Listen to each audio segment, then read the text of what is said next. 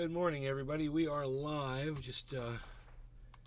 I'm having an issue with my dog's ears. His ears are bothering him today, and I have cleaned his ears. I've used the fluid, and I've used paper towels, and I've used Q-tips. And he's still over there shaking his. Oh, here he is. Hey, buddy. I hope you're gonna feel better now. Hey. I'm sorry your ears are bothering you. I love you, bees. I'm sorry, bees. Come here, buddy. Come here. Rogan, look. Rogan. Look at this. Come here. Come here, buddy. Come here, bees. I like him to be near me when he's having problems. Patrick, what's up, buddy? Turn the fan on here for a second. I got coffee. No grapes. I got coffee. Oh. Two hawks just landed on the same mole. That was funny. They both saw it at the same time.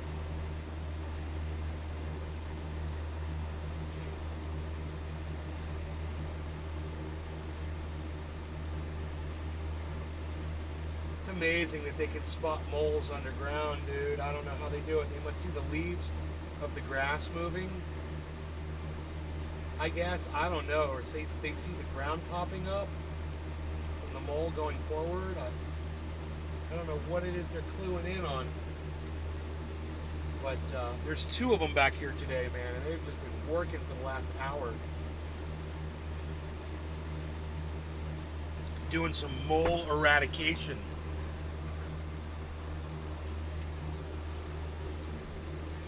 Let's turn up the volume here.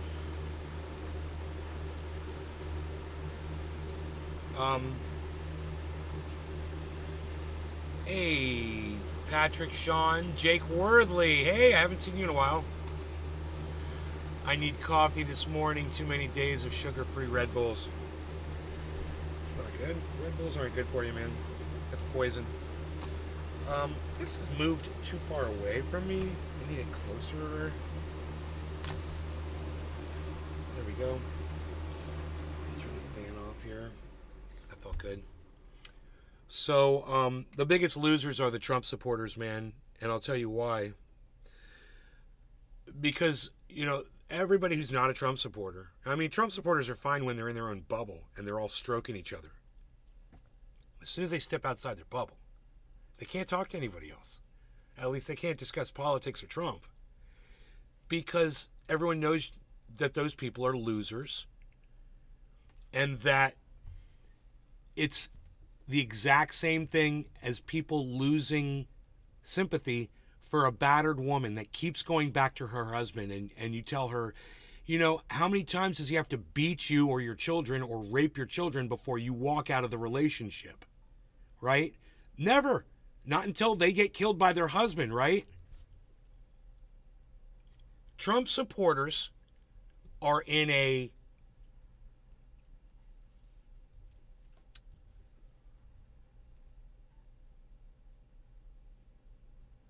unhealthy relationship with Donald Trump. It's codependent.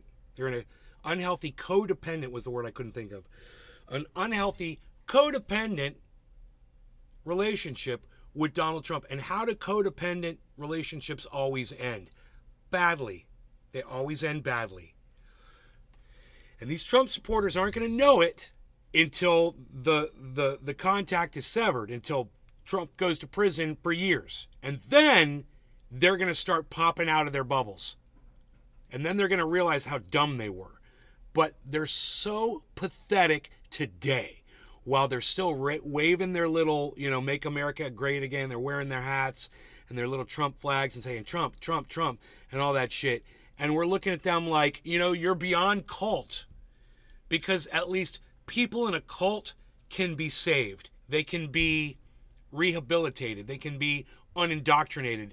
But these Trump supporters, there's no reaching them. They've gone past that point. The ties have to be severed. My GFS dad was a police officer back in the day when if a woman went back to her abuser, he would tell her next time he came, he would arrest them both. Yeah, good for him. I understand abusive relationships. I have a little bit of experience around that. In that, not only have I been involved in them, I went to a rehab facility where a lot of people were really into them, narcissists, delusional narcissists, and I heard them speak about, how they felt about their relationships. So I know how it is. I know about the sickness. It's as bad as any addiction. A narcissist,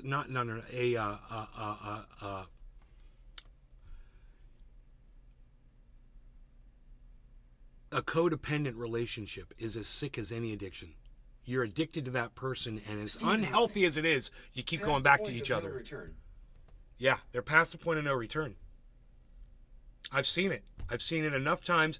I've seen enough of these people at the Trump rallies get interviewed and listen to what they say, and the level of deniability of denying reality is unmeasurable.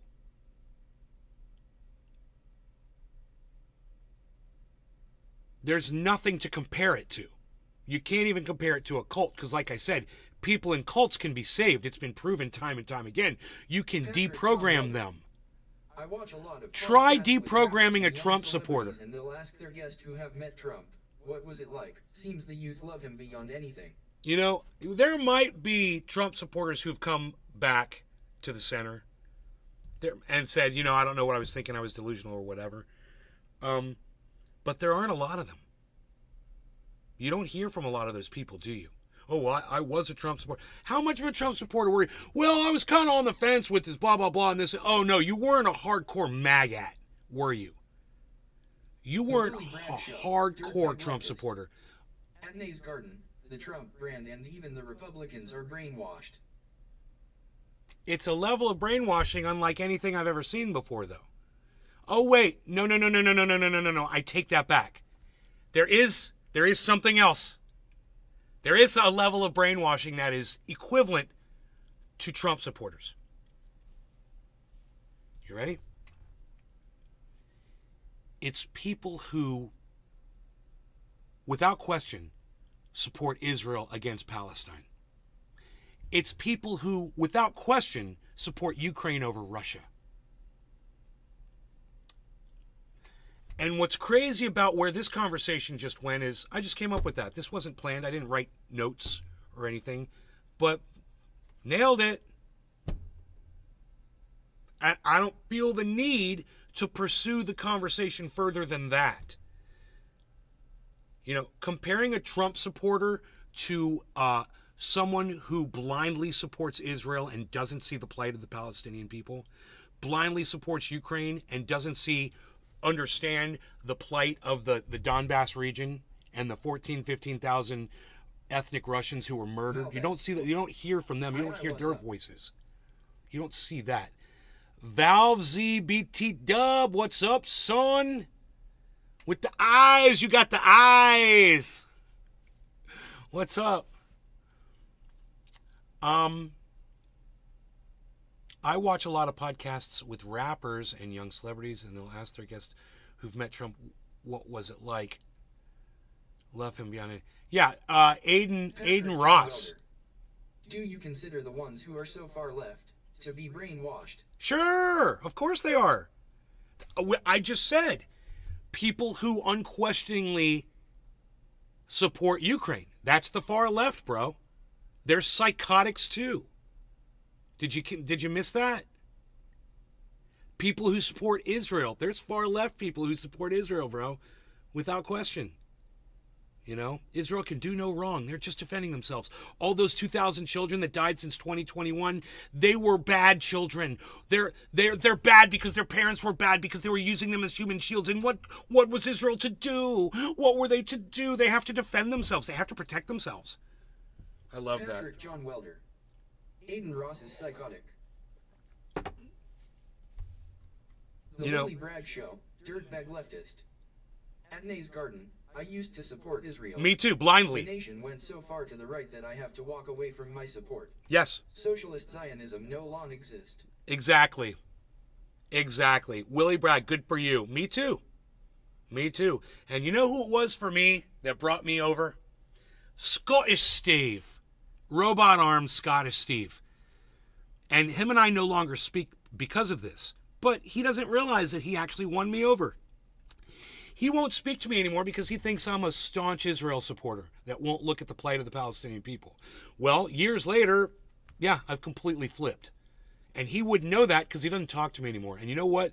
Him and I would have still been great friends. In fact, he's got Rogan's brother. He's got one of Rogan's 4 brothers. Yeah. And him and I don't talk to each other anymore.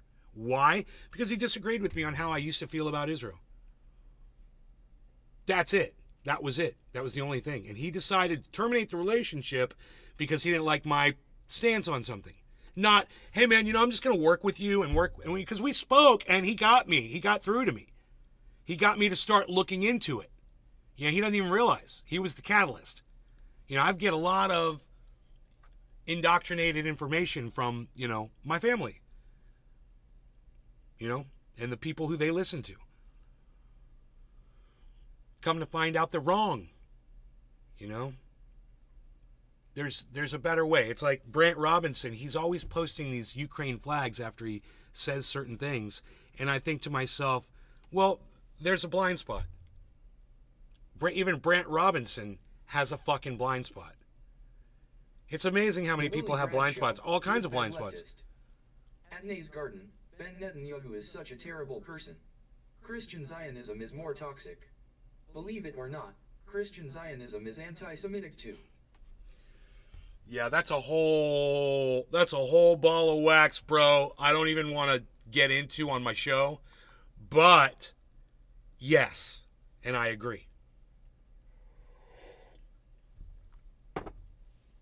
It's just, we can only talk about this for so long and people just don't, they fall off. They don't want to hear it. I get it. I'm not here to bore you. I'm here to keep you riveted. All 6 of you, 8, 9, 10 of you, all 10 of you.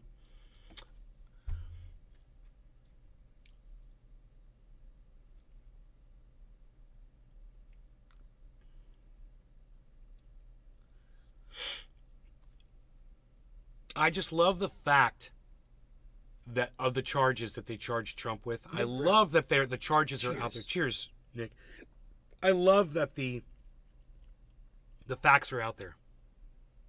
So anytime anybody says anything about Donald Trump, you can say, yeah, but he was charged with this. He was charged with conspiracy. He was accused of this and that and the other. Are you saying he didn't do those things?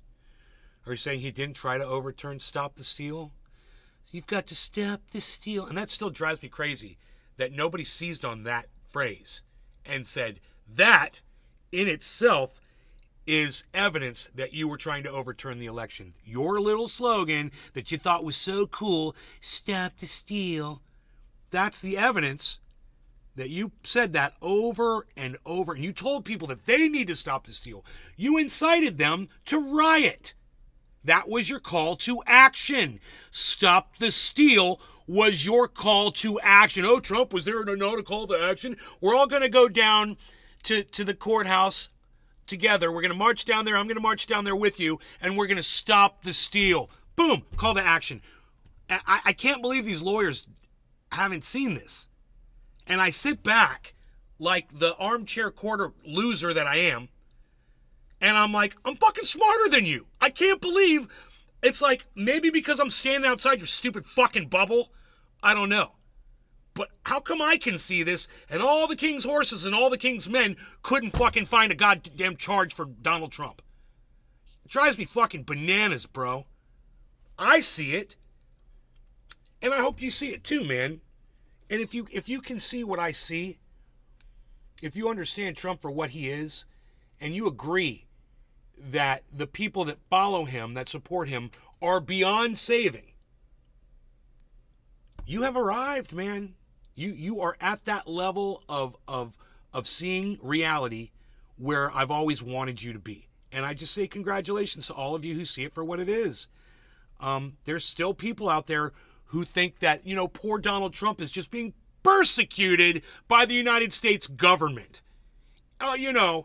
Being persecuted Dirtbag leftist. Because he's a white man.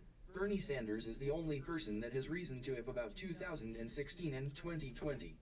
not Hillary in 2016 and not Trump in 2020. Funny how they flipped that script, isn't it, Willie Bragg? It's funny how they flipped that script after what they did to Bernie Sanders. But, you know, Bernie is spilled milk, and I'm sick of crying about it. Every politician I've ever voted for that failed is spilled milk that I'm sick of crying about it, and it's not going to do a damn bit of good. Trump has so many indictments he's pretty much screwed for life. Inciting an insurrection is a very serious charge, plus all the other charges he's better stick up on soap on a rope, lol.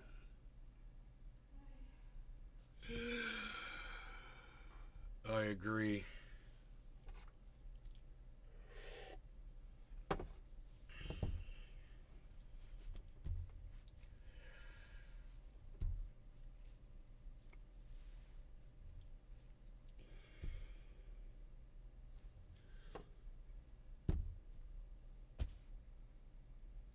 I think it's interesting that when The Willie Bragg Show, dirtbag leftist.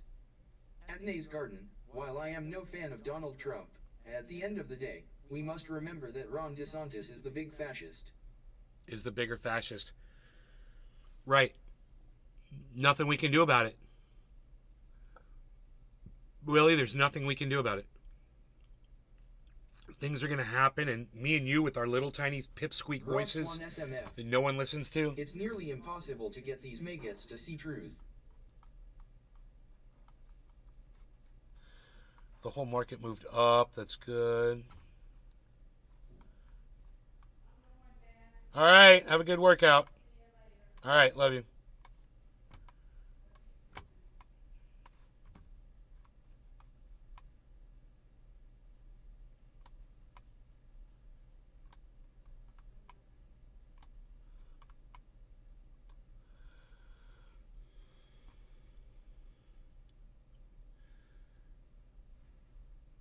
Rocks 1 SMF.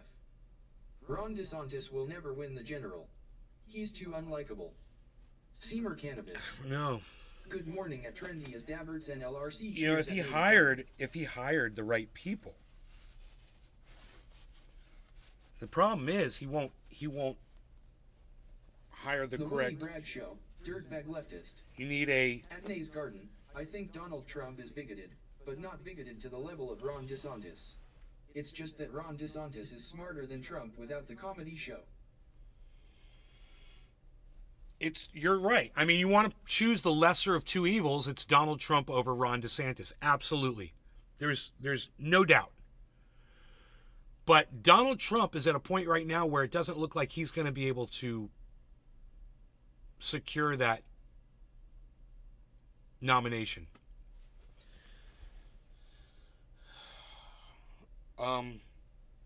So the next one in line is Ron DeSantis. Ron DeSantis versus Joe Biden.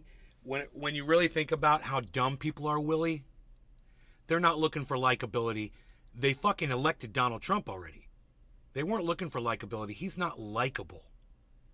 You know, if anything, he's vulgar and disgusting.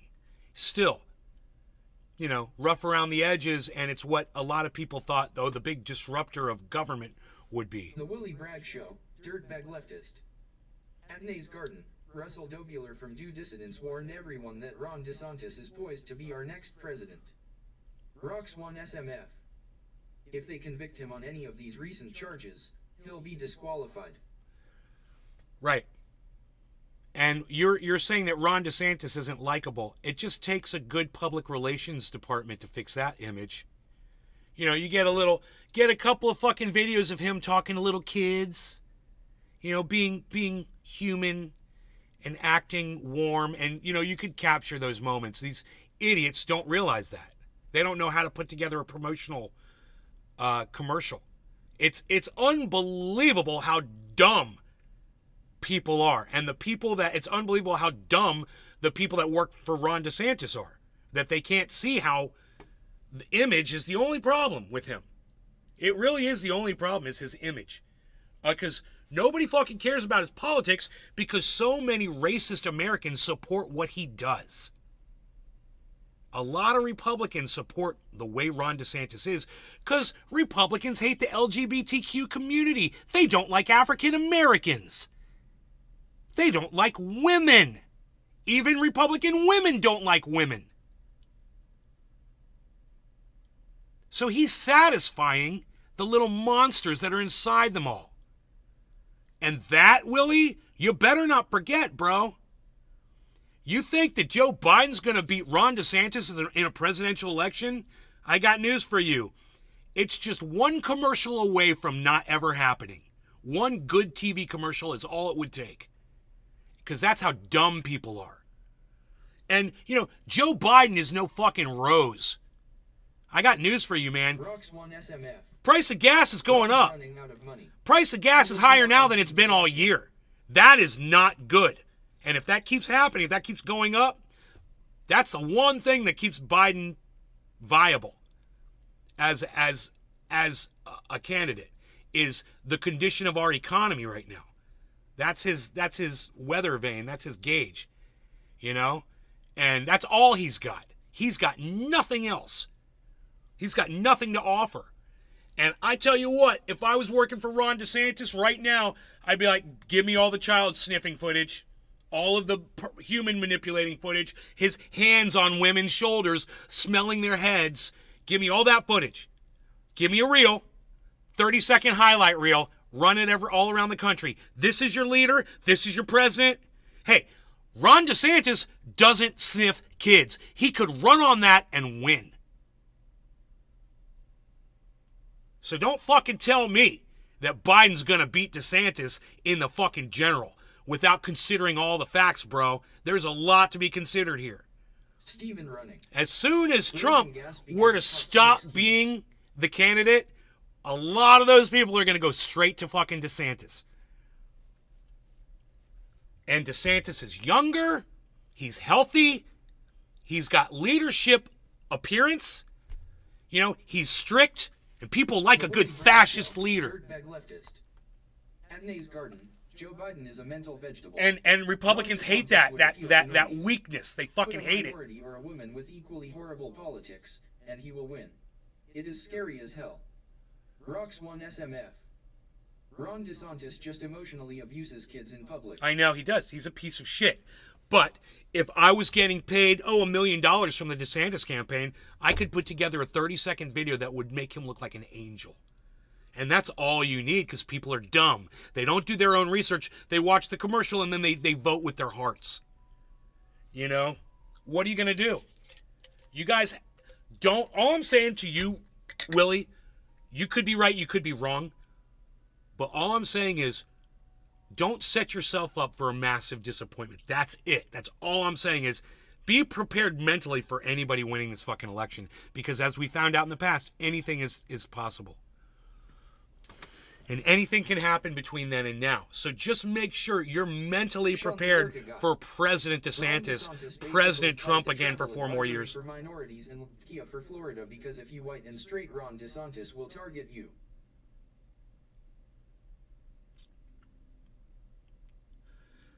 More or less, yeah, Sean. They, you know, the NAACP put out a travel advisory, and these large companies, corporations, and organizations, whatever, that have been planning things in Florida are moving to other states. At Nay's Garden, Billions of dollars of business. Believe me.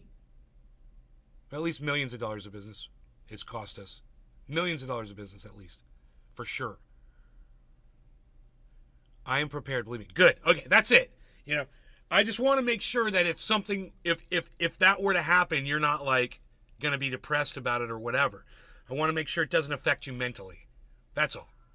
That's my only concern, because everything else that happens is out of our. Ivanka 2024. It's out of our control.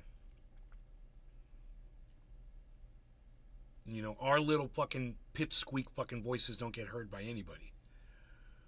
And so we shouldn't try to sit here and fool ourselves that people actually SMF. True.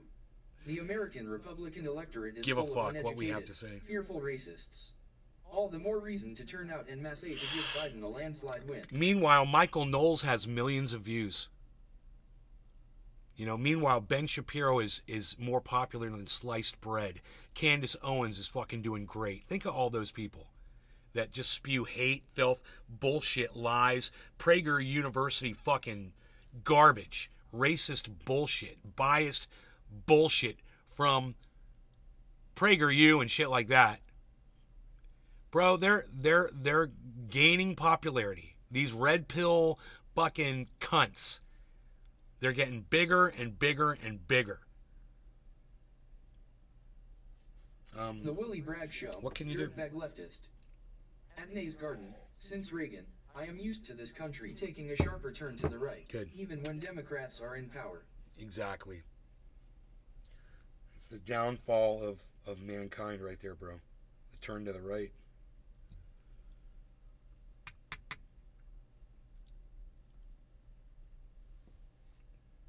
Wait till one of these fucking Republicans, one of their kids, has a child that's an LGBTQ. All of a sudden they got a grandkid that's LGBTQ.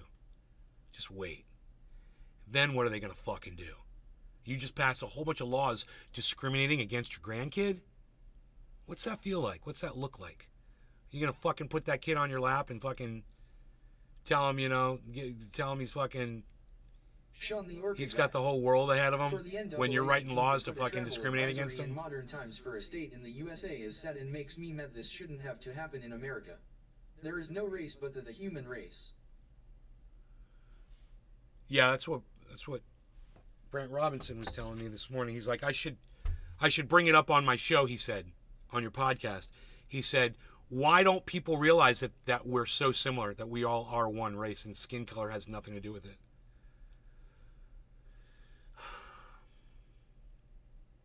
Why is that hard for adults to realize that? I said, because they were not taught that in school. You know? That's the problem. You have people like Ron DeSantis that are determining what your children should be groomed as. Ron DeSantis is a groomer. He thinks he knows what your children should be taught and what they shouldn't be taught. That's fucking grooming. They're your kids. You want Ron DeSantis, the guy who tortured people and got thrown up on because he was force-feeding people to determine what happens with your children? When their kid or other relative turns out to be LGBTQ. Right. Ross 1 SMS. Right, exactly. The fucking hypocrites. Have you seen Right, the Willie? Mayor of New Bern, Alabama? Black mayor locked out of doing his job. No. No, I haven't, Rox. Alabama. No. Doesn't sound good, though. Have I not smoked yet today? 28 minutes in, no smoking. The no smoking sign has been turned off, everybody. You can also unfasten your seatbelts and move freely about the cabin. Let me find the link. New Bern. The mayor of New Bern. Sounds pretty small. Because I've never heard of it.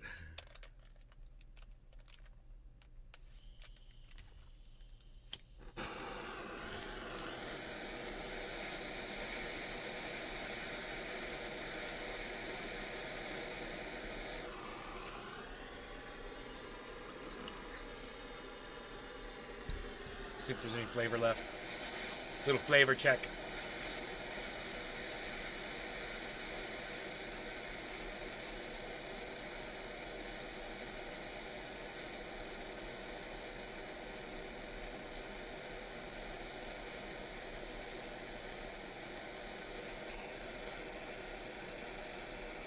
The Willie Bragg Show, Dirtbag Leftist. At Nay's Garden, I am glad when a conservative becomes pro-LGBTQ, no matter if it is because of a relative or their demented love of the free market that they see LGBTQ benefiting. Yeah. Yeah, every little bit helps. Sean the Orchid God. If I can understand that there are no excuses for anybody else, we are in modern times. Race and religion and any other factor used to divide people is obsolete and we need to come together as a country. Right? As a country or as a race? All people. Why are you letting Rox1SMF. Why are you letting a country separate us? https://youtube.be/ What about Cyber Reload, Sean? What about Ken? You know, the freaking Oracle. What about I made this in Germany? Why the fuck are you being a goddamn nationalist all of a sudden? Fuck nationalism, you fucking Nazi. Sean's like, wait. Tapping. Sean the Orca guy. Good point, Nay. I should have said globally. Yes, you should have said globally. You're not nationalists. You know, that's being a nationalist is just like being a racist. You're finding something to separate yourself from other people. They had nothing to do with where they were born. Don't hold it against them. This isn't your fucking land. This is the goddamn earth, man. You know? All right. No law regarding cannabis. Cheers, everybody. Sean and Rox, everybody that's talking in all the chats. Dave Fishing. Cheers.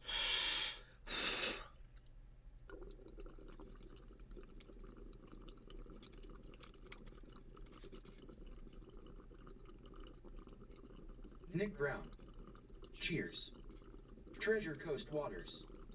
CH. Sean the Orca guy. My most humble apologies, Nick.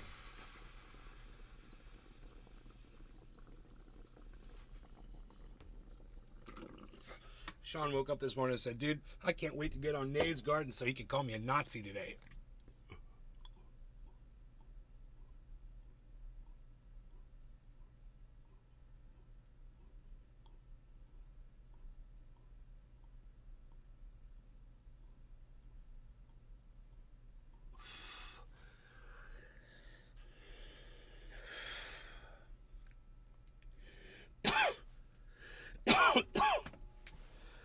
Fan me, baby.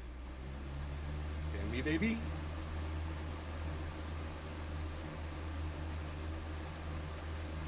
Hello, everybody. Good morning.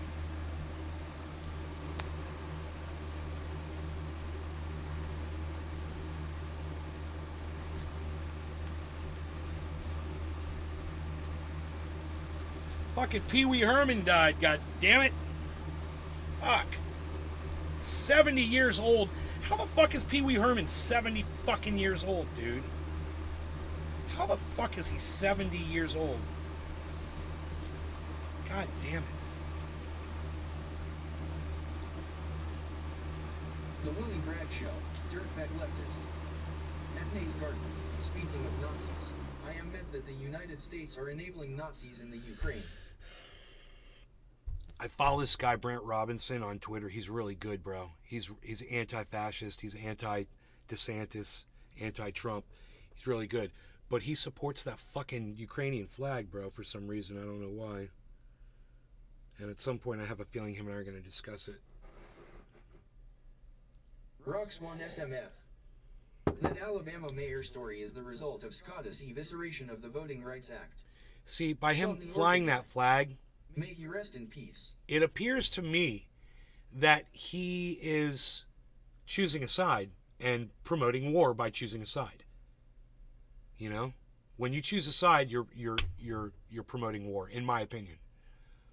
You know, he's decided that Russia is wrong and Ukraine is right.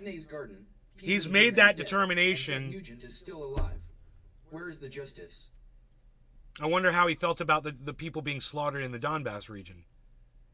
And should Putin have just not done anything about it and let that continue? Because it would have continued had he not brought his tanks to the fucking border.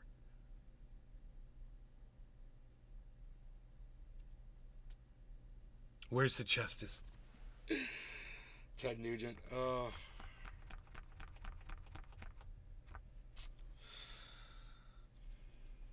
Human piece of garbage, Ted Nugent. And human piece of garbage, Ted Nugent.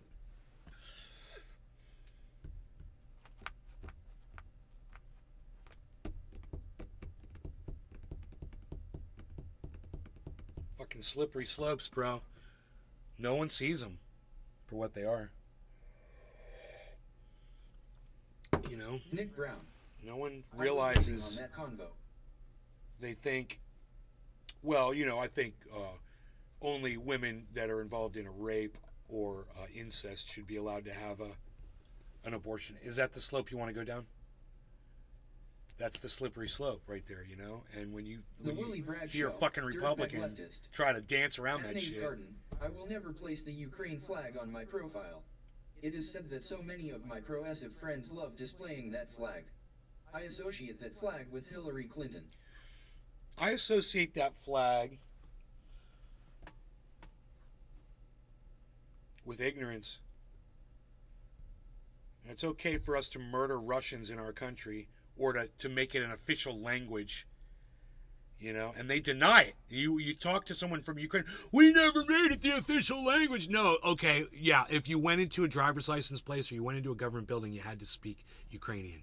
And if you were a Russian and you didn't understand Ukrainian, you were fucked. So don't fucking act, oh, you can't have an official language of English in America. Oh, yeah, you know what? People can go in and speak, you know, usually it's Spanish in this country or another language, and they usually provide somebody who can translate in these government buildings. They hire people who speak different languages for a reason.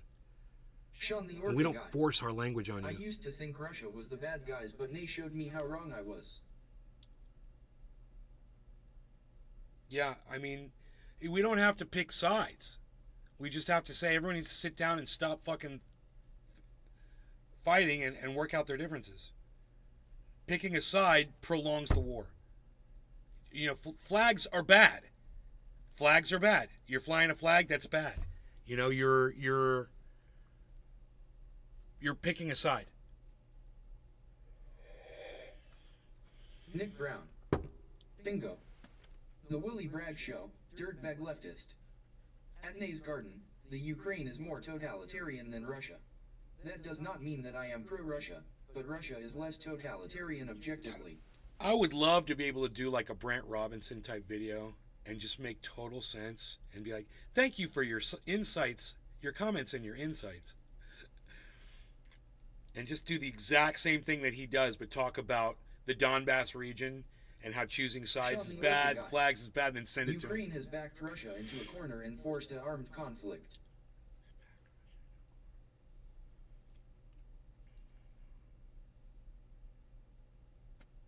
I agree. Why are you going to slaughter people in your own country? You know?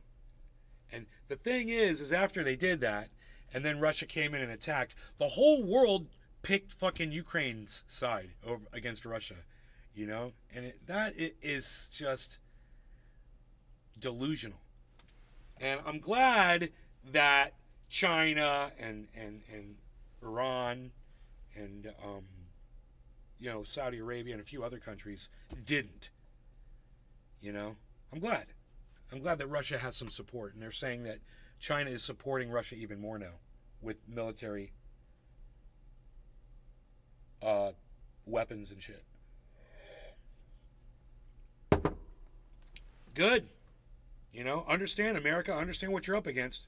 You know, until you fucking sit the fuck down and have this conversation. You know, throw your money down the toilet, watch your soldiers get murdered. You know, it won't be long till we hear about another American getting killed over there.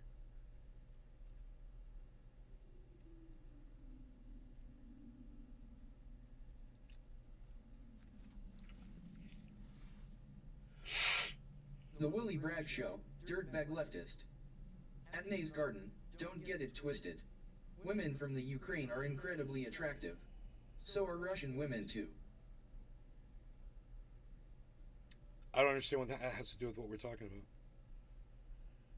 What did I get twisted?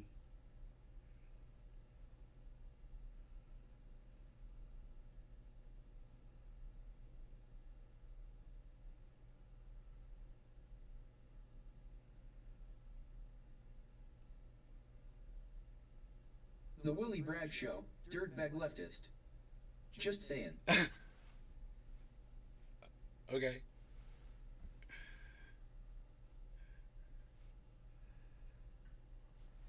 Yeah, I talked to a Ukrainian woman, and as soon as she started saying,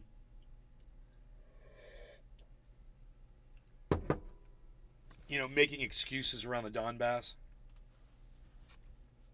saying that, you know, they didn't really make Ukrainian the official language. All I heard were fucking excuses. And Sean the Orca guy. this Russia had a moral obligation to bubble stop the of slaughter thought. of Russians living in Ukraine, but You in know? order to not come in direct conflict with NATO, Wagner PMC was used as a proxy army.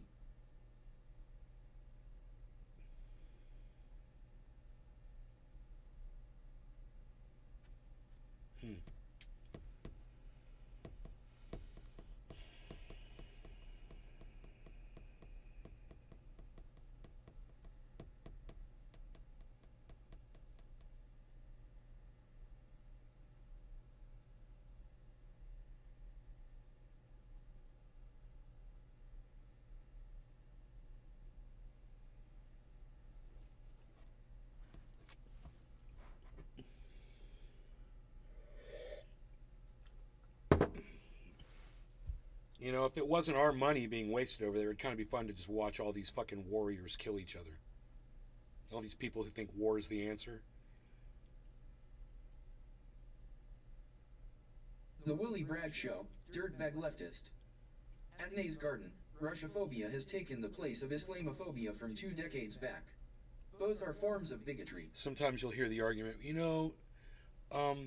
people need to put food on the table, and, working for the military was a viable Rocks on option for SMF. them.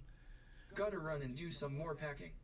Have a good day. And I say, Yes. you decide, you chose to go to war, and it doesn't matter whether we were at war at that time or not. You decided to make yourself available for a fucking war as a soldier.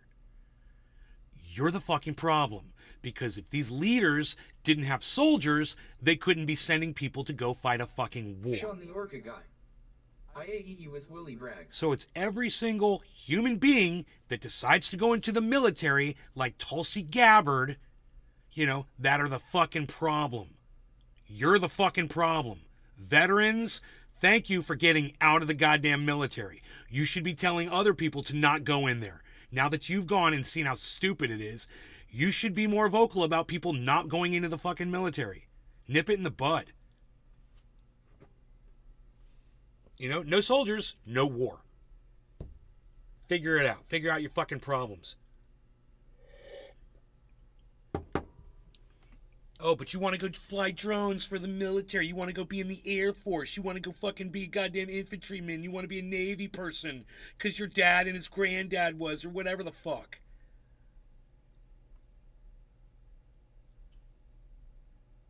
You are the problem. You are the problem. You are the problem. Not the stupid fucking leaders who are committing your dumbasses to going over there and fighting. It's your dumbasses that are enlisting in the first place. You're idiots. They sold you on defending the country. All you're doing is going over and attacking other countries.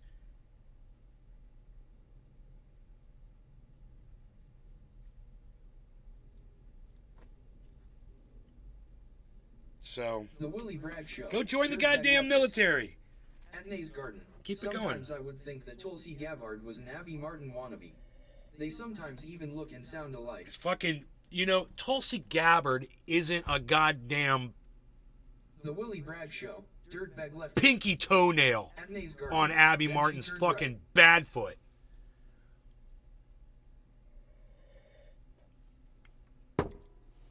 You focus a little too much on attractive women, Willie. You're kind of got a blind spot there. I think it's a weak spot for you. You're very focused on attractive women in politics, man. You need to fucking realize the stench coming out of their fucking word holes. Before you just look at them and say, oh, you're so attractive and easy to look at. Stephen running. Fuck them. Fatal results going there. That's the whole reason they're fucking in politics, because they know they look good.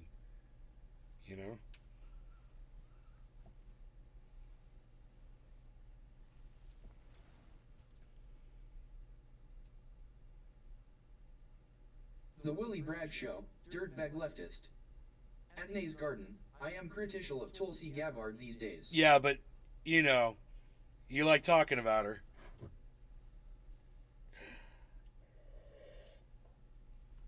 I'm just saying. None of these politicians are worth discussing. They're all garbage. Not a good one out there. Someone will name one and I'll be like, nope. Nope. Nope. Nope. I got a reason for not wanting to support every single one of them. Oh, but what about, Dr. Cornel West? He's a fucking Christian. He believes in a God. That's a problem. That's a big fucking problem. That's a problem with almost every politician we've ever had. Show, dirtbag leftist. And they're so hypocritical about it, too. Dirty thoughts of Ayok and Tulsi Gabbard if they can make nice with each other. But oh well. That's what I'm talking about. I got you pegged, bro. Or I should say Tulsi and AOC have you pegged. A little bit of a Bill O'Reilly joke there. Did you like that Bill O'Reilly joke? Fuck it, we're doing it live.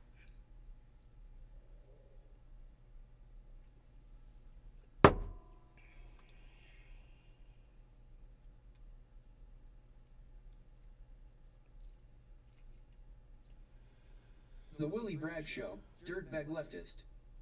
Anytime they want. That's funny. Sean the Orca guy. LMFAO, you both are hilarious. We are quite the funny guys. Damn it, my coffee's gone.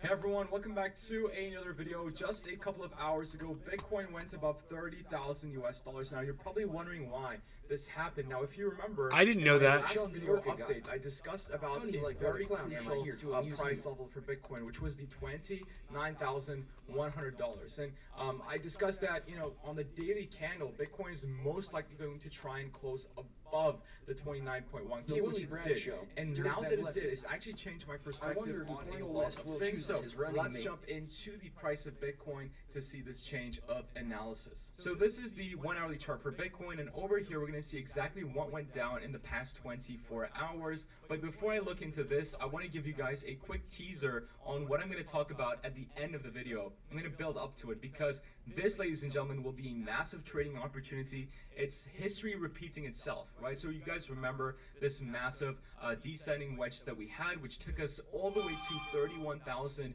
in fact, beyond $31,000, right? So the same thing on a little bit of a smaller scale is happening, and this will be a massive opportunity. So I'm going to build up to it, so make sure to watch until the end of the video. So in the past 24 hours, we had a double bottom formation. Right, we left off around here, and we had this wick that took us down to $28,500. That spooked us a little bit, right? That spooked the market, but this was a clear example of exhaustion of sellers, which accompanied by the double bottom took us beyond and took us to all the way to $30,000, right? So this 29.1K is the same level that I drew in the previous video. I just changed its color so it's nicer and easier to see. So we discussed that on the daily time frame, well, actually more so on the weekly time frame, if we close this candle above 29.1K on the weekly, right, not the daily, on the weekly time frame, if we close it like this, looking like a reversal hammer candle, it's going to be incredibly important, and it can reverse us, right? It can reverse us all the way back to $31,000. So okay, that's what I want to hear. $31,000 Bitcoin sounds fantastic to me.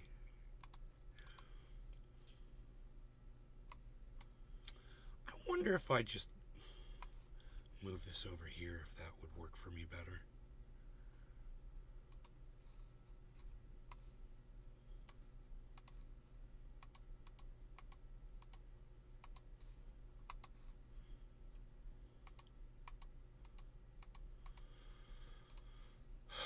Get rid of these window capture windows I have. What, there's a group here?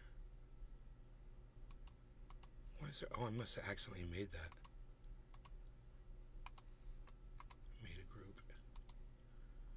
I'm getting rid of all these extra windows I don't need. Hoot in hell. Morning, guys. Good morning. Good morning, Hoot. How's it going? CNN. Look at this. That needs to go away. Great. And the clock. Clock is there.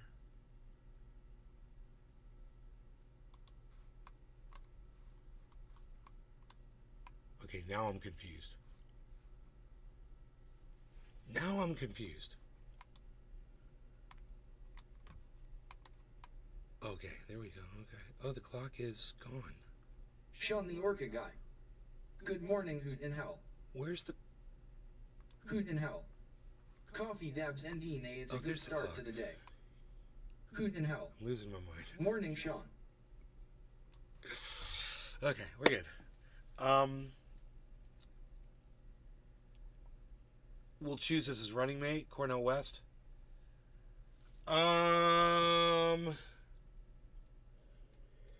You know, I think a lot of these candidates are so stupid for not choosing a running mate right at the beginning. Two of them getting together, forming an alliance. One of them saying, I will be vice president. You would make a better president than me. Instead, just knowing that. Sean the Orca guy. Out of coffee, having to settle for some other means of caffeine.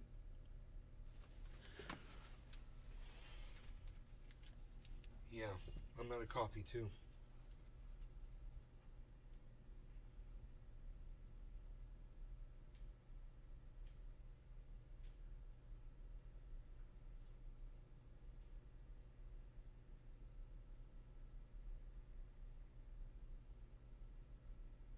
Hoot in hell. Why's the coffee always gone?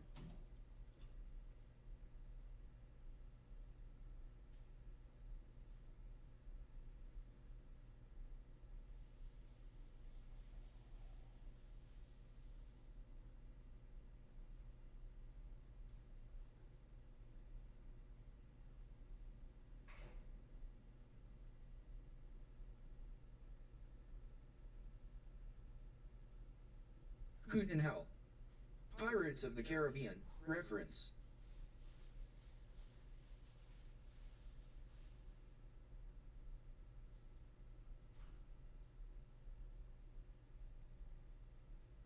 Sean the Orca guy. Because good coffee can't be left in the cup too long.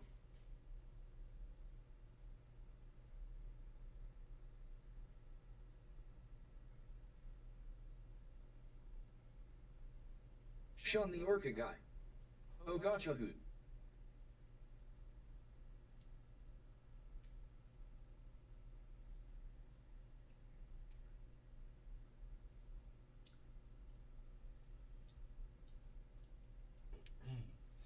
I'm making another splash. Oh, I'm going in on a second cup, baby, for a second hour.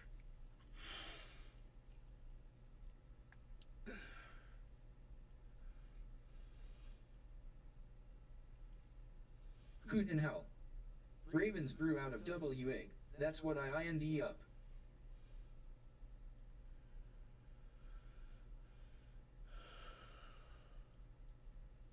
That's what you grind up. Okay, let's get rid of this crypto thing. That was good.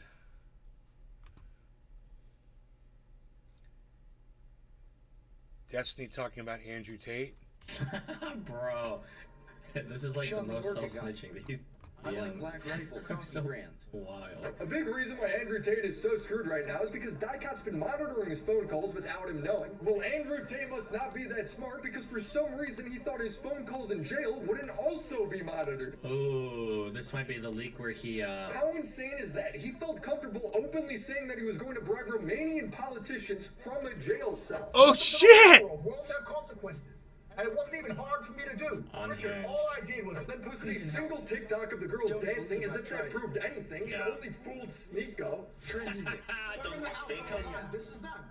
Does this look like Dude. 31 war room members have been investigated. Andrew Tate would lie to the girls to pin them against their families so that if she was in Miami, he'd have his bottom bitch Georgiana beat the woman if she wouldn't have webcam and encourage women to get breast implants and torture them by pulling the stitches out of surgery. It's leaked from the war room that there's an entire group chat where they target women, beat women who don't get tattoos on their faces. Lately, we've been covering... Wow. Wow. I didn't even know who Andrew Tate was a few months ago. Classes on trafficking, money laundering, and even admitting to manipulating a 16-year-old into working for his cam business when he was 26 years old. But yes, even with all that, it somehow gets... Wait, that 16-year-old thing, that's pretty old, right? But Andrew Tate in this video is bragging about, or no, she was 18. Andrew Tate here, though, was bragging about getting a girl when she's 15 to work for him, right? Girls who say, oh, I know you're with Vivian. I can get my coffee, I'll be right back. I don't mind, I'll stay out tonight, you two stay alone. All that shit, it never lasts long. Because the ones who are really in love with you won't do that. You actually have to downplay your relationship with the girl of 6 years, which is difficult. And now The girl of 6 years. to get away with that because the girl of 6 years plays along. So Vivian's been with me 6 years, she's completely head over heels in love with me, she wants kids with me, everything. And we met and we felt whatever, we're in love. But when a new girl comes, she'll go, oh yeah, I started off working for him and it's just how it worked out. She'll super downplay us. When I bring on new girls, I usually pair them with Vivian. Because Vivian's younger, Melissa's like 28, Vivian's like 21. Vivian's like 21. So he found this girl when she was 15, she's in love with him, wants to have kids, etc., and she works as his bottom bitch. He's her pimp, right? That's what's happening. And she comes from Slovakia. He's her pimp, right? This is sex trafficking. It's like, I don't know if he'll get convicted for it. I don't know how much evidence they'll find for it. But that's what this is. That's what we're talking about. Wait, how old is this video? Man. Oh, is it just like a compilation of his greatest hits? It's worse. The Tates have done nothing but lie and hide evidence saying that there are no charges or claims of abuse. Are they accusing you of using violence or? No, these are only some of the files and transcripts on the Tates. Does this look like no evidence? New evidence has emerged showing that the top members of the war room are also trafficking women, with another one of them being charged as well. It quite literally is a cult, and I'm not using that word lightly. Chat logs from the war room have leaked showing that he is still in the webcam business, explaining exactly how he manipulates women to fellow members. They continue to lie to their fans, saying that they're only being charged for things that happened in 2021. We've been accused, like my brother said, of nothing prior to 2021 or 2022. So all of our old videos, old life had nothing to do with this. When the court documents are citing it, I like how Tucker Carlson just let him completely skirt by with that. Actually, every single person, PBD and Adam did as well. Every single person that's interviewed this guy, oh, I'm not even being charged with anything real. They just, like, nobody even read, like, a summary, or even had their assistants read a summary of the indictments that are public now. Like, incidents from 2016, 2017, 2018, all the way up until they were arrested in 2022. He had seemingly tried to buy off a Romanian senator, calling her from jail, saying, so make it clear to them. You will get lots of votes when Tate says you took their side. He has a former Romanian police inspector, Luana, beat the woman when they wouldn't work. Maybe you're not listening because I'm killing you if we don't make money. Hit yourself in the mouth until I arrive because I'll give you another 10. He's been charged with rape, physically assaulting the woman. The prosecution claims he would torture the girls by having his bottom beat them in their newly acquired breast implants. By lifting her arm to break the operation, it somehow gets worse, as they allegedly have Twitter and Instagram employees in their cult, banning and botting people who criticize them. I don't believe that at all. I don't believe that's true. Is the Tristan interview still happening? Tristan said he'd meet me and Melina if we went to Romania. I don't know if I would. Maybe. We'll see. When I go over to Sweden, who knows? But I don't know. This is coming from a war room whistleblower. We have many Twitter employees, we have Instagram employees, TikTok employees. When we want to, we can delete an account. This is 100% bullshit. 0% chance this is true. 0.000% chance this is true. This is a real rabbit hole, so buckle up, because Andrew Tate is not the man he says he is. He can't even groom himself. Unlike me, a real man who uses Manscaped. Manscaped is the global men's lifestyle brand that's disrupting the grooming market. You know they take it seriously just by how beautifully this thing's packaged. This is the Performance Package 4.0, a game changer when it comes to creating the ultimate men's grooming and hygiene bundle. Let's go to manscaped.com and use promo code Willie to get 20% off, plus free international shipping. I have now made 2 videos on Andrew Tate, going over the charges in the many videos he's posted incriminating himself. Well, he's continued to incriminate himself in his War Room group chat where he teaches other people how to traffic women as well. War Room is kind of like the Illuminati, but cooler. I will never tell you about any of the members, but let's put it this way, I'm still alive, right? So, I will never tell you about any of the members. Does the Vice documentary where he shows video of all the members of the War Room that go on the retreat. Okay. Vice had everyone blurred. Having a street fight. And Oh, they did have everyone blurred. Never mind. $1,000 to have their man Well, do you think you could identify some of these guys on the back of their heads? had tested by the one they were. you. And Okay, they did blur everybody.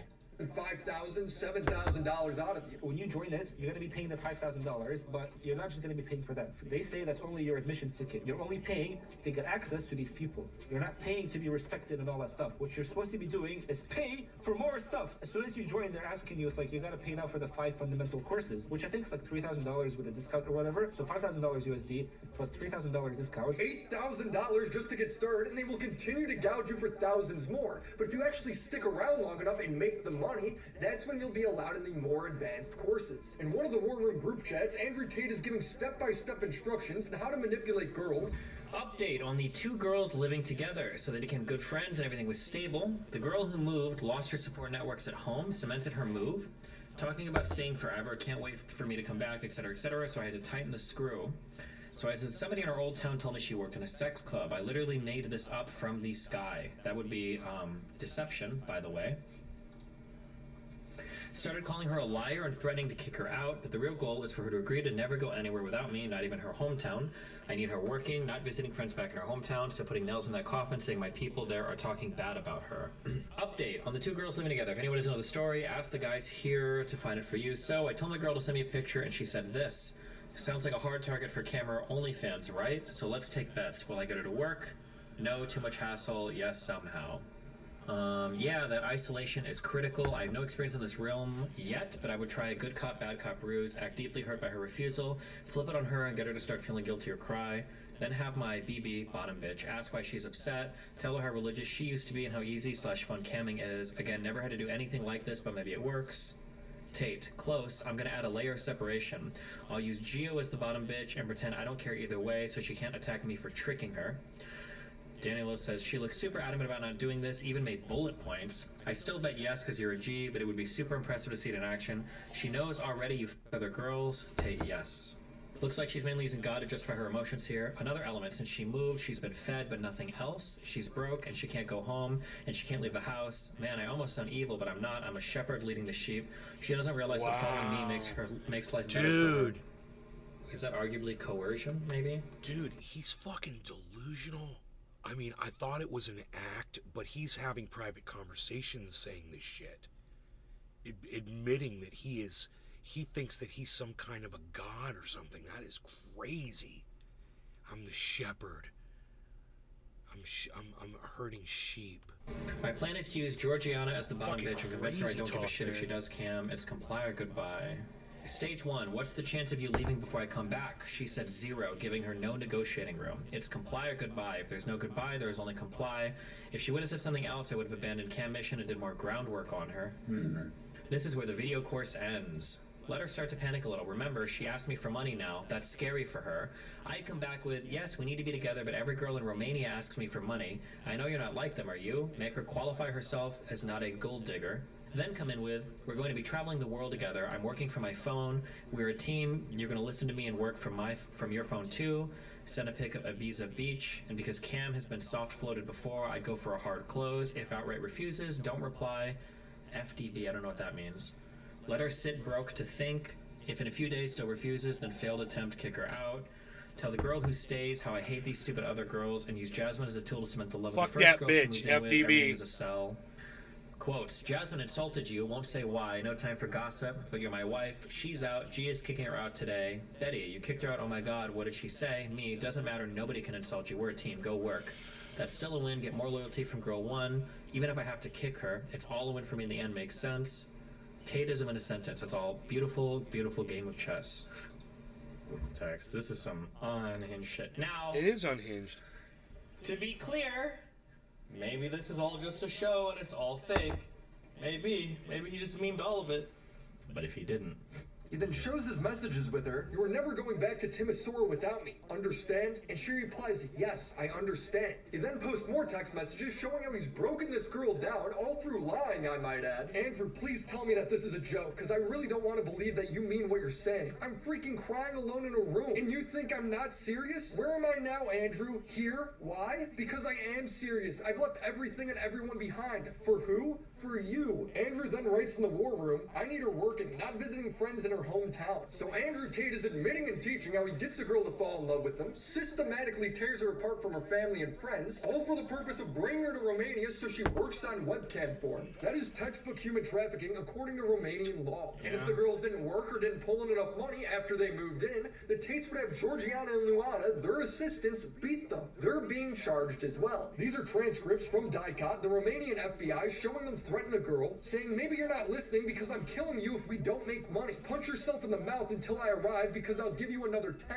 Andrew Tate would encourage his victims to get breast implants, and if they didn't reach their numbers, he'd make Georgiana pull at the stitches. The prosecution writes, there's no medical documents of the physical violence because the defendants acted cunningly, without leaving traces. For example, from one of the victim's statements, it appears Georgiana, to avoid leaving traces of violence on the body of one of the girls who recently undergone breast implants, would lift her arms to break the operation, after which stated she's not stupid enough to leave traces. To anyone who's still skeptical about the human trafficking charges, I beg to ask, what else would you call this? He'd manipulate the girls into falling in love with him with promises of marriage. I want to know if you're committed, serious about marriage. He'd then divide them from their family and friends through lies. I said somebody in her old town told me she worked in a sex club. I totally made this up. I need her working, not visiting friends from her old town. And then when they got nothing left, they move in with him where he traps them inside the house. So I end up with all these chicks just stuck in their house, sitting there, bored, completely in love with me. And of course, they don't go out. They're not allowed out. You stay in the house. Proudly states in the war room, another element. Since she's moved in, she's been fed, but nothing else. She's broke, can't go home, and she can't leave the house. It's like, man, I almost sound evil. And the dude, it's hard to listen to, man. At this point, I'm just like, the brutality of what he's doing, you know, locking these girls up, and the fact that he's so popular and so many people love him. I mean, the first time I saw Andrew Tate, I can just see people for what they are. I don't know anything about them. I just be like, I don't like this person. This is a garbage human. The way he talks, he's a garbage human. Go see the very first time someone's like, yo, Nate, you ever seen Andrew Tate? Blah, blah, blah. And I'm like, no. Who's that? Go check him out, bro. Okay, let me go check him out. Oh my God, what a douchebag. Like, immediately. That's my immediate response. What an asshole. This guy's a piece of shit. Whoa, he's got 1 million, you know, views on one video or whatever, you know, 10 million people watching him.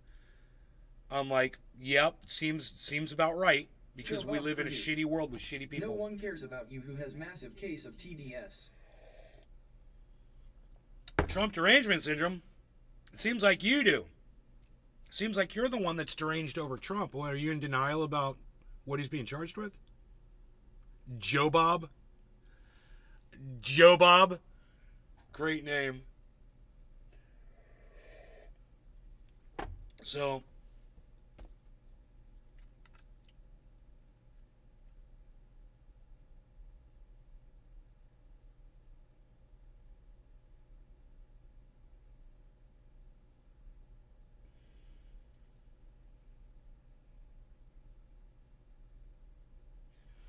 yeah, I don't think I'm the delusional one here. Boom. Oh, is that your boy? Is that your boy? What? How's that feel, motherfucker? Number 3. 3 times a charm, bitch.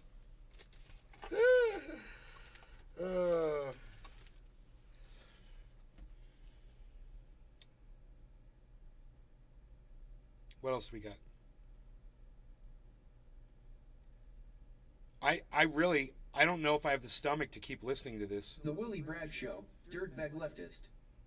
At Nay's Garden, I am more interested in arresting George W. Bush than I would be Donald Trump or Joe Biden. Dude, George W. Bush is almost dead. What are you worried about that guy for? Raid. Raid from who? Zaggy, who's raiding me? Who do I owe this honor? T-Bird Thethard. Impeachment stream. Impeachment stream. Punisher 2022. RLA. RLA. At N7 Kai. Millerites _ USA. Trump fans. Yeah, whatever. T-Bird Thethard. You owe Key your life. I do owe Nikki my life. Thethard. Laughing face. What can I do? What can I do? She's done more for this show than just about anybody, bringing people in. Millerites _ USA Magamin. While you guys are in on Twitch, will you remember to subscribe to my channel, please? Bush thrilled. That word is edited. Over 1 million people. N7 Kai. Hey hey. Zaggle. Bush killed over 1 million people. Like I know, but he's almost dead. I mean, the guy's going to be dead soon. What? Why are you worried about someone who's almost dead, Willie? He's not going to be around much longer. Death will catch up to him. He'll get what he deserves. He'll be dead. And isn't death the ultimate punishment? This seems like a newsy stream, my favorite. We're watching Andrew Tate being reviewed by Destiny. Andrew Tate's a human trafficker, and these texts basically T-Bird Thethard. Expose him. Laughing face. The Willie Bragg Show. That he knows exactly what he's doing. He knows he's trafficking. 1 million people are gone. Yeah, and soon, it's like you're not hearing me, bro. He's gonna be dead soon. What else do you want to do to him? You want to put him to death? He's gonna be dead soon. House. Morning. Hey, Billy, he'll be dead soon, man. Take my word for it. George Bush will be dead soon, so don't waste your time with him. Donald Trump, he's got more time left, and he needs to go to fucking prison. Trump needs to go to prison. Now, at the same time, I don't want Ron DeSantis to take his place in the presidential election. So I'm kind of at, a little bit of a conflict with both of these things because they can't live together. So I'm conflicted over it, and it sucks. Nikki, thank you for bringing all these people in here. T-Bird Thethard. Get Biden behind bars, not the podium. Millerites _ USA.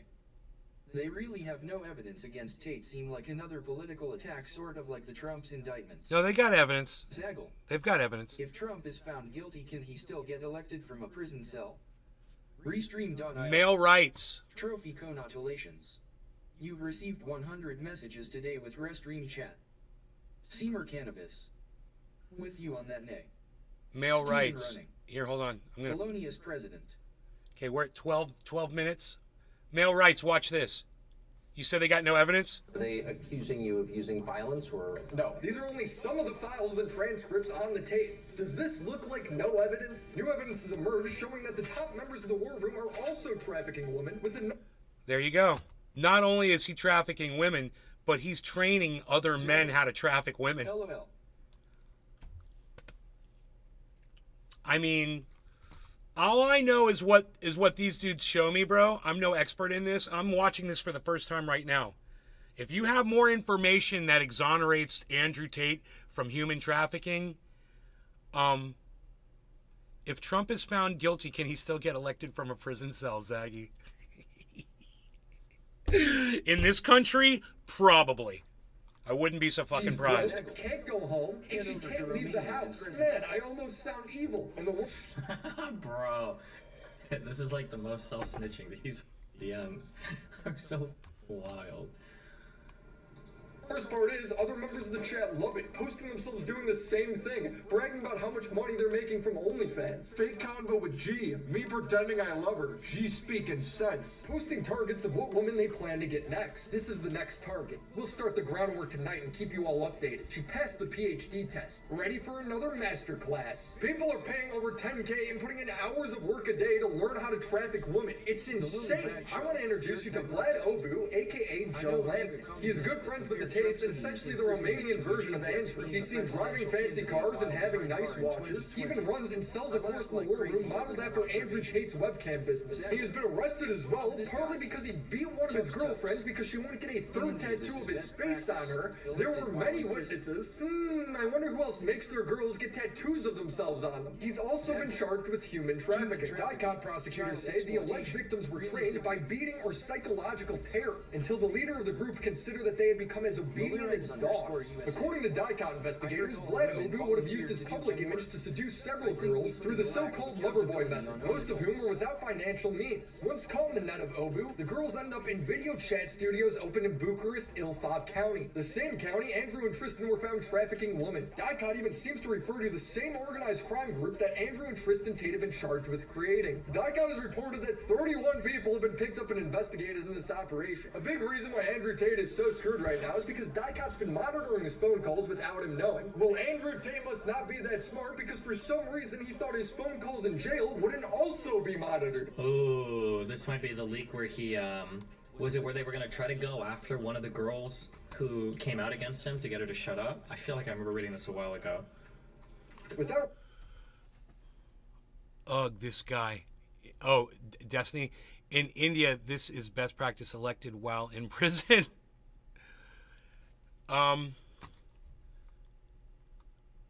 Zaggle.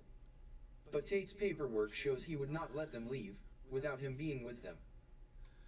I know MAGA communists that compare Trump's imminent imprisonment to Eugene Debs being presidential candidate while behind bars in 2020. I laughed like crazy over that observation.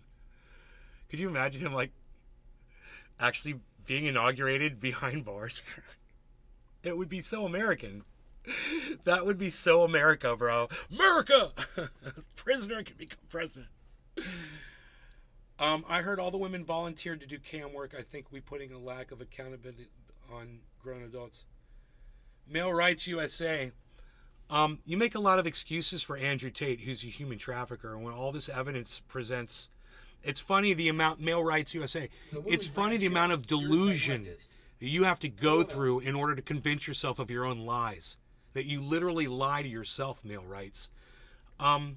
Dave C. Fishing. I'm not disgusted by you. I want you to know that. It might sound like I am. I'm impressed. You know, maybe I could walk around and convince myself that I have an 18-inch penis with that level of delusion. I might have something to learn from you, you know? So, kudos. Realizing that DICOT prosecutors could monitor these dialogues, Andrew Tate got in touch with a trusted woman who was supposed to contact George Simmons, who's a member of the Assembly of Deputies in Romania, and a Romanian senator, Diana Sosaka, to convey to them that if they stood up for them in the public space and the Oh, never mind, different I would content. compare what they Tates are let out. Nelson Mandela. You would? You sound like just a dumb troll to me, dude. Like you just say stupid shit to try to get a response from people. Nikki, is this Male Rights USA person a friend of yours? Millerites_USA.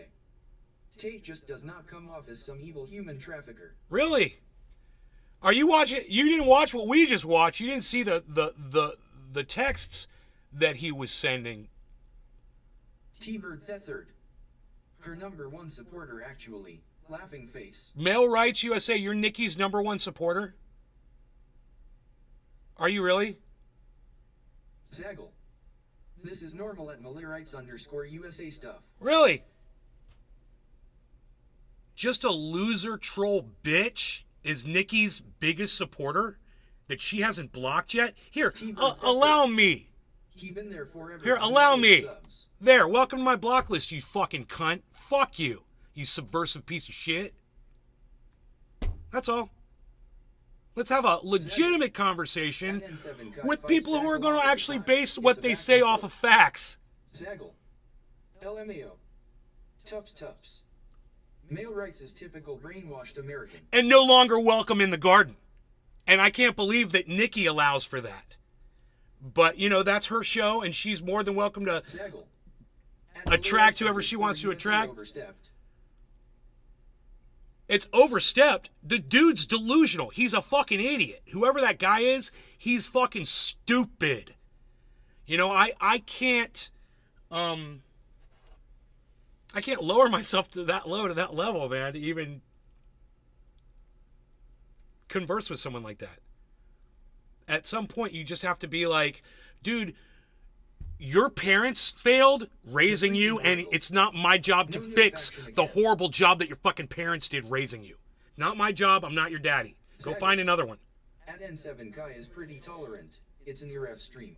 No notification again? God damn it, freaking Oracle. I was talking about you on here too. Because Sean made a comment about, you know, America or something. And I was like, well, what about Ken? Dude, he's in Canada. You know, what about Cyber? He's in Denmark. And what about I Made This? He's in Germany. You know, are you gonna get all nationalist Nazi on me, bro? And he was like, no, my bad. That was pretty funny. You'll have to go back and see that. Nikki's tolerant. Yeah, she's a sweetie, man. She's very tolerant. But I would never allow for someone like that in my chat. You want to be controversial, you want to disagree with me, you want to argue with me, I'm fine with that. The problem starts when you're saying things that aren't true, and I'm just not going to sit here and entertain it. You're going to sit here and tell me that he's not guilty of human trafficking? That Andrew Tate's not guilty of it? Oh my God, you're way beyond worth my fucking time. You know, way beyond it.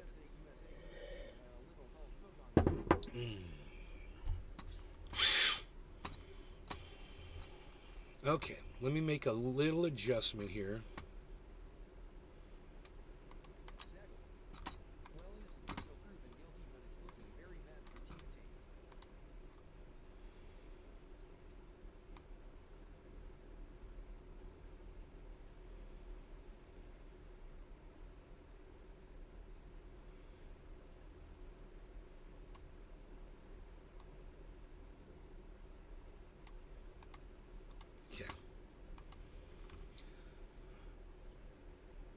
Innocent until proven guilty, but it's looking very bad for Team Tate. You know, innocent until proven guilty, that's just some fucking bullshit rhetoric from the legal system of the United States or whatever. You don't have to adhere to shit just because you heard a saying, Zaggy. If you know, let's say this. Nay, I accuse you of dropping that lighter on the desk. We saw you do it. I'm innocent until proven guilty. You better prove it first. Or are we all going to say that you saw me do that? Are we gonna admit what we saw? Can we do that? Not innocent until proven guilty. The fact that you already saw that shit, that motherfucker's guilty. None of that innocent until proven guilty. That's the problem with this fucking country. You know, we've got so many instances where people are straight out guilty of something and it's proven, and because of a stipulation or a fucking a loophole, you know, they get off on the charge. What? That's fucking dumb. You know, we're fucking dumb to allow that shit. And it's just too bad there's not a higher court that oversees all of that. Romanian? I have a feeling it's tougher than America. And I have a feeling the level of evidence is nowhere near as high as it needs to be here in the United States. I'm guessing. Right?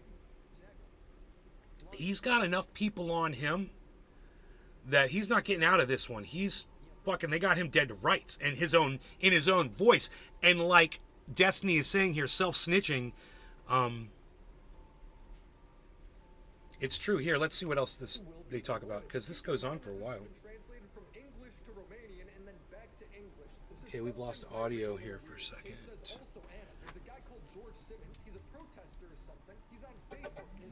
My speaker's shut off. I know. He says talk to him and anyone else like him who doesn't like the corruption in Romania, and understand that if he helps us, he will be rewarded. Talk to him and tell him this case is shit. They're Americans. They're making Romania look bad. DICOT is corrupt. She says also Senator Sasaka. She's also a lawyer and she fought against the COVID restrictions. You remember her now? And Andrew replies, yes, both. He then says put them in and tell them that I don't think she does. Corrupt, and that is very bad for Romania. Bro. It's very bad for the image. These guys are innocent. Look here. They're the victims. If you side with the boys when the... You guys, how often does Nikki go live on Twitch? Fuck. Dude, is this going to start doing this again to me? It just happens sometimes. The speaker decides to stop charging.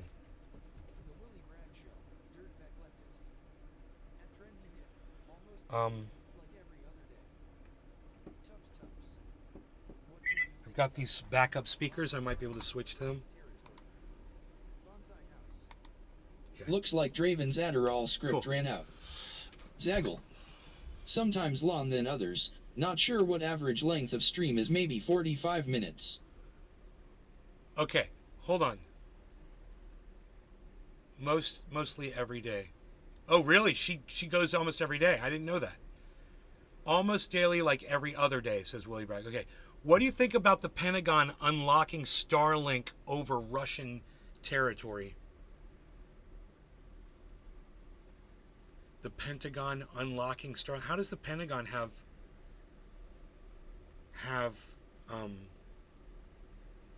power over Starlink? I don't understand. But I don't understand. What does that do? What does unlocking Starlink over Russian territory do?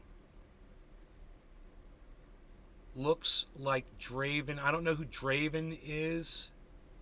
Adderall script ran out. I don't know who that is. Oh, Draven. I do know who that is. That's Destiny.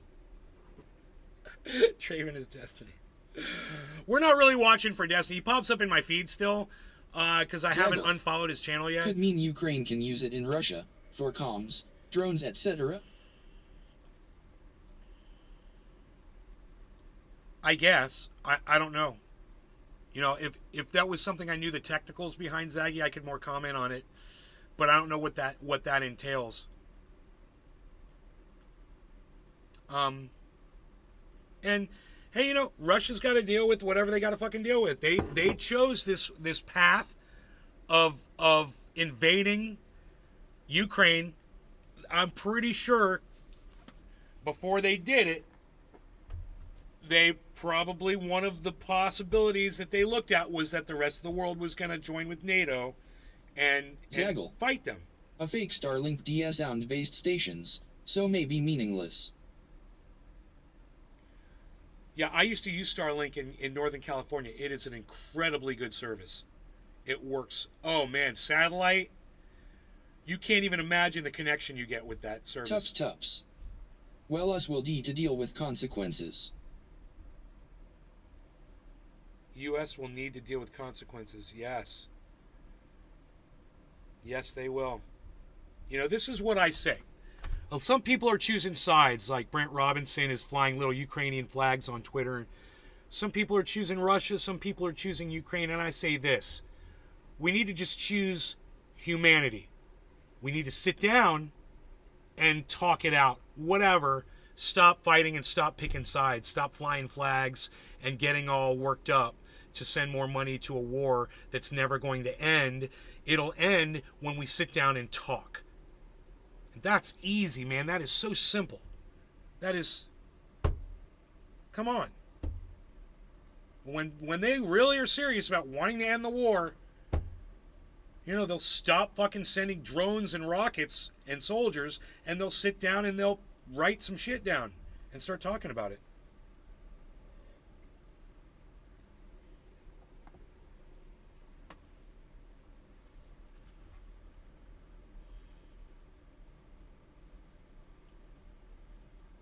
You know?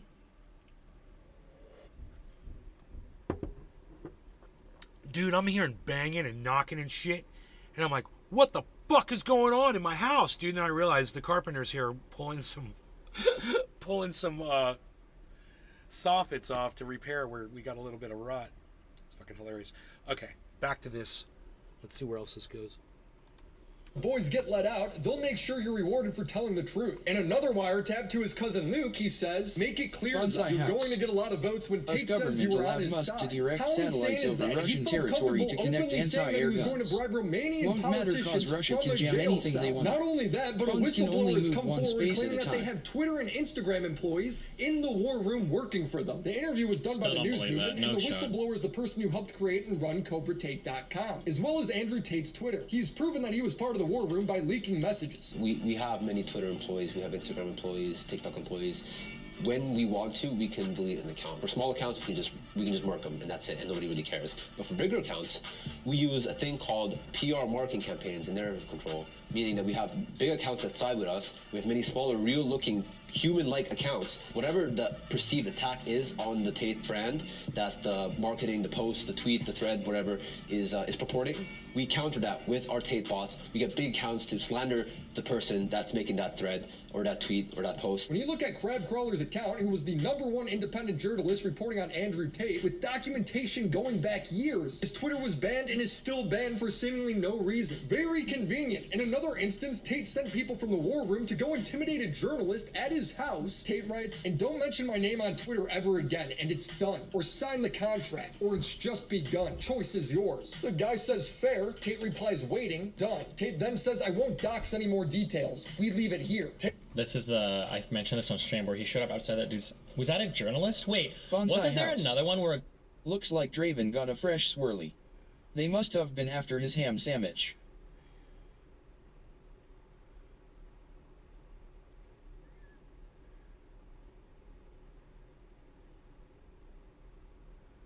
Oh, okay. So they're trying to use Starlink to target Russian targets. I gotcha. Thank you, Billy.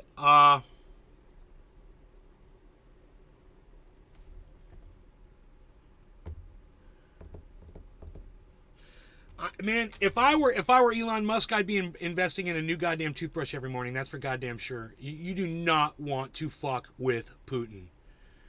He will fucking poison your ass. He'll find somebody that works for Elon Musk and pay them a whole bunch of money to go put a little thing in there, and fucking Musk will be dead. You know, this is what Russia does to people. So if Elon wants to become, you know, a war hero against Russia, he better fucking... That's nonsense. He better remember who the fuck Vladimir Putin is and what he does to his enemies. Because I don't know what kind of a security detail Elon Musk runs around with, but Vladimir Putin has a way of getting through, man. He's proven it time and time again. He'll get you wherever the fuck you are in the world. He's just like America as far as having the outreach to be able to take people out.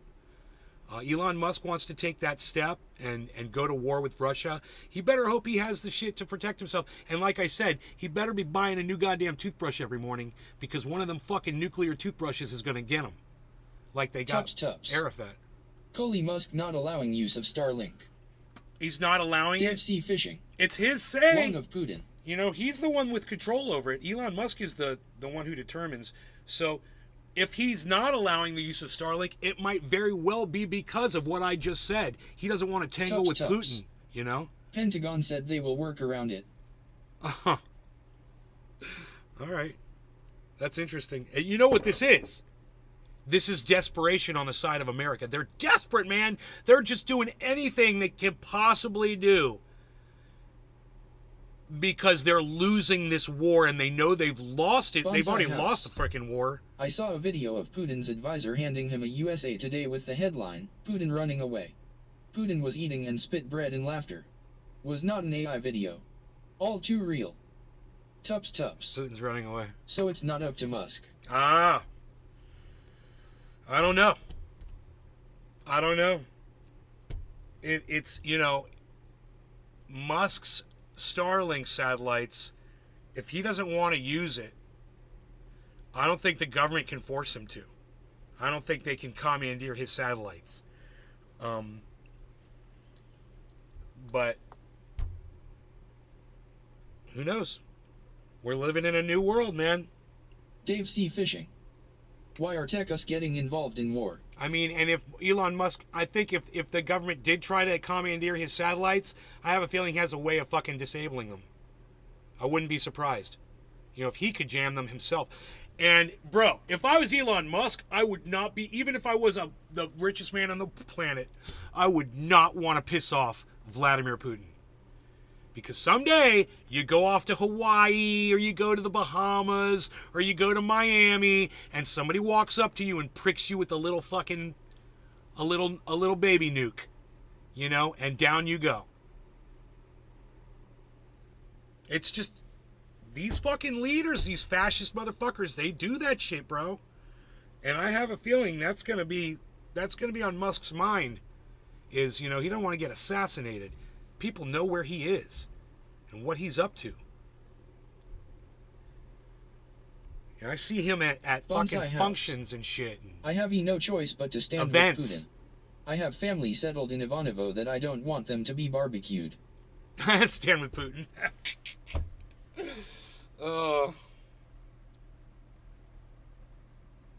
Everyone needs to sit, not stand. They need to sit down at the goddamn table and talk. You know? That's what I say. All right, let's go back to our video and see where else this goes. I don't know how much more about Andrew Tate we need to hear. We're pretty much sure that he's the Willie busted, Bragg right? Show, dirtbag leftist. The Ukraine's thrill list does not put me any more in comfort either. Yeah. A guy like talked shit and said he'd fight him, and Andrew Tate went outside his house. Anybody remember this? I feel like this was years ago, like before Tate was ever a big figure or anything. Tate has done this to multiple people, even bragging about it in an interview in 2022. I'm that guy, and the guy, and he, as soon as he could feel it, and he felt it because people turned up at his door. Once I had his address, I started putting. I didn't want to get banned from Twitter. Obviously, it happened in the end anyway. But at first, I put his street name. Then I put his house number.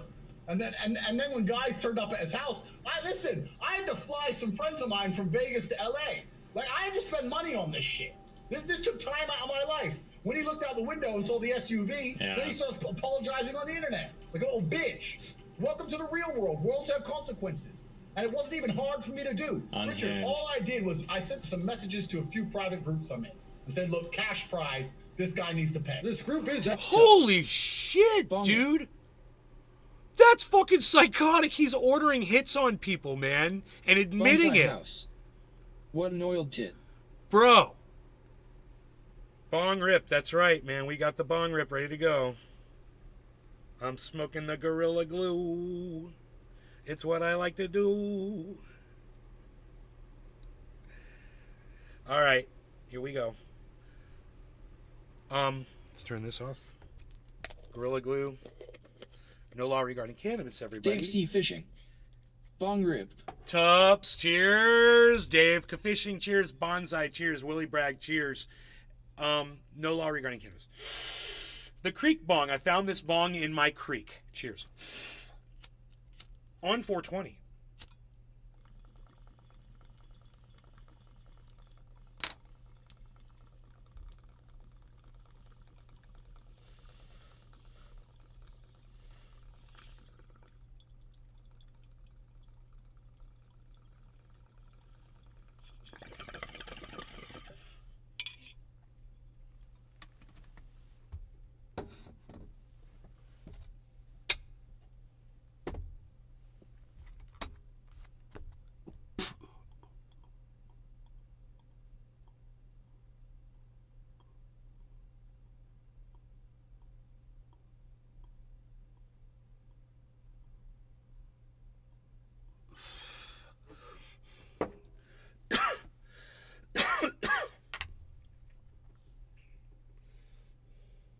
Bonsai House. That's called entitled and detached. It's the main symptom of psychopathy and the final symptom necessary to becoming a murderer. Dude, he's fucking psychotic.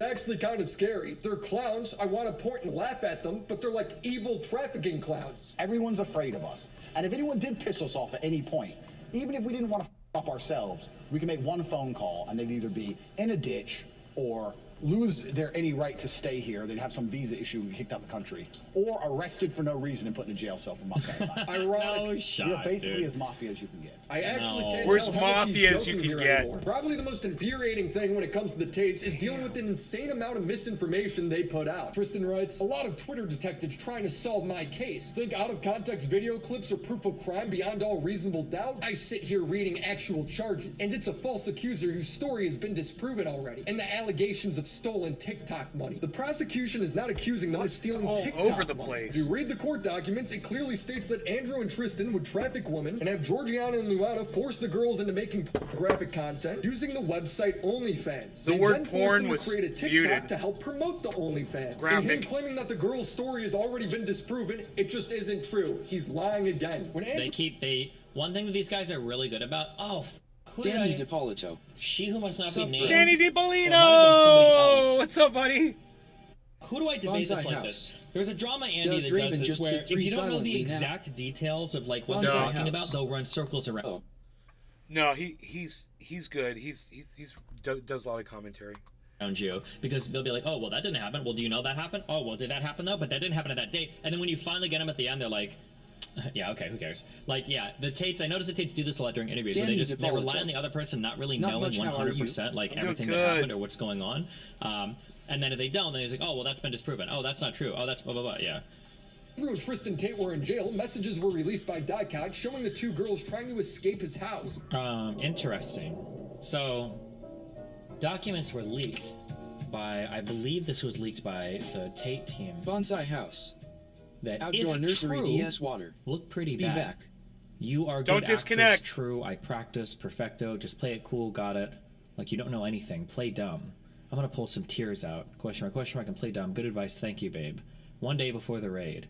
We are so good. We need a Oscar. Let's go. Let's just play it cool and change my name. So we'll not start with a blah blah. LOL. Got it. Yeah, I told you to be like saying a nice message that we are heard or like that, but that we do love them. Just don't like the situation, so they will not think we are really against them. You know. Yeah, that's smart. Play the victim. I mean, we are, but like, yeah, like we still love them and stuff. Bahaha. I mean, we are. These question marks, by the way, aren't real question marks. It's a formatting error from importing this from Excel, by the way. A lot of people don't know that, but wait, what? So it kind of looks like the, this was leaked like 2 or 3 days ago. So it kind of looks like these girls are playing, it looks like the girls are playing the Tates, basically. Is kind of what it looks like. However, apparently the full logs containing this were released.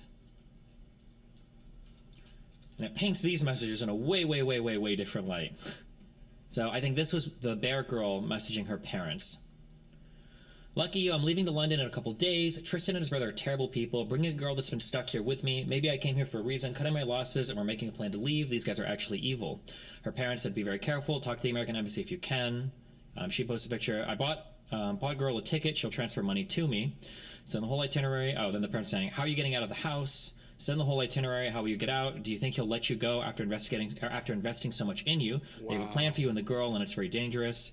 She says, I'm going to stay at my friend's Blank when I land in London, and Blank will host me for a couple of weeks while I get some work and make some money out there and go on adventures. I'm a little worried about leaving, but we set our flights up for 6 a.m. He moved me into a house with 4 other girls. 3 of the 4 girls have been here for 1 to 5 years and are the groomers. They normalize taking your clothes off, sending them pictures all together, etc.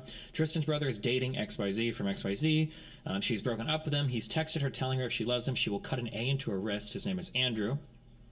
They're definitely trafficking women. The parents said, I told you, and I tried to get out there quietly. She says, yeah, I'm going to get this girl out. Her name is Aliona, which was the name of the other girl that the other messages were leaked from. And then other parent, hi, dad here. Stop your messages now. Go low key as you are in a very dangerous situation. Girl says, this is secure chat. They don't check the phones. I'm actually in the best position to be able to get out right now. The other girls might tell them, though, we are going to leave when they're sleeping. These girls are brainwashed. They don't do anything except stay at the house, and if they leave, everyone has to know. There are handlers, too. Thankfully, I'm out of the house with Tristan. I asked to leave to one of the other homes. Parents said, please don't think you're more clever than these guys. Keep a low profile. Be careful how you're getting to get your needs. Do not display your aggression that you have. You will not win. Get to London and come back safely. We'll get the tickets. Tristan, let her go. The daughter, I think, says, thanks, no worries, I can get ticks. You shouldn't have to worry about the money. This is my fault, but I'm glad I came because there's another young girl here that definitely needs my help. Parent says, I know, but you're not getting your help with the situation. Help anyone who is now at risk other than yourself. Now we should be in a total survival mode. Go low-key. You are not going to be able to help anyone but yourself. I'm being very realistic. Wake up to your bad situation with no heroics. We just need you to be safe, where you can really consider your actions that put you at risk every day. The girl says, I know the situation. It'll be okay. The best way to approach this is calm and nonchalantly. That's survival. I'll be okay. I just wanted to keep you in the loop, give you updates. We'll be in London by the 12th. It's all on the same day.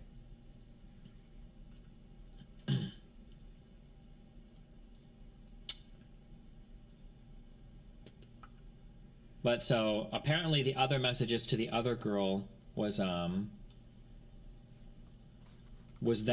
I guess they're trying to say that they had convinced the Tates that they were enough in love with them to have enough freedom to escape the house, is essentially what they're talking about here.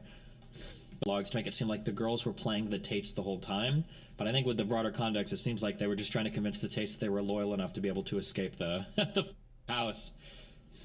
Why did the Tate team decide to leak by posting a shitty photograph of the printed logs? I don't know. Maybe they didn't think the counter leak would happen. I think that right now it's just like an information war. Earlier that year, we know this because he called them using the prison phone. There's transcripts. Yes, put them everywhere and say this girl says she's kidnapped when she is not kidnapped. Luke then asks, you're saying you want me to discredit them and have social media pull hard? And Tate responds, yes, screw them. Luke in the war room then posted a single TikTok of the girls dancing as if that proved anything. Yeah. It only fooled Sneeko. They're in the house all the time. This is them. Does this look like women who are being held against their will? Wow. I hope that. Wait, he's such an please, idiot. for the love of God, I'm willing to shed half my fan base for this. Sneeko is such a fucking moron. He's weako. Please.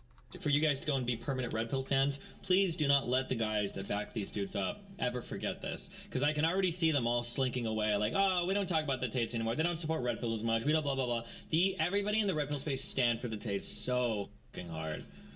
Sneeko, the girls were forced to make TikToks. That's part of the trafficking. And because of Andrew Tate's bots, this news went wild. People still believe this argument. The Tate's war room would then take one snippet out of all of these released messages from Dicot and frame it as if the girls were making it all up to get a Netflix deal, when that's not what the messages are saying at all. They're literally running a smear campaign, and it's only working because the court documents, as well as the articles exposing it, are in Romania. The BBC is more focused on him being a misogynist than a human trafficker. Yep. Financial success. Correct. With a Bugatti and a cigar, but it comes with a side order of misogyny. How does having a Bugatti and a cigar come with misogyny? What are we doing? The Tate's new tactic is to take their own content out of context and then frame it as if they were saying that they love and respect women the whole time. They add this sad music. They think that you can do it through fear, that you can scare girls, you can intimidate girls. If you're gonna scare a girl and put her on the street, she's just gonna walk off and leave. You're never gonna see her again. She has to respect you and love you and want to work with you. And that's done through PIMP, positively inspirational, motivating person. It's through positive energy. There's no negative energy in this business. He's teaching you the lover boy method of sex trafficking. That's what this video is about. I've already made a whole video breaking this down. It's not a video about teamwork or respecting women just because he adds some sad music. In that same video, he literally teaches you how to lie and scam them out of money. Tax is also another important element for controlling your woman. You're not going to pay anybody tax because you're getting paid in Bitcoin. So you don't need to pay tax to anybody. But you need to tell your girl that you're paying the tax. Because girls are lazy, and girls are stupid, and girls don't understand how taxes work. True.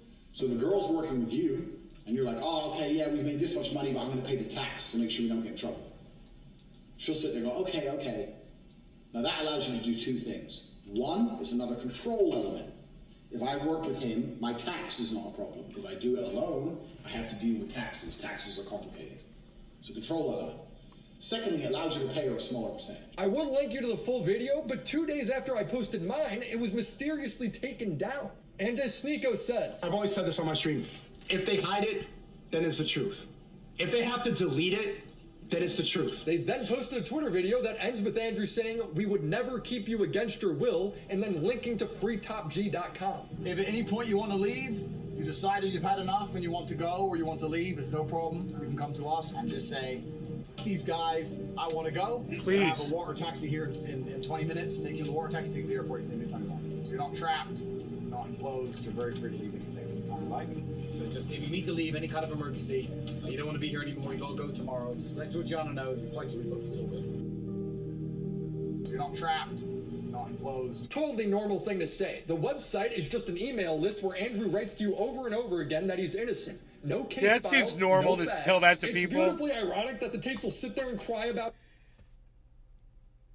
You know, no matter what you perceive here, we just want you to know you can leave. I mean, think about that. To have to say that to people. Oh my God, dude, that is ultra cringe. about things being taken out of context when they're the ones taking everything This out whole of context. thing is cringe. Remember what we said about short-form content out of long-form videos and ignoring all context? That's all you, bro. You're the one saying how it's about TikTok money when it's not. Here is the official story. Uh-oh. In 2021, 2 years ago, my brother and I formed an organized criminal gang with the intent of moving women to Romania so we could steal money from their TikTok accounts. Here's some other annoying lies they've spread that I just have to point out. Are they accusing you of using violence or? No. They are. It's in the indictment. They're Yeah. accusing him of rape and physical violence. The text says it quite plainly. The Tates also like to claim that the victims are on their side. Of the 7 alleged victims, many of which are totally on our side. And it's very interesting because the girls who they've identified to add to the file are saying that we're not victims of anything, and this isn't true. The 2 girls that are on their Two side are hogs in the Georgiana backyard. and Luana, who are also being charged. Again, taking things out of context. Well, the fact that you're not accused of a sex crime or violence. Can I say it? Tucker's a retard and should stay far away from this case. Yep. He doesn't know what he's Yep. talking about. Well, the fact that Yup. you're not Look, accused. me, the blue-haired guy, and the dude making this video right here for all of you to enjoy are all in agreement about Tucker Carlson. Of a sex crime or violence, which Yep. I think most people don't really understand. Yep. And they can look it up. What are you charged with? That's a really good question. I'm charged with being the head of an organized criminal group, which is in charge of recruiting girls to make TikTok videos. They face charges which include human trafficking, rape, and forming a criminal gang to sexually exploit women. OnlyFans is the best hustle in the world. Are they accusing you of using violence or? No. They're accusing me of using the Loverboy method, coercing them by being nice. I don't mention webcam until after I've had sex with the girl. If you're on dates and you're trying to mention it and shit, it just doesn't work. It puts them off. I'd never do that. That's disgusting. I'm not a whore. It's just not gonna work. You continue as normal, no mention of webcam. You f the girl. After you f the girl, you do the PhD test. So yeah, on CobraTik.com I have my PhD program, and that is PhD is a pimp and hose degree that I'm. Clever. And Clever. that teaches basically how I got girls, how I met girls, how I got girls to like me, how I got girls to fall in love with me to work on webcam for me. And you're always working. Why don't you work for me so we spend more time together? Work for you doing what? So I'll have a webcam business. Oh, I don't want to do that. So okay, I know you don't want to do that, but listen. Come, let's have a meeting. Let's just talk about it. If you don't want to do it, don't do it. Fine. But let me explain it to you properly. In fact, I'll bring one of the girls who works for me. Your bottom bitch is the one who does the selling. You don't do the selling. The girl has to hear it from a girl. And this is where your bottom bitch has to be trained. That's why I said it's so important to have a good first girl. Because that's what I did. That was my MO, was find girls, make them love me, and make them work for me. This girl's like, okay, well, I'll try it. Put both girls on camera together the first day, so the new girl can sit there and just sit with the other girl. You guys, this is nothing new. I was live on this show a couple of years ago. I was in California, and we were just joking around on stream. There were a couple of women on the chat, and there were probably 30 or 40 people watching this specific show, and one of the girls said, and I remember exactly who it was that said this too. She said, "Nay, we should start a sex cult, and I'll be the head bitch, and I'll make sure that all the girls have to come through me first, and I'm gonna verify each one for you." We were fucking laughing and talking about a cult and joking and shit, making a sex cult. You know, someone like Nick Brown, Billy Ballantyne, you guys probably actually remember that fucking conversation. But I challenge you this. Does anybody remember what I do? Does anybody remember what woman it was who said that? Now, the reason I say that is because I guarantee you she was never listening to Andrew Tate. My point is this. This isn't some fucking program he came up with. This is just the way fucking pimps and hoes have always been. You know?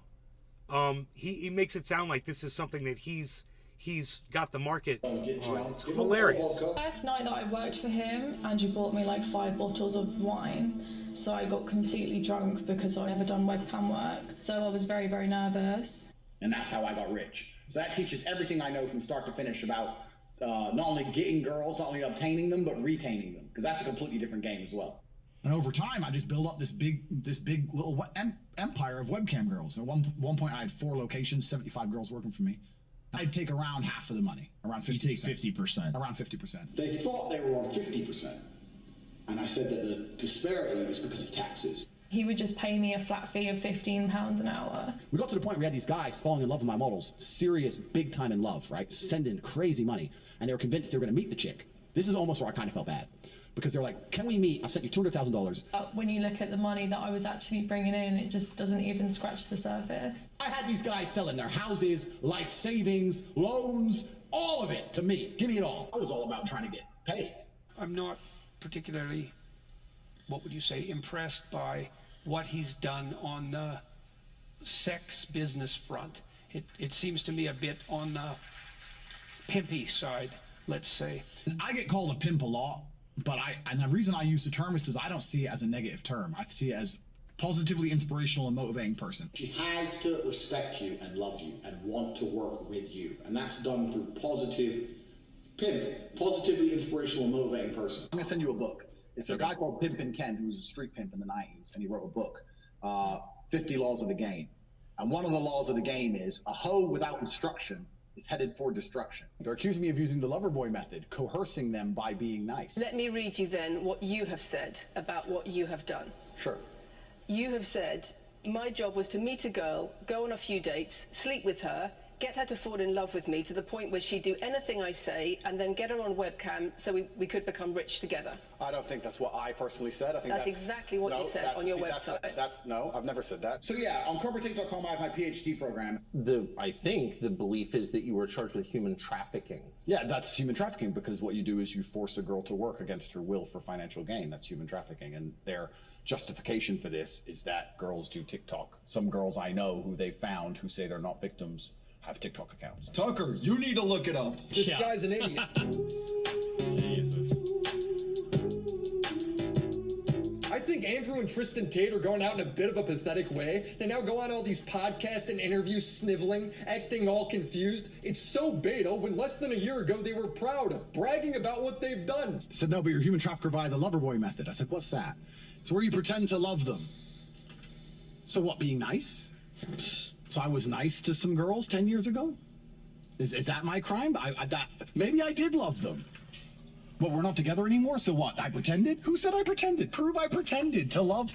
And then what did I pretend to love them to achieve? I was all about trying to get paid. Like I used sex as a tool to make women love me so they'd obey me and live in my house and make me money. That's what I wanted. The case against me is that I pretended to love girls to make them do TikTok for money. I get called a pimp a lot, but and the reason I use the term is because I don't see it as a negative term. If you would have taken that deal and taken that money, you would have been happy for a week. But 2 months in, when you hear the story of some poor guy who lost his house from gambling, you feel like a piece of shit. I had these guys selling their houses, life savings, loans, all of it to me. Give me it all. So and it's basic shit, right? You know, feel bad or no? Oh, give a solitary.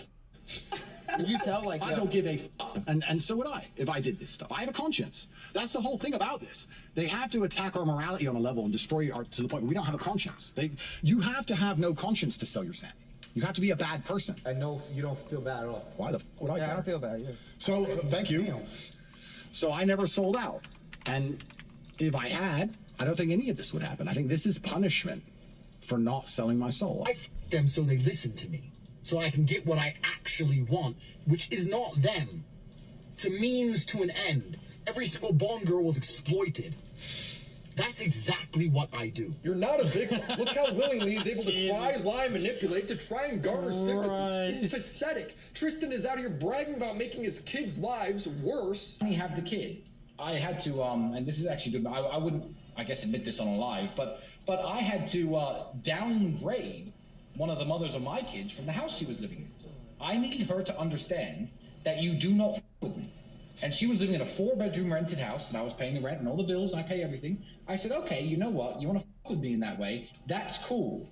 You have 30 days to get out of that house. Here's your new apartment, 2 bedrooms. Well, what do you mean? Now your child doesn't have a garden to play in. Well, that's your fault. That is not my fault. Take her to the park. I don't take shit. So it's never going to get to that level where they think, oh, well, let me call the U.S. Embassy, and because he's a citizen, maybe I can, because they know the consequence. It's not going to turn out good for them, or me, or anybody.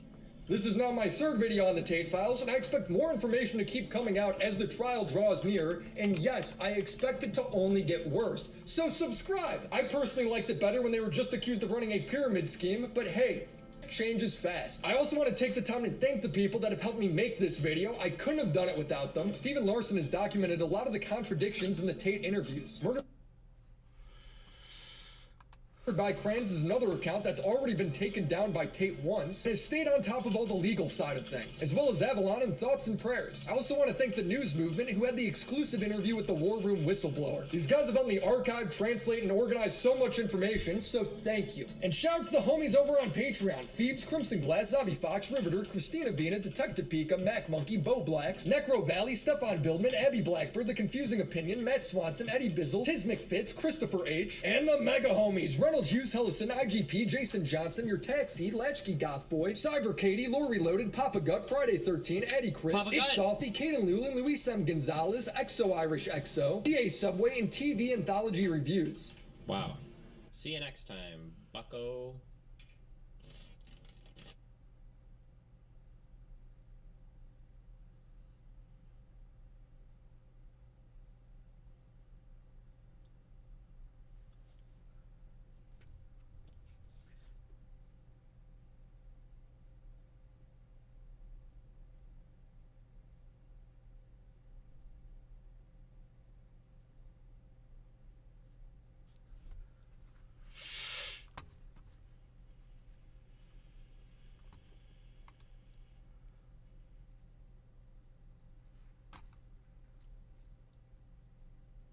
I ranked every Arby's menu item.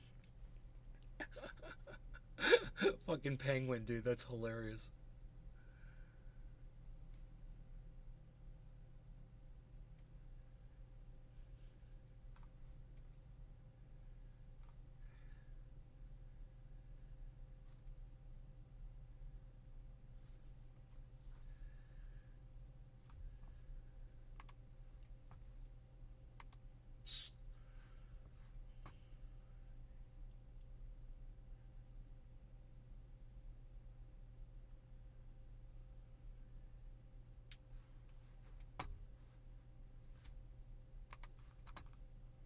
You're noticing it's not pumping, fully submerged underwater. I'll show you. And I would even turn it upside down, get all the air out of it, and then when it comes out, you can see how well it starts working. Yeah, so it's a great little fountain for your bird bath or your pool. And just so you can try the different tips, see which ones you like. That's just come right on and off. Fuck yeah, dude. I'm getting one of them bad boys.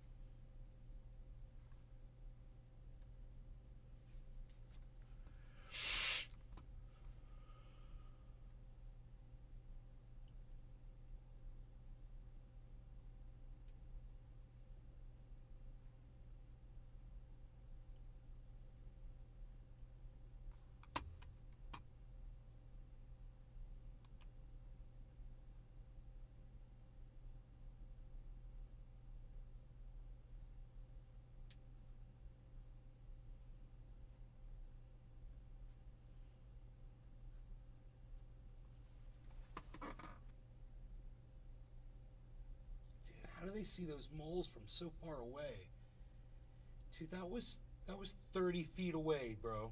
That hawk spotted that mole underground. They see the grass moving? Does anybody know? This is crazy.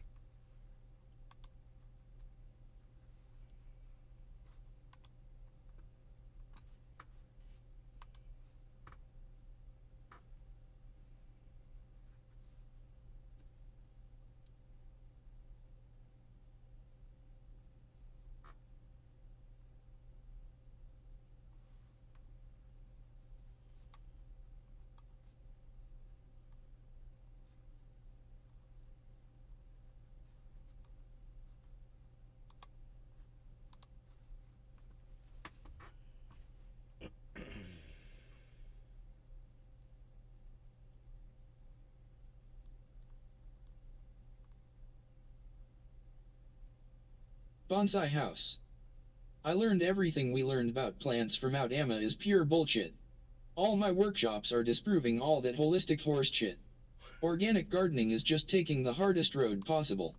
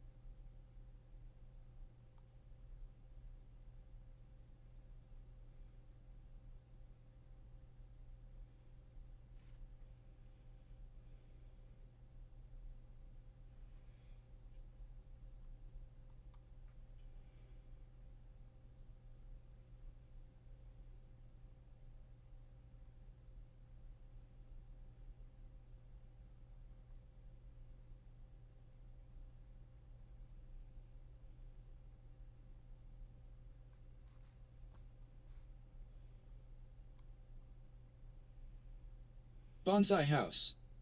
Eggshell schmeggshell. I now use Ultracal Nuclear Toxicus. It actually works.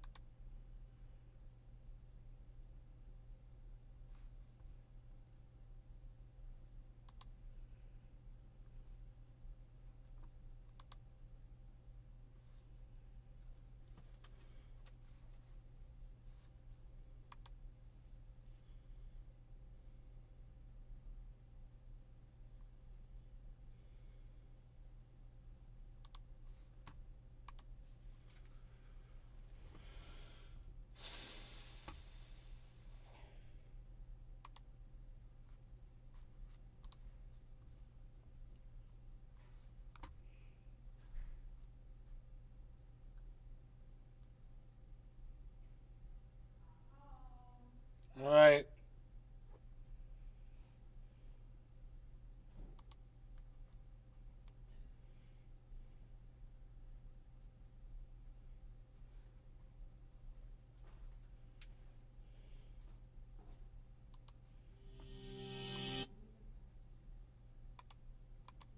Trendy Nick.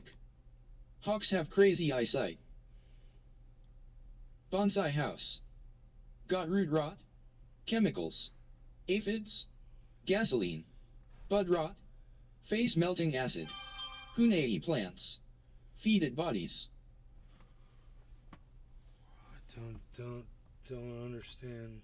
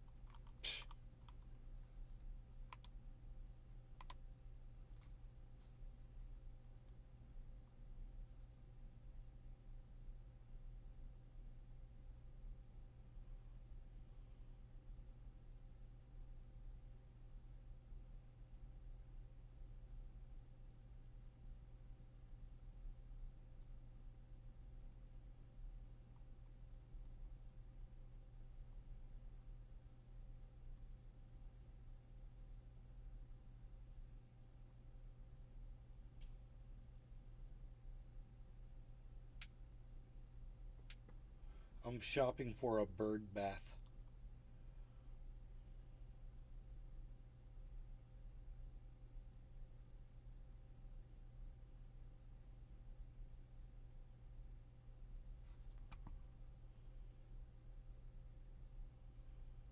I'm trying to get one that's nice and deep. It's kind of hard to find all the ones I'm looking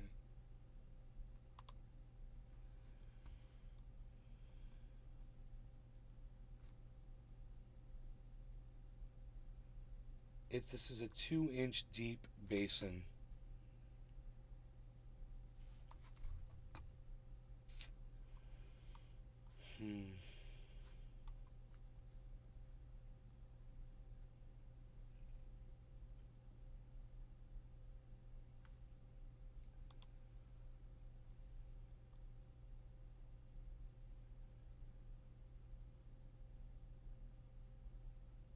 This one doesn't tell you how deep the basin is.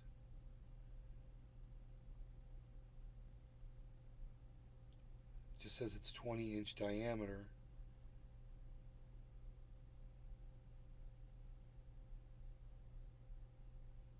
Trendy Nick. Hashtag keep it open. Whoa, that one's expensive. Holy shit. That's expensive, fucker.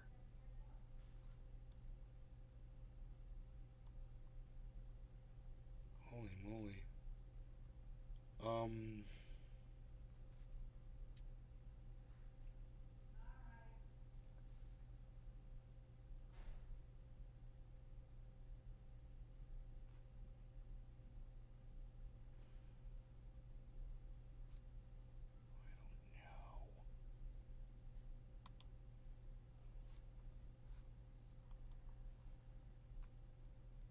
1.75 inch deep.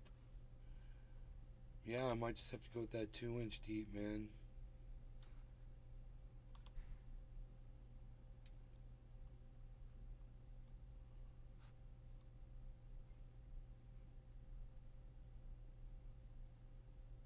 Yeah, okay, that's the one.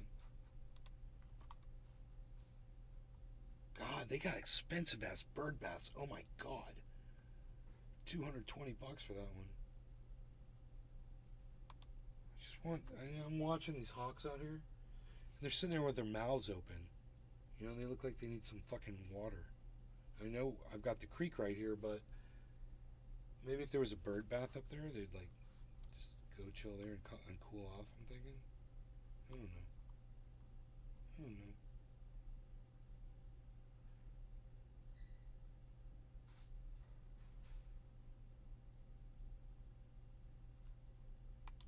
Praise God, Ottoman praise. Buffalo. Okay, I got it. Good. Get a bird bath. For the birds. It's for the birds.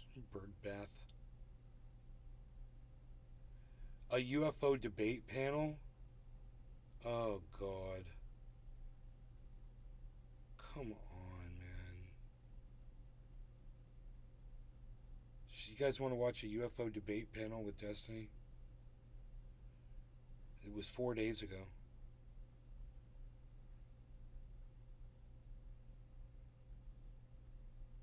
Maybe see where everybody is. See if there's somebody that's like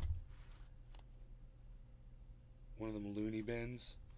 You know, I'm kind of one of them. Yeah, I gotta see that shit. A disc-shaped craft hovered over. There was apparently 1 or 2 photographs taken of that. It was from somewhere else, and not that doesn't mean that it's not some government craft or something, but like this meme that is going around, like, oh, we would have footage, or like we would have, like, there are. Just to do a quick round of introductions, Steven, aka Destiny, we have Michael Shermer, Daniel Pinchbeck, James Fox, and myself. Could we just go quickly around the horn and just get an update from everyone? Like, what did you see the UAP hearing, and also just a quick bio? Maybe go James, Daniel, Michael. I have to go first? Yes. My name's James Fox, and I became somewhat fascinated with the phenomenon in my mid-20s, and decided to sort of dig into it a bit. And the more I dug in, the more I realized it was a rather complex issue, and I'm working on my 7th his own name right now. He just says it's a rather complex issue. UFOs. So we already know who this guy is. He's an idiot. now 30 years later. And you did see the hearings? Oh, so sorry. Yes, oh, yes. I watched the hearings very closely. Oh, I'll bet you did. Daniel? Yeah, my name is Daniel Pinchback. I'm the author of Breaking Open the Head, a book on Dude, I want to know who that was who was talking. The Trinidad Quetzalcoatl that was on the prophecies of various ancient and indigenous cultures. Oh, yes. I watched the hearings very closely. Okay, it's Daniel. It's Yeah, this my name is guy Daniel right Pinchback. here. I'm the author He's of an idiot. Breaking Open the Head, a book on psychedelic This shamans guy's an of idiot. 2012, the Trinidad Quetzalcoatl that was on the prophecies of various ancient and indigenous cultures. I also wrote a short book, The Occult Control System, looking at the UFO, alien abduction phenomenon. I'm at a conference in Costa Rica, so I didn't really have the opportunity to watch a lot of it. I watched a little bit, then I watched some highlights, and I've been following the story, obviously, all along. Your microphone is a little soft. Is there anything to... I can't do too much. I can just move the thing closer to my face. Oh, okay. Michael, who are you? I am the publisher, Michael Shermer, publisher of this magazine, Skeptic Magazine. It's the quarterly publication of the Skeptic Society. We investigate all sorts of claims of the paranormal and supernatural. Alien abduction phenomenon. Alien abduction phenomenon. Pinchback. I'm the author of Pinchback. Oh, yes. I watched the hearings. Okay, I want to hear what this guy in the top right. Daniel? Yeah, my name is Daniel Pinchback. I'm the author of Breaking Open the Head, a book on psychedelic shamanism, 2012, the Trinidad Quetzalcoatl that was on the prophecies of various ancient and indigenous cultures. Dude, I got to slow this down. I do not know what he is saying, and it's really important.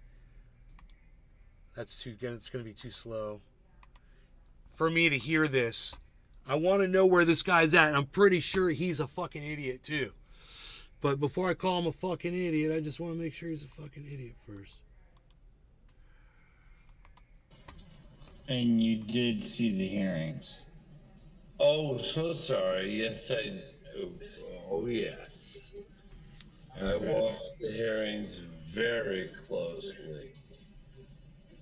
Idiot. Daniel? Yeah, my name is Daniel Pinchback. I'm the author of Breaking Open the Head, a book on psychedelic shamanism, 2012, the Trinidad Quetzalcoatl that was on the prophecies of various ancient and indigenous cultures. I also wrote a short book, The Occult Control System, looking at the UFO, alien abduction phenomenon. I'm at a conference in Costa Rica, so I didn't really have the opportunity to watch a lot of it. I watched a little bit, then I watched some highlights, and I've been following the story, obviously, all along. Your microphone is a little soft. Is there anything to... I can't do too much. I can just move the thing closer to my face. Oh, okay. Am I the only one having a hard time hearing him?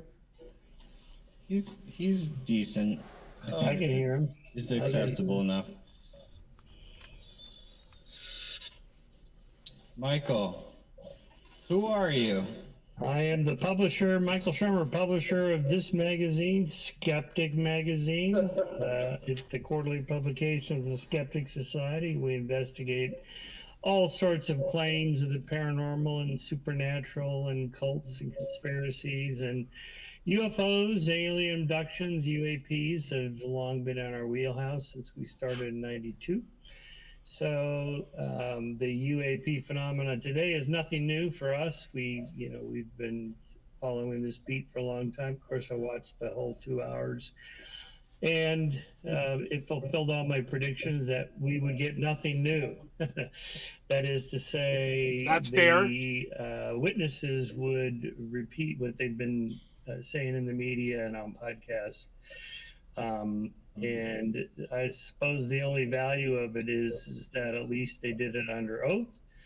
And now maybe somebody, perhaps as high as Marco Rubio, will actually get in there to these locations where Grush said they are actually hiding this space. He's an idiot, too. Okay. So we got 1, 2, 3 idiots. So although I'm Marco skeptical Rubio! that we're being visited by aliens. Oh my God. It would be amazing and terrific and wonderful if we were, and we had evidence for it. But I haven't seen any evidence yet. And eyewitness testimony is just the start. We actually, in science, need physical evidence, clear, unmistakable evidence. Did you watch, Steven? You waste your whole life on something you have no evidence Sorry. for. God, you're a I moron. caught a couple highlights. I saw that non-human biologics line, and there were a couple more, but I was mainly looking through articles for for anything concrete, and it seems like nothing Bonsai concrete has house. come out yet. So Good God. yeah. Wholly on prioritas I ignorance. think what's concrete is that There's no evidence for this thing that I've been researching my whole life. There's absolutely no evidence for it whatsoever. We had these hearings and they offered absolutely no more evidence for any of this at all. But I'm going to keep spending here's my magazine, Skeptic, and I waste my life on not believing in this thing that I'm pursuing throwing my life away on. A lie. names were named, but unfortunately, we peasants don't get access to those names. Only certain members of Congress and various insiders. And so, he says that he gave a whole list of military contractors' locations and names, which is real. I mean, it's like that. He submitted it to the Inspector General. So we'll see, I guess. Yeah. It's real. They're real names. It's a real list. Real. Bum, bum, bum, bum, bum, bum. Do, do, do, do, do, do, do, do, do, do, do. He wants to believe. Yeah, exactly. Right. Yeah. Bonsai house. I've got a prediction. This is how credible they are.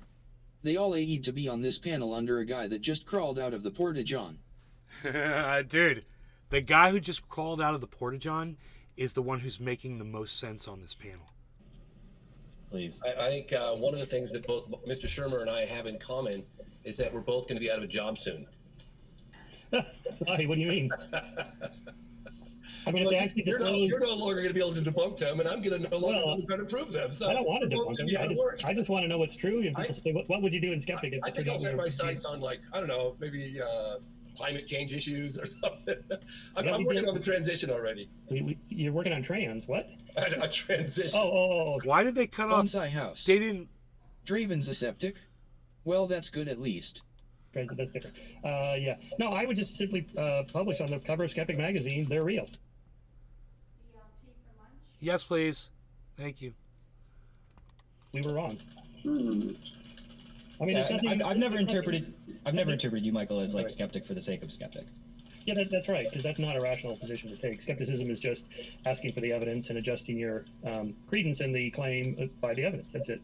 And, so far we just haven't seen anything. The equivalent of the Chinese spy balloon. That's my latest take on this. What would it take to convince you that these UAPs are real? Chinese spy balloon.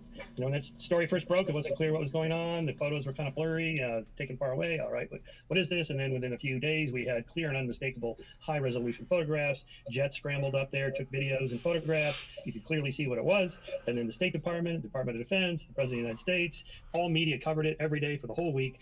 And then, the jets shoot it down. You can see the Navy ship is scraping up the debris out the ocean. And a story. I mean, everybody knows that the Chinese spy balloon is real. Nobody's asking for the credentials of the pilots that saw the Chinese spy balloon. It doesn't matter what the credentials are. We can see it, right? So that's what it would take. Something like that. And then that would end it. We would know for sure. Ooh, what's that sound? I agree. What sound? Yeah. I think somebody's doing a load of laundry right now. But Stephen, I would recommend you and Daniel when you watch it. Yeah, the part. What's interesting is you have like AOC and Matt Gaetz who are completely agreeing on getting the information, and like there's no hostility between them, whereas in other settings. So it doesn't matter that two people on different sides of the aisle agree on anything, dude. That doesn't make it true. You're a classic straw manner. And that's all you're going to do is get little pieces of straw that you use every day to try to convince yourself of this bullshit. Other types of hearings, they would This just is be like psychotic. yelling at each other. But He's a psycho. I think it's one of the most oddly bipartisan Minds. issues that exists. I think I could be misremembered. Didn't Gates and AOC actually like joint present like a bill to reduce corruption in Congress like a year ago? Am I making that up? I feel like that was a thing. I think you're right. Yeah. So maybe they got like a pre-existing friendship. But I mean, yeah, there's probably a lot of people that just want more transparency in general. But my guess is it's probably coming at it more from a military angle, because I think a lot of people, maybe even most people, probably think that these are military applications that are being recovered, not extraterrestrial ones. So I mean, obviously, more transparency around that is probably good for people in Congress at least. You know, one of the things that always frustrates me is you've got two options right now, and first of all, saying what someone encounters, like David Fravor, and jumping to extraterrestrial immediately is just not. I agree with Michael Shermer on that. But for Michael Shermer to say there's nothing but anecdotal evidence when you've got radar returns, 4 sets of eyeballs, you've got 4 sets of eyeballs isn't evidence. Okay, radar returns isn't evidence because radars mistake things all the time. Not evidence. FLIR footage of this Tic Tac object. Yeah, FLIR footage of this TikTok object. That's not fucking true at all. Okay, the Tic Tac object was what that one dude said he saw. That FLIR thing is a glare on the FLIR. It's been debunked, you idiot. Also, like, that's not just anecdotal. I mean, they pretty much got... It's not anecdotal. It's not truth at all. If it Bonsai was, house. it would be great if it was 4 sets of anecdotal. eyeballs. He doesn't even know what anecdotal means. Yeah, right? He doesn't even know what anecdotal means. Anecdotal would be great. It would be some kind of evidence, which there is none. He doesn't even know what he's saying. Everything except for shooting the thing down, right?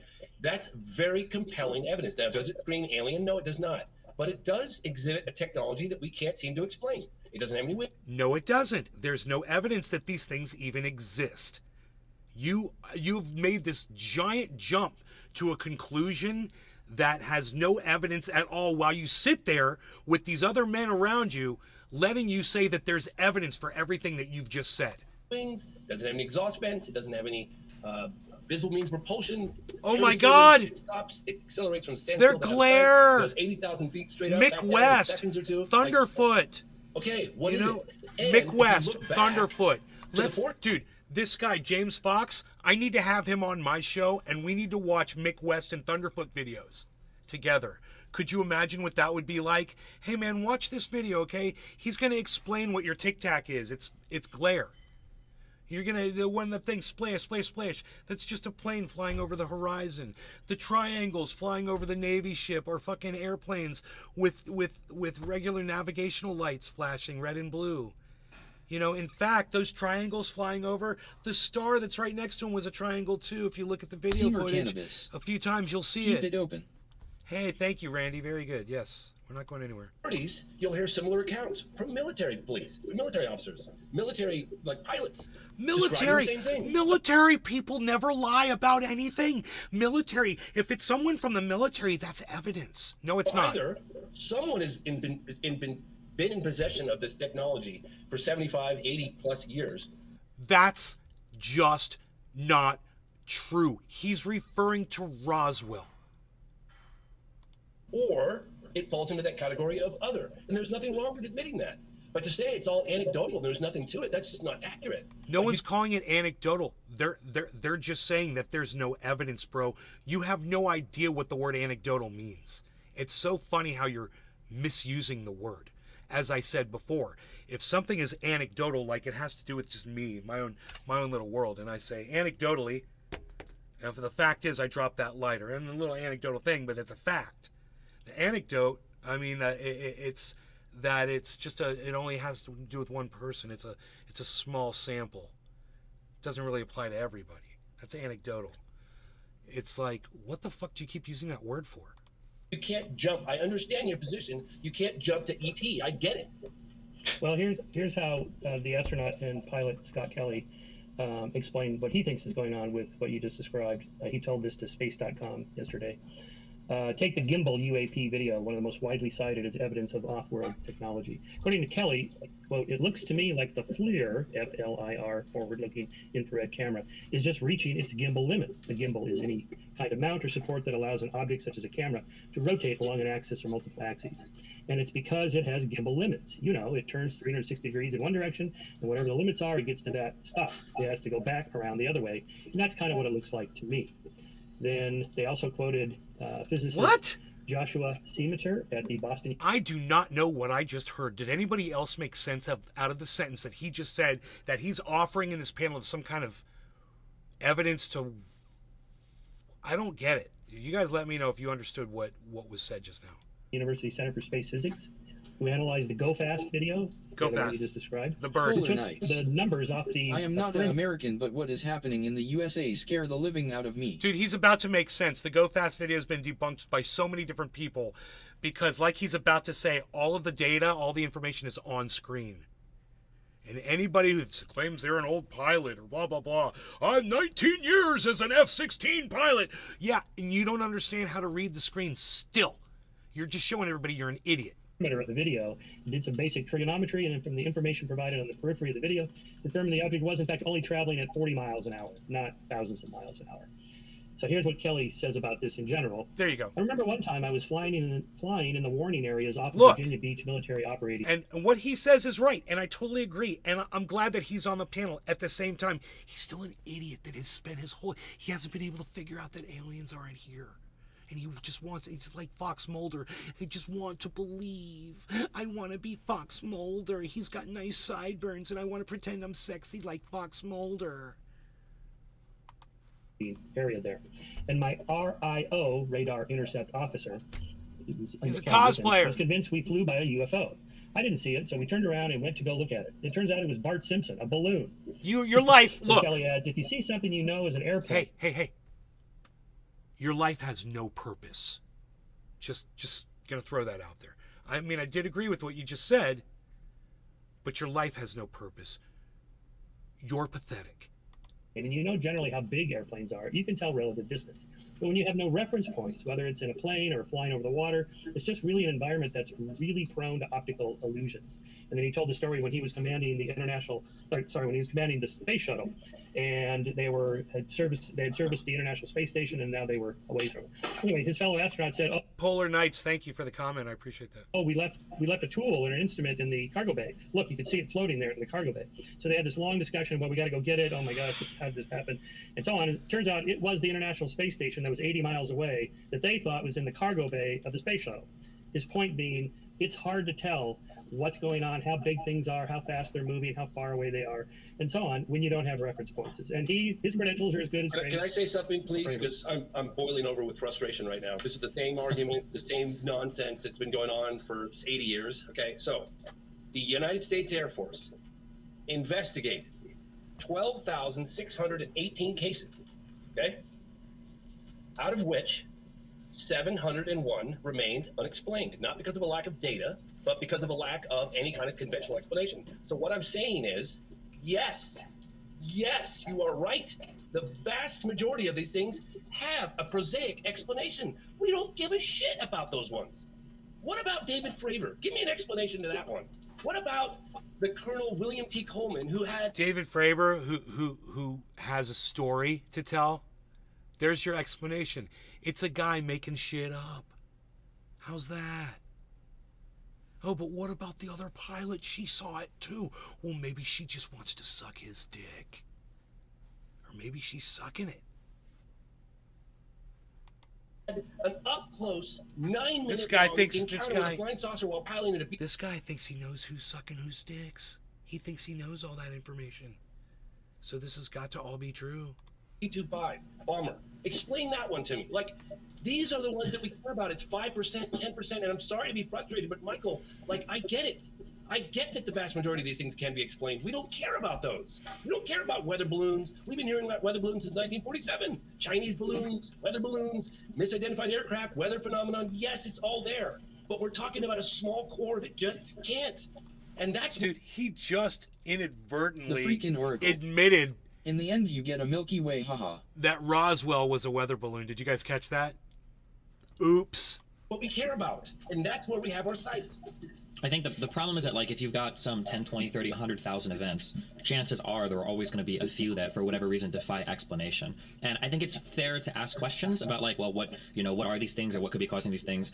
But it feels like people are a little bit too keen sometimes to jump to not only enemy military application, but extraterrestrial, just because there's going to be some percentage that we can't explain. Well, even Grush doesn't say extraterrestrial, and that's what's kind of fascinating about some of his testimony. He won't really use that phrase. He prefers the NHI, non-human intelligence. Yeah. The best thing to say, you guys, is like, hey, there's truly an observable physical phenomenon taking place that has been documented on all these different sensors. No, it has not been documented on all these sensors.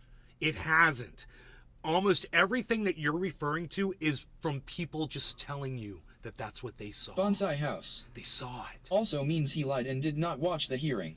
Roswell report was included. It's been photographed, it's been picked up on radar, it's been seen visually, and it is exhibiting a technology that we don't understand.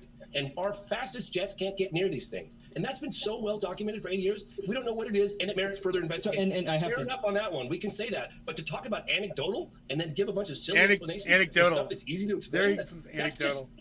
That's incredibly frustrating. Well, the bombshell from the hearing, which hasn't Black Vault discussed this a little bit, but Getz essentially leaked a classified. You idiot! How do you not know how to say the word gate? Why do you say Getz? You're a moron. My God! Hey man, turn the TV on and listen to someone else pronounce his name. It's Matt Gates. You fucking hermit. Air Force briefing, which Burchett and Congresswoman Luna were denied access to, but Getz was, I guess his clearance enables him to get access. And he described the whole event of this formation of craft confronted by Air Force pilots, and then their radar got shut down while they were confronting it. So I definitely recommend people look up that clip of Oh yeah, is that what he described? The one guy say that story? Oh, that's a great story, bro. Cool story. Because I don't think he was supposed to say that in the hearing. That's what was being denied. Access. The conspiracy is, I don't think he was. Where do you land on this stuff? Right, I mean, I'm more like a philosopher of consciousness / explorer in a strange way. Like, I studied the crop circles for a few years. I think there's obviously whatever, if there is a phenomenon, it's choosing to maintain limit states, keep liminal. If it's absurd to think that we wouldn't know more at this point in some literal way.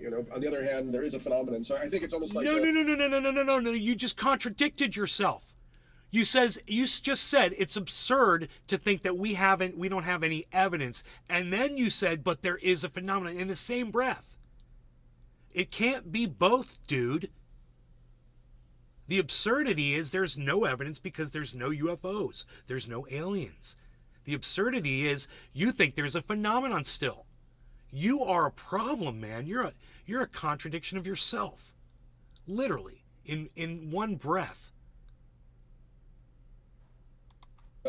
It's hard for me to speak in this type of group setting in a way because I would have to back up and talk about Oracle. analytic idealism and this Studied idea that maybe, crop circles. we're not living Those in were debunked like 30 YRS ago. Bro, I mean, we literally know how they do it and everything, and it's just so funny. It's just so funny. No human being could have done this. It's the geographical, the way it's set up, mathematically perfect. Yeah, they use strings and stakes, and they use geometry, and they use fucking trigonometry, and they use a thing like they'll walk around in a circle and a spiral with a string, and it gets bigger and bigger and bigger as they get away from this thing they're unraveling, so they get a perfect fucking coil or whatever. There's a million different ways they fucking can do that shit. These fucking psychos that go out in these cornfields and press the fucking corn down. Material and physical universe. We're living in a universe of consciousness, And, this is also what a lot of the people who got into this phenomenon, like, Jacques Vallée and so on, began to understand. And I had a number of weird experiences, like studying, like, the Greys, and so on, like, sort of telepathic, weird experience. He said, he's had some telepathy with the Greys. Are you guys catching this? He's had telepathy with the Greys. The guy in the top right of this Dabs 4 days. this panel. A squared plus B squared equals C squared. That's their slogan. experiences.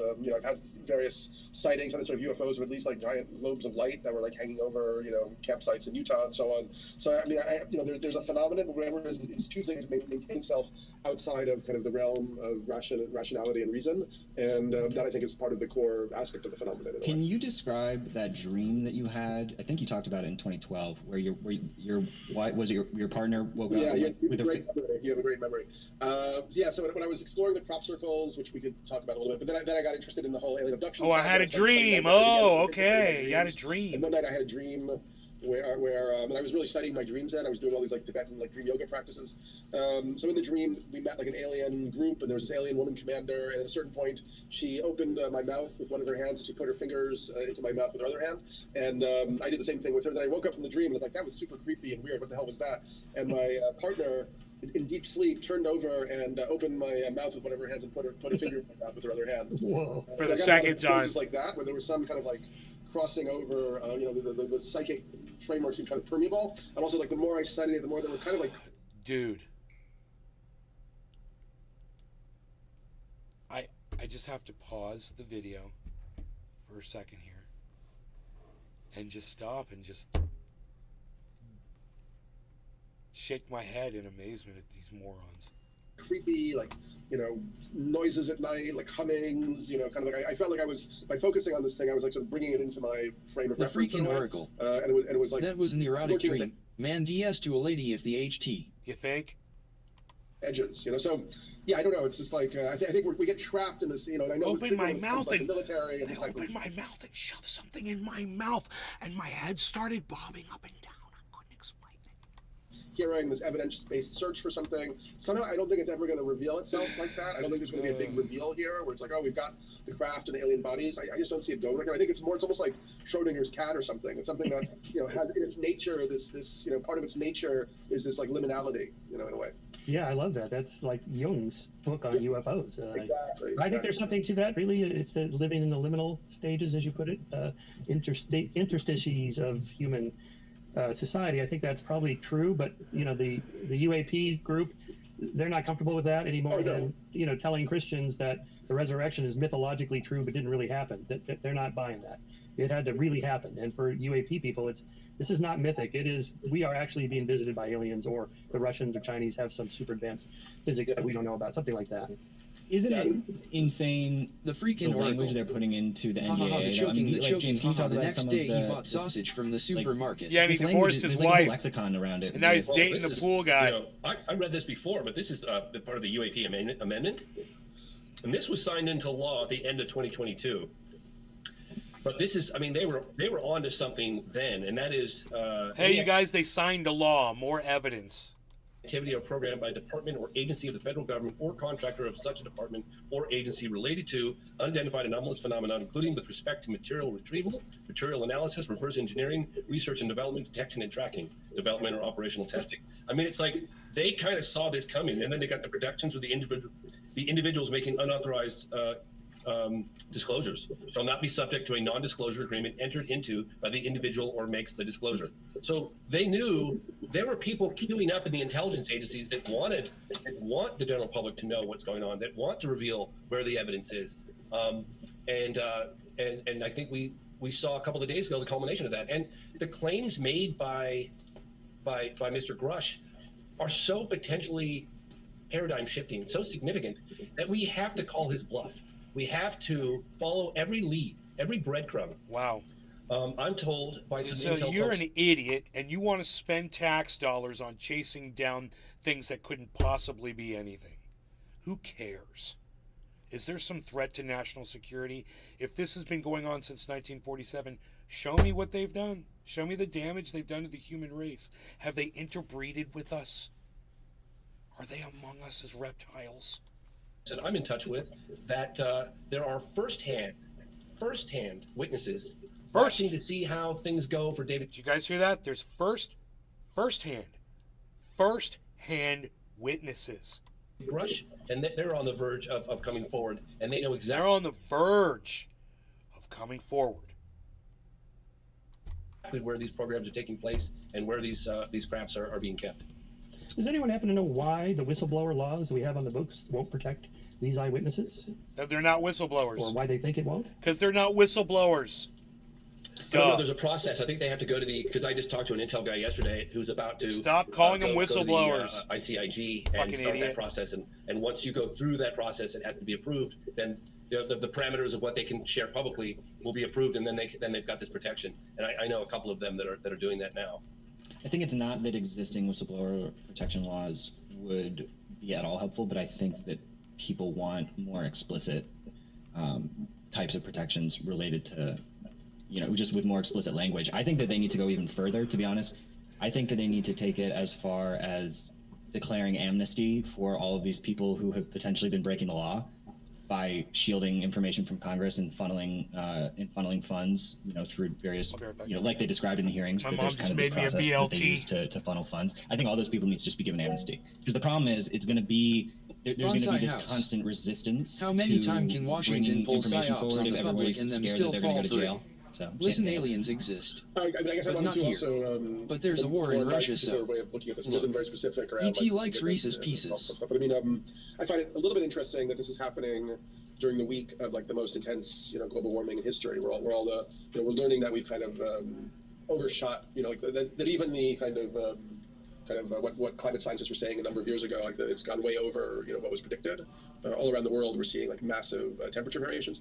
If you go into, as I did in great depth, like you read David Jacobs, The Threat, like all these people who studied and kind of took seriously, and some of them were more negative, some of them was more positive. David Jacobs was a hypnotherapist who began to talk to all these clients who have these ideas of alien abduction and remembered very visible, very, very intense kind of experiences under hypnosis. And a lot of times they were brought in these crafts and they were shown these films of like the Earth going through like a Holocaust, and then these sort of hybrid human aliens being all that's left, and then being kind of like walking around. They were shown, some of them apparently were taught how to like fly these saucers, and were told that someday there's going to be this massive event on the Earth, and they'll come and scoop in all these people and bring them to some other planet or something like that.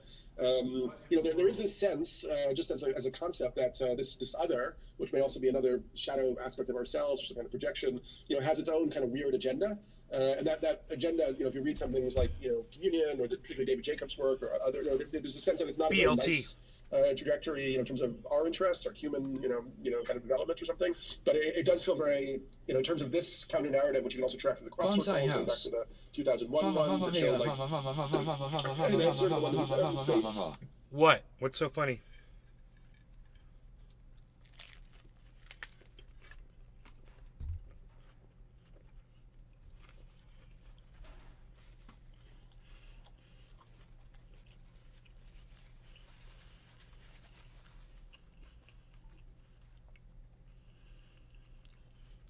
ET's like Reese's Pieces.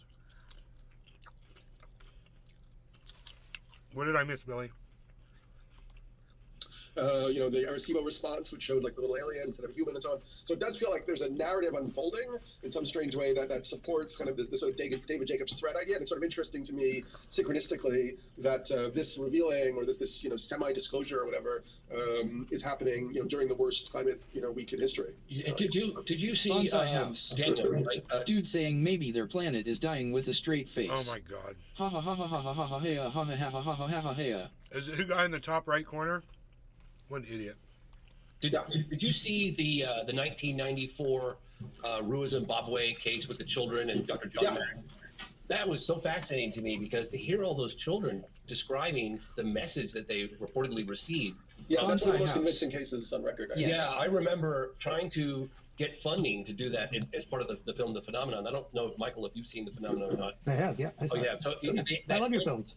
Oh, thanks. Yeah, that end scene. And I'm sorry if I came across a little abrasive earlier, but I'm just so frustrated with like people putting words in my mouth, or like it's just beyond. I've had it. But in any case, that message that the children reported is just. Hey there. I remember Just trying wanted to talk drop my- in and say what's up. Hope you're doing well and crushing it out there. Keep being awesome. Thanks, Pog. Keep coming back to my show, bro. then investor into flying all these witnesses in, finding them, hunting them down, paying for. I think there's a film happening around those kids, actually. Yeah, Ariel School. I was working with Randall Nickerson at the time as well, but and I actually heard about the case, believe it or not, from Steven Spielberg. And yeah, but the message they got was also around protect the Earth. Yeah, that we're not being good stewards, and we're not, but what I was going to say about it is that Bonsai House. I was trying to get funding. The guy from this, that can't this talk. potential. So I think that's what I heard. Or he could have said, Mernbel Droblier Jajub. This investor, and he's like, I'm not going to waste a dime on a UFO landing in Africa, at a school in Africa. No way did that happen. It can't be, therefore it isn't. I said, look at the tapes of the children being interviewed, like that John Mack took. And so I showed those tapes to this investor, and he was deeply moved, and he changed his course on it. And that's how we ultimately got the funding, and with the help of Randall Nickerson, found the witnesses, flew them in from all different corners of the world, and got them to talk about it 20 years later. Yeah, I mean, you know, a common idea in sort of, you know, kind of like the more like psychedelic edge of thinking about this phenomena is that, you know, rather than it being sort of extraterrestrial or some like physical other planet, you know, maybe it's more interdimensional. Yeah, and so they're playing with our causality, our notions of time and space in some way, and maybe they're kind of there's an interdimensional shape-shifting alien. That's what we're dealing with here, the reptilian. To get us prepared for some type of like catastrophic event. I'm telling them this for years. They won't listen to me. You know, somehow implied in these other weird narratives. You know, if you look at the abduction accounts and all that stuff. We also assume that there's sort of like uniformity in like whoever they are, but in reality, they would more likely be pretty diverse in terms of like many different types. Yeah, shapeshift. Yeah, that's the other thing. There's the ones that interdimensional shape-shifting reptilian aliens. Whatever grade of seriousness you want to, but I mean, they're kind of like not. They don't seem like a highly developed alternative society. They like have no culture whatsoever. They're living in this sort of like empty space. They're like void beings. They're like demons or something. Well, that's the funny thing. It's because like they're so advanced, but yet they're crashing all the time.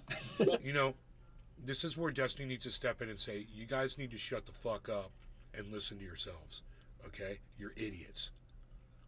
They're obviously not crashing all the time. If they are crashing, if we have recovered alien ships and EBEs, my you know, I would be quite certain that they did that on purpose to build some kind of rapport with us. You know, I mean, you know, if that's real, you know, quote unquote real, whatever quote unquote real. Daniel, what if I love all this take on it, but what if the they is us, like religion? Sure. The gods are real inside people's heads, but not out there, and that they have real effects on people's lives and society and cultures and so on. Yeah, I mean, a book that I really heartily recommend is this book by this guy Patrick Harper called The Philosopher's Secret Fire, and he talks about even this idea of literality and kind of the, you know, dualistic, you know, logic of a real and a non-real that we have is not something you find in a lot of indigenous societies, and they may have actually had, you know, different types of experiences. You know, their reality may have allowed for more permeable psychic effects and so on. So yeah, I mean, we may have over concretized our way of understanding or being in reality, and that may be feeding back, you know, negative feedback loops on us in some strange ways. Yeah. Does anybody know how old the Wandjina, or I guess it was they were described as the Wandjina from the Aboriginals in Australia? I want to say 5,000 years ago on cave walls. Has anybody seen those?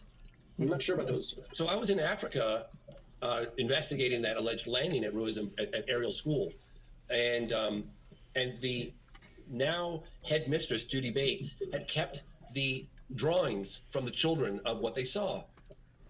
And so I had it fresh in my head, and I went from Africa to Australia, and I investigated a landing case in Australia, again at a school, Westall Primary School in 1966. And while I was there, I was sharing some of this imagery of the so-called, you know, beings that the children described in Peru. And the Australians were like, oh my gosh, this is, you got to see the Wandjina and the cave part that's 5,000 years old. And they were showing this to me, and the parallels. How do you spell Wandjina? I'll give it a look up. Wandjina, I think it's Wangjina, I think. Okay. Anyway, it was quite remarkable. These big eyes, sort of almond shaped, you know.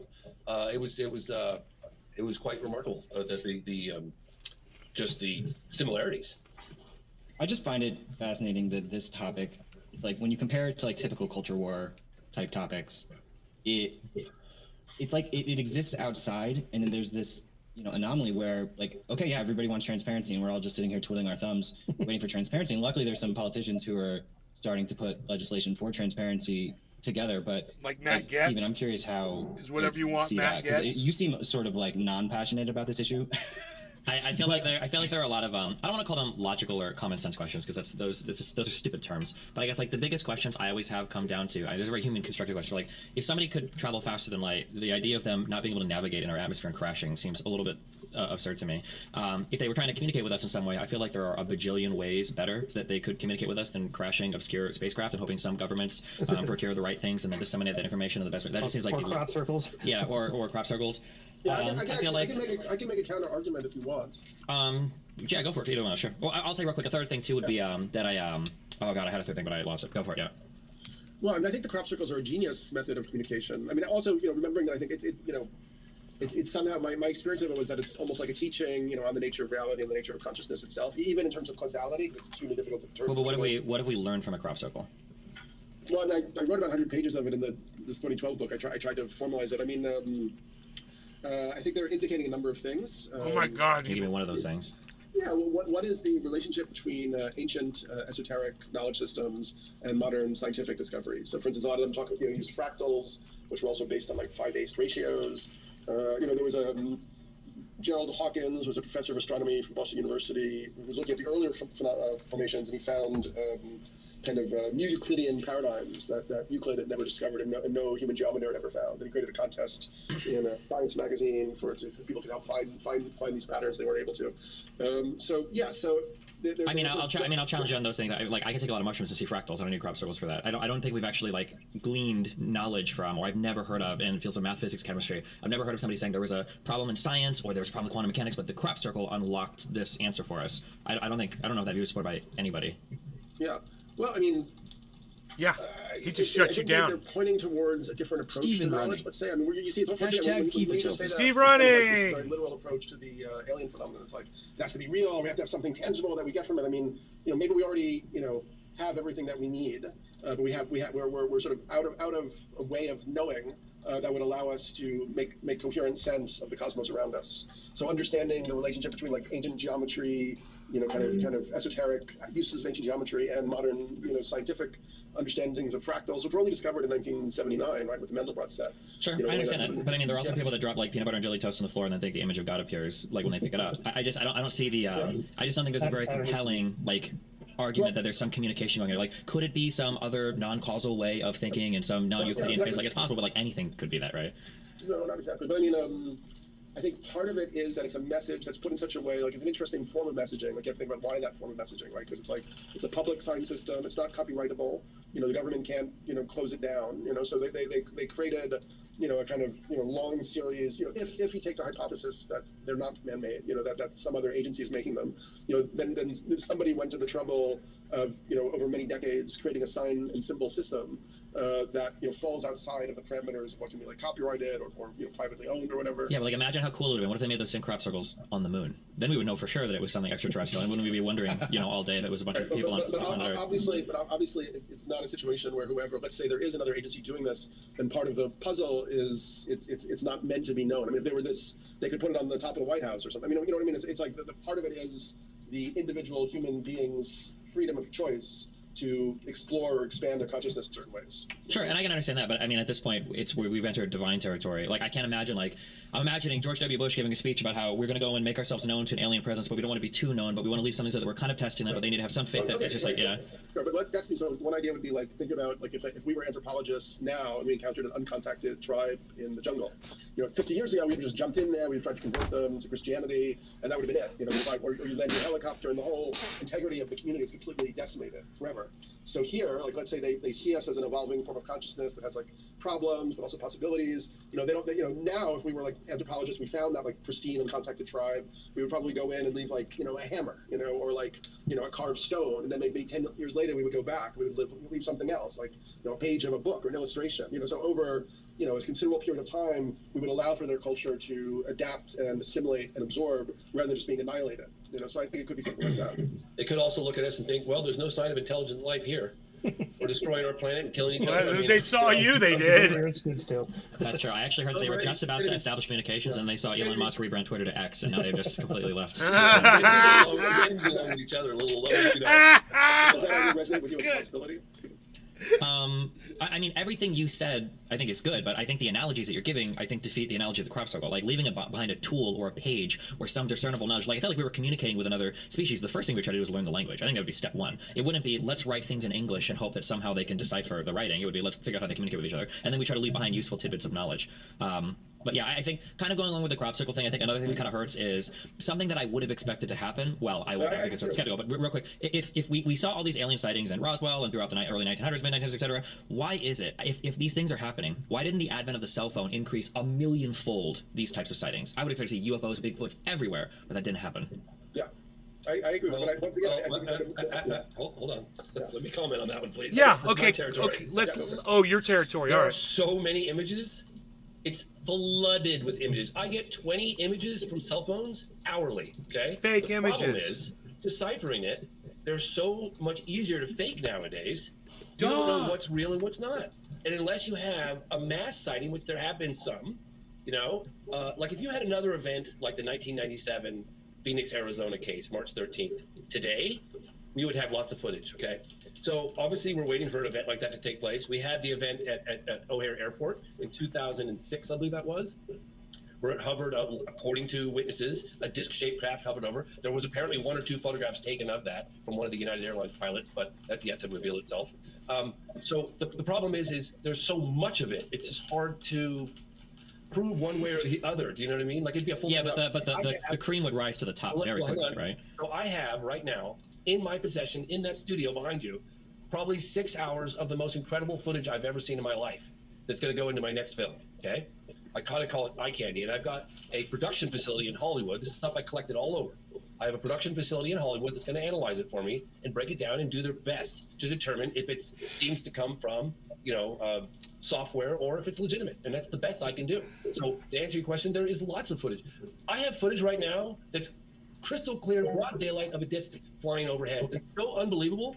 I just go, this can't possibly be real, but maybe it is. Let me go have it analyzed. So there's lots of footage out there. And that's why chain of custody is like really important, particularly. And to this day, with his 6 hours of video and his hundreds or thousands of photographs, he hasn't published any of them. Crazy. With the government, and that's why some of the. But wait till the movie; it's coming out. Is important, and because it's coming from a very known place. Daniel. But I sort of agree with Stephen that it is kind of surprising, given all of that, that it's still sort of murky. But I guess my feeling is more that this is something that's sort of an emergent phenomenon within consciousness itself in a strange way, and it's sort of a mystery that shields and hides and protects itself in some complex ways.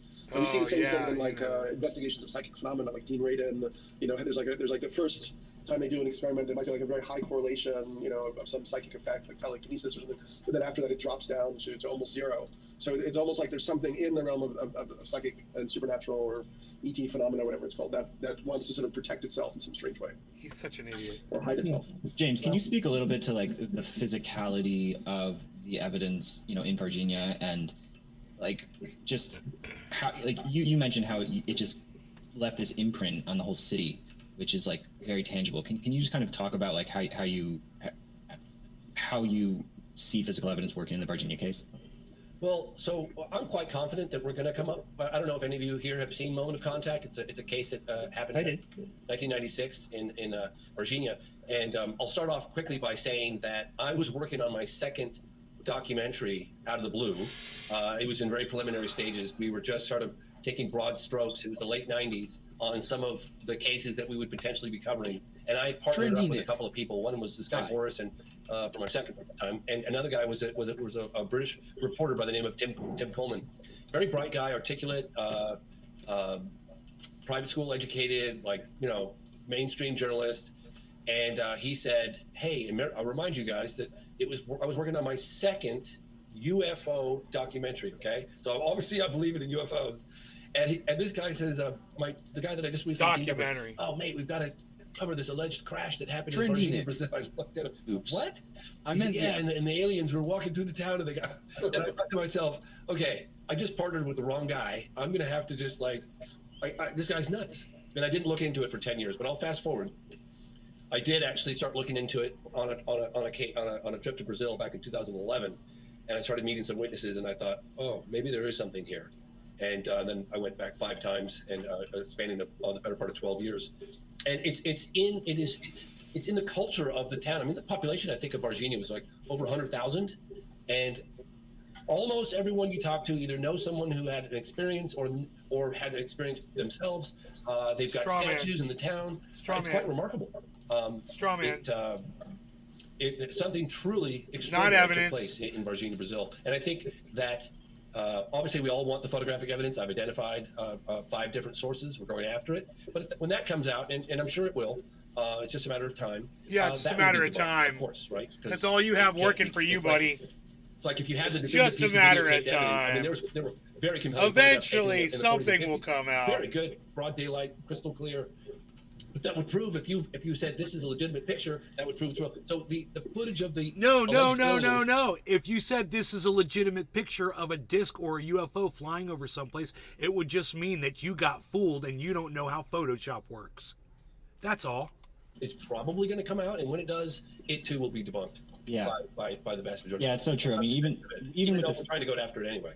Yeah, and with the Phoenix Lights, I mean, certainly something was there. You can see it. That's even on the old cameras back then. And the governor, Fife Symington, fully, he thinks that it was from somewhere else. And not that doesn't mean that it's not some government craft or something. But Okay, governor. The governor believes it, so it must be true. More straw.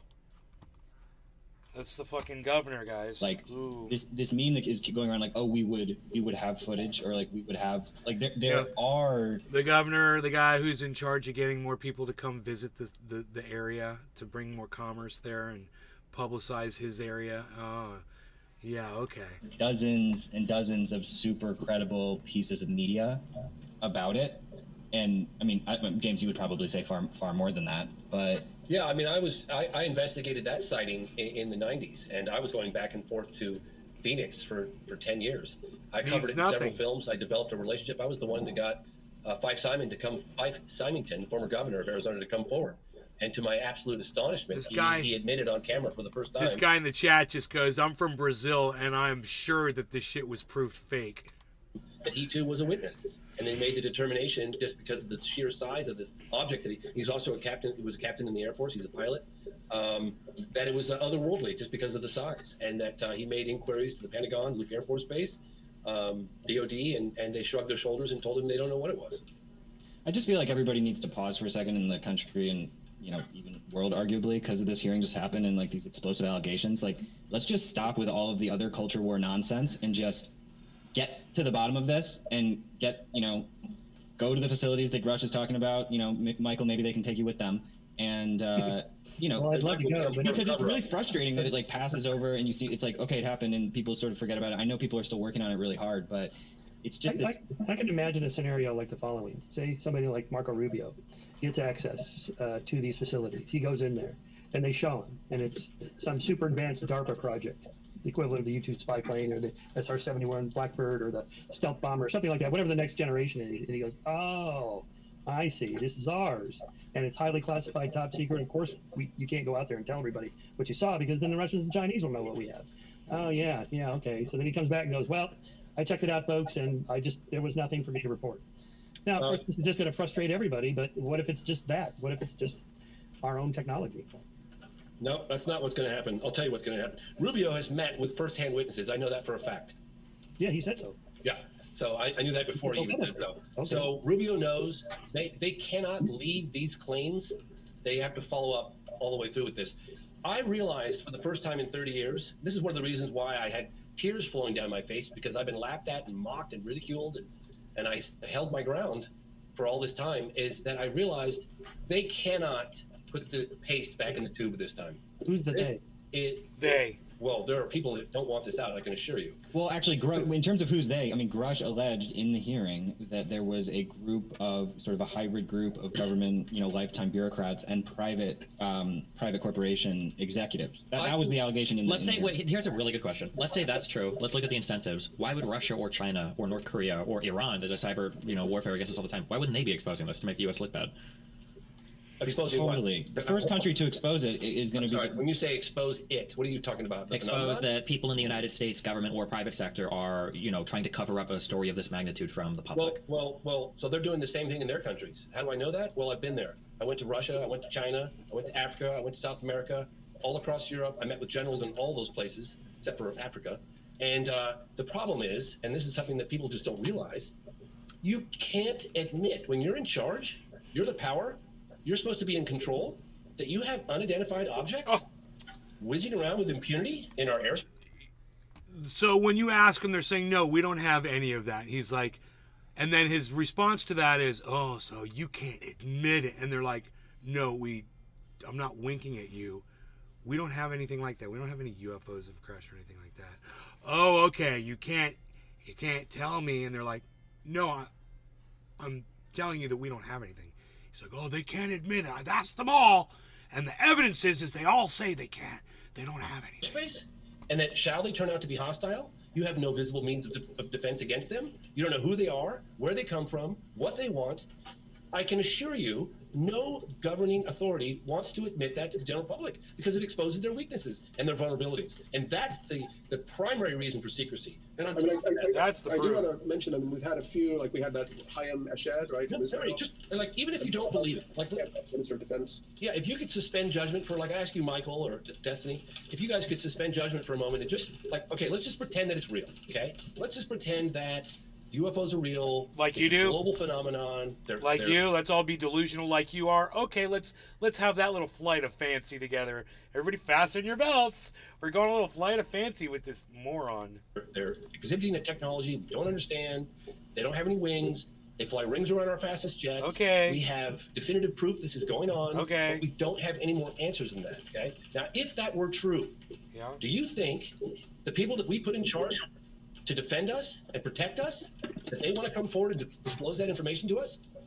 I think one. Thanks, Daniel, for coming. I Where think can it people would've- find you? Oh, sorry. Both Daniel and Michael. I'll come back to you soon. They both have to leave like right now, so Okay, I just want I want them to both just plug. I have 2 minutes. Okay, go for it. Daniel, where can people find you? Because you got. Well, my Substack, danielpinchbeck.substack.com, and courses on Liminal.news. Actually, I did a course around UFOs and ETs with a professor, which is on that site. And I really There's a enjoyed this course conversation. Happy to do more on this ETs. topic. Thanks, and man. great to meet everybody. And also, my email is daniel.pinchbeck@gmail.com. You're an idiot. Get out of Everyone stays in here. touch. Bye-bye. Daniel. Get Bye off now. the island. Get Michael. off the island. You're blocked. Just a few final thoughts, kind of reflecting on the whole thing. Because we deal with so many different controversial topics in Skeptic, there's always this what's called the problem of residuals. That is, there's always a residual of unexplained phenomenon in any field, not just UFOs and UAPs, but physics. Why can we not unify quantum physics and general relativity? There's all these anomalies, and so these string theory. People fight amongst themselves. I spent 4 hours on Joe Rogan's show with Graham Hancock, and he's got a laundry list of these unexplained anomalies. If you go to the Great Pyramid and there's the Sphinx and there's this weathering that geologists can't explain on the one side, could be older and so on. And he's got 100 like that. And when you look into them, archaeologists can't always explain them. So what do you do with the unexplained anomalies? And I could go on and on. RFK Jr. talks about anomalies in the vaccine system, or climate skeptics say, "Oh no, the data set that the climate scientists use is flawed because of this anomaly or that." All right, so we're always going to have to live with these anomalies, and in science, that's just the way it goes. No theory explains everything. All we can do is just kind of hope we get the model we have explains the most phenomenon, recognizing we can't explain everything, and we just have to continue. Now, it could be the whole paradigm is wrong. The theory of evolution doesn't explain everything, Darwinian, neo-Darwinian, and so on and so forth. But there's always somebody out there going, hey, what about this one thing right there? You Darwinians can't explain that. And it's like, yeah, okay, well, then you come up with something better. And, that's just sort of how it goes. And we just have to live with that. And the whole point of the hearings, was to try to close up as many of those anomalies as we can. But I'm not at all convinced that this will shut the door. If, the Tic Tac video, it turns out it was X. There's always going to be 100 others. James has 1,000 in his back pocket there. Yeah, but what about this one? And we may have to just live with that uncertainty. That's just the way it goes. Yeah, I agree. Everything won't always be able to be explained. Like, we're going to find bones that we can't identify. We're going to find things that are going to be impossible to date. And yeah, those will accumulate over time. But I think rather than...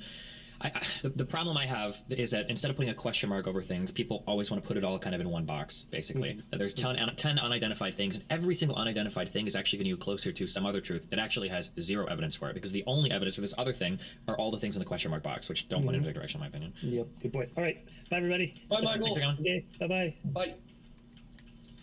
Michael's didn't he say he's gonna do the front cover of his magazine? They're here, or we've got him. What was that?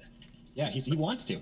So you're going to hold him to that, right? Absolutely. Yeah. All right. So James, you think this is we just broke through? Oh, no question. No question. No question. None. I've never said this. I've never said this before, because I could see the look on all the senators and congressmen, and knowing David Grush is under oath and his credentials, he said, I'll show you where they are. I know where they are. Like, how are you not going to call his bluff on that? There's just, this is coming out. How do I know it's this? all theater, I also that's went to why. Washington for almost 5 weeks just a couple months ago, and I met with a lot of the people that are working behind the scenes to get this out. They know that it's real, okay? It's just now it's a matter of how do we roll this out? How, and there is a lot of talking behind the scenes. I can assure you this is coming out, and you just wait. When some high-resolution satellite imagery leaks out, that will be happening. First-hand witnesses are going to come forward. That will be happening. They can't put the genie back in the bottle, man.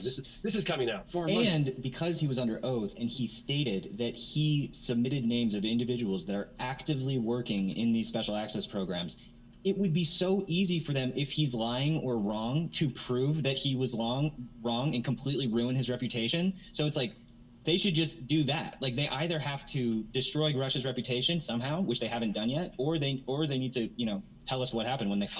I'll tell you what you do. What do you do though if they are at the area where they go and they investigate and it's like, this is the SR 79XX, and like I can't reveal anything, and then you're just back at square one, right? Where it's like, oh.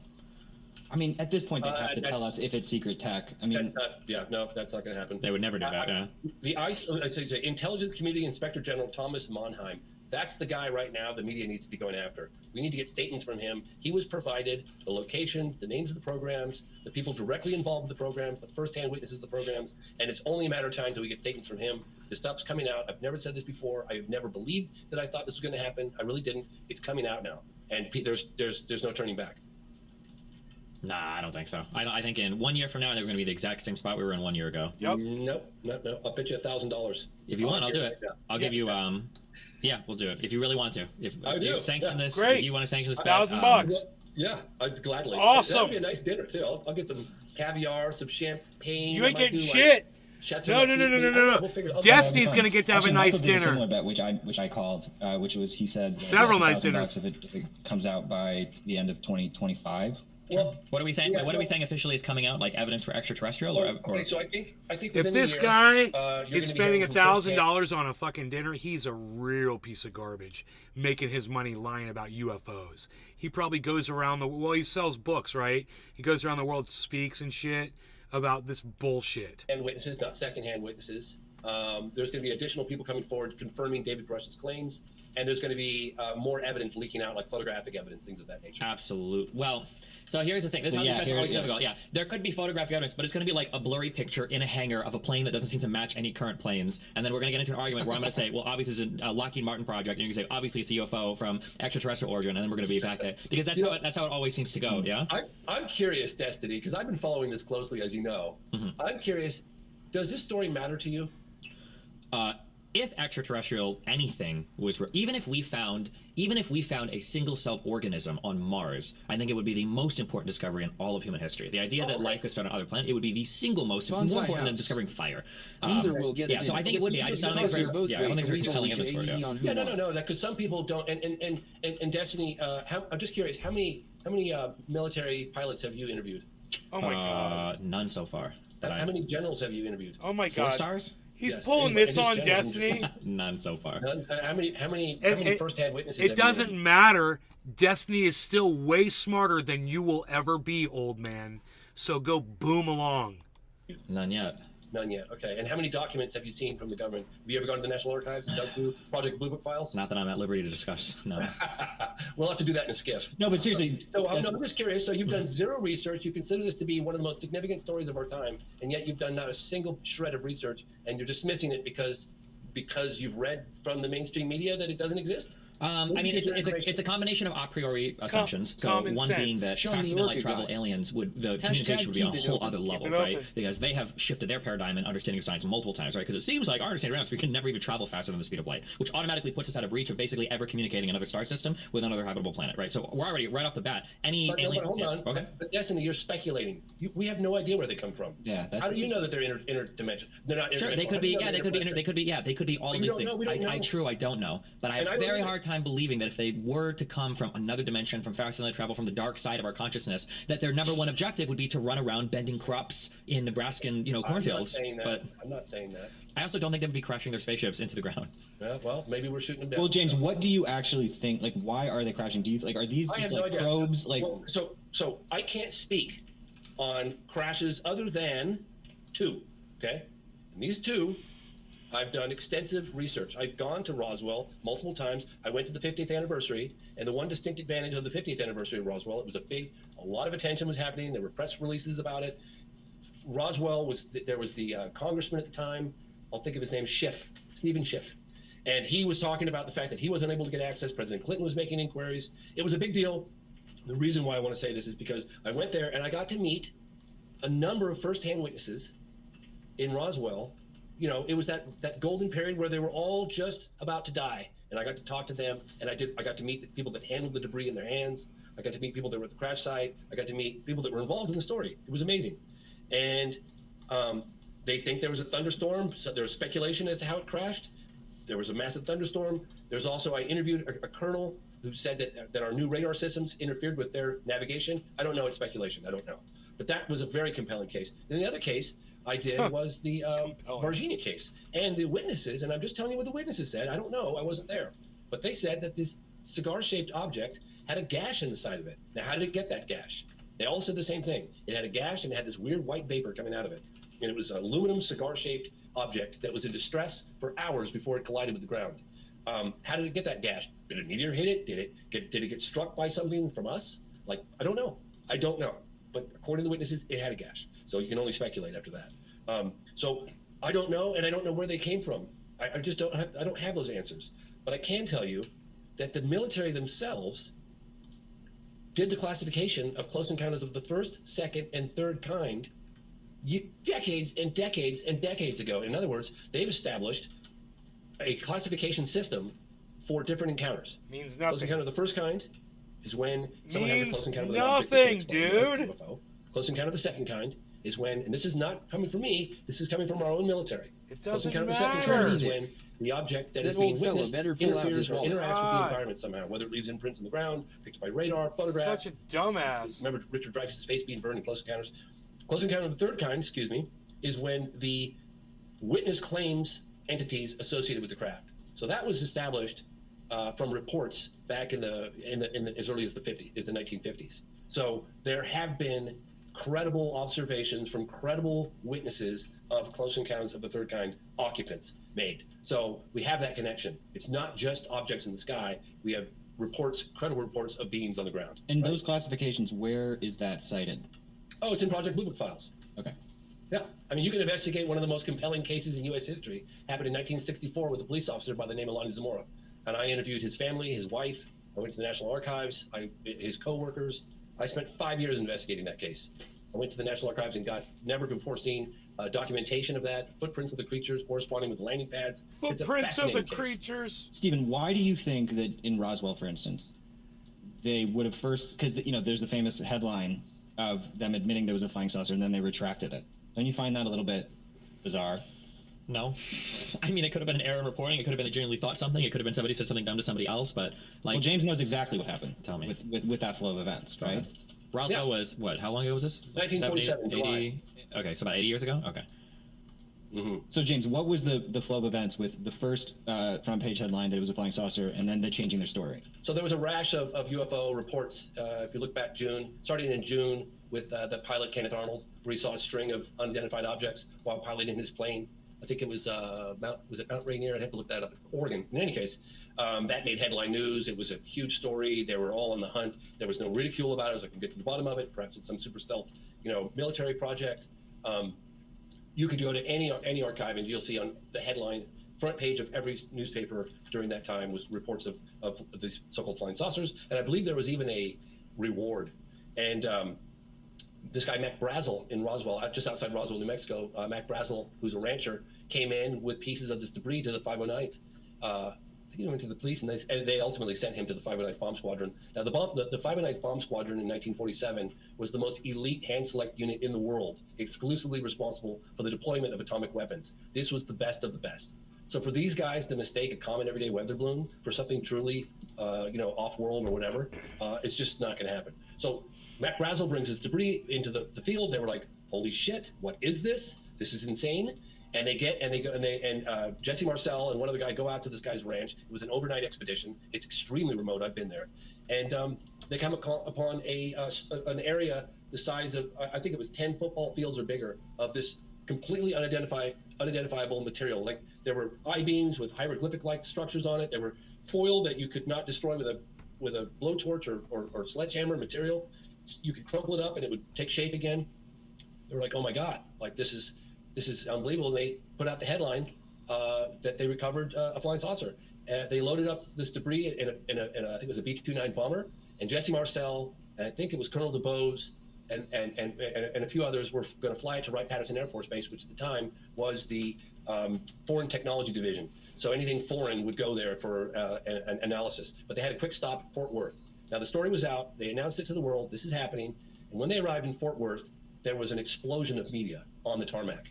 And General Roger Ramey walked up because the media was trying to talk to Jesse Marcel, an intelligence officer who has the debris on the B-29, just sitting right there. And General Ramey walks up to Marcel and says, "You keep your mouth shut, you let me handle this." And he grabs debris from an everyday weather balloon, stages a press conference, throws the stuff on the ground, and they have to pose with the fake debris, which is not what's on the airplane on the tarmac right outside.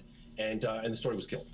But 2 out of 3 of those people, and of course half the town of Roswell, came forward on the record saying that the original press release was accurate and that what you're looking at was just an everyday weather balloon, and that the story was killed, and that DuBose came forward on camera, and Jesse Marcel came forward. Jesse Marcel's son, who handled the debris, came forward. People that were involved with the initial press release came forward. I mean, there was hundreds of witnesses. When you say it was just an everyday weather balloon, is that the assertion for Roswell, that it was just an everyday weather balloon?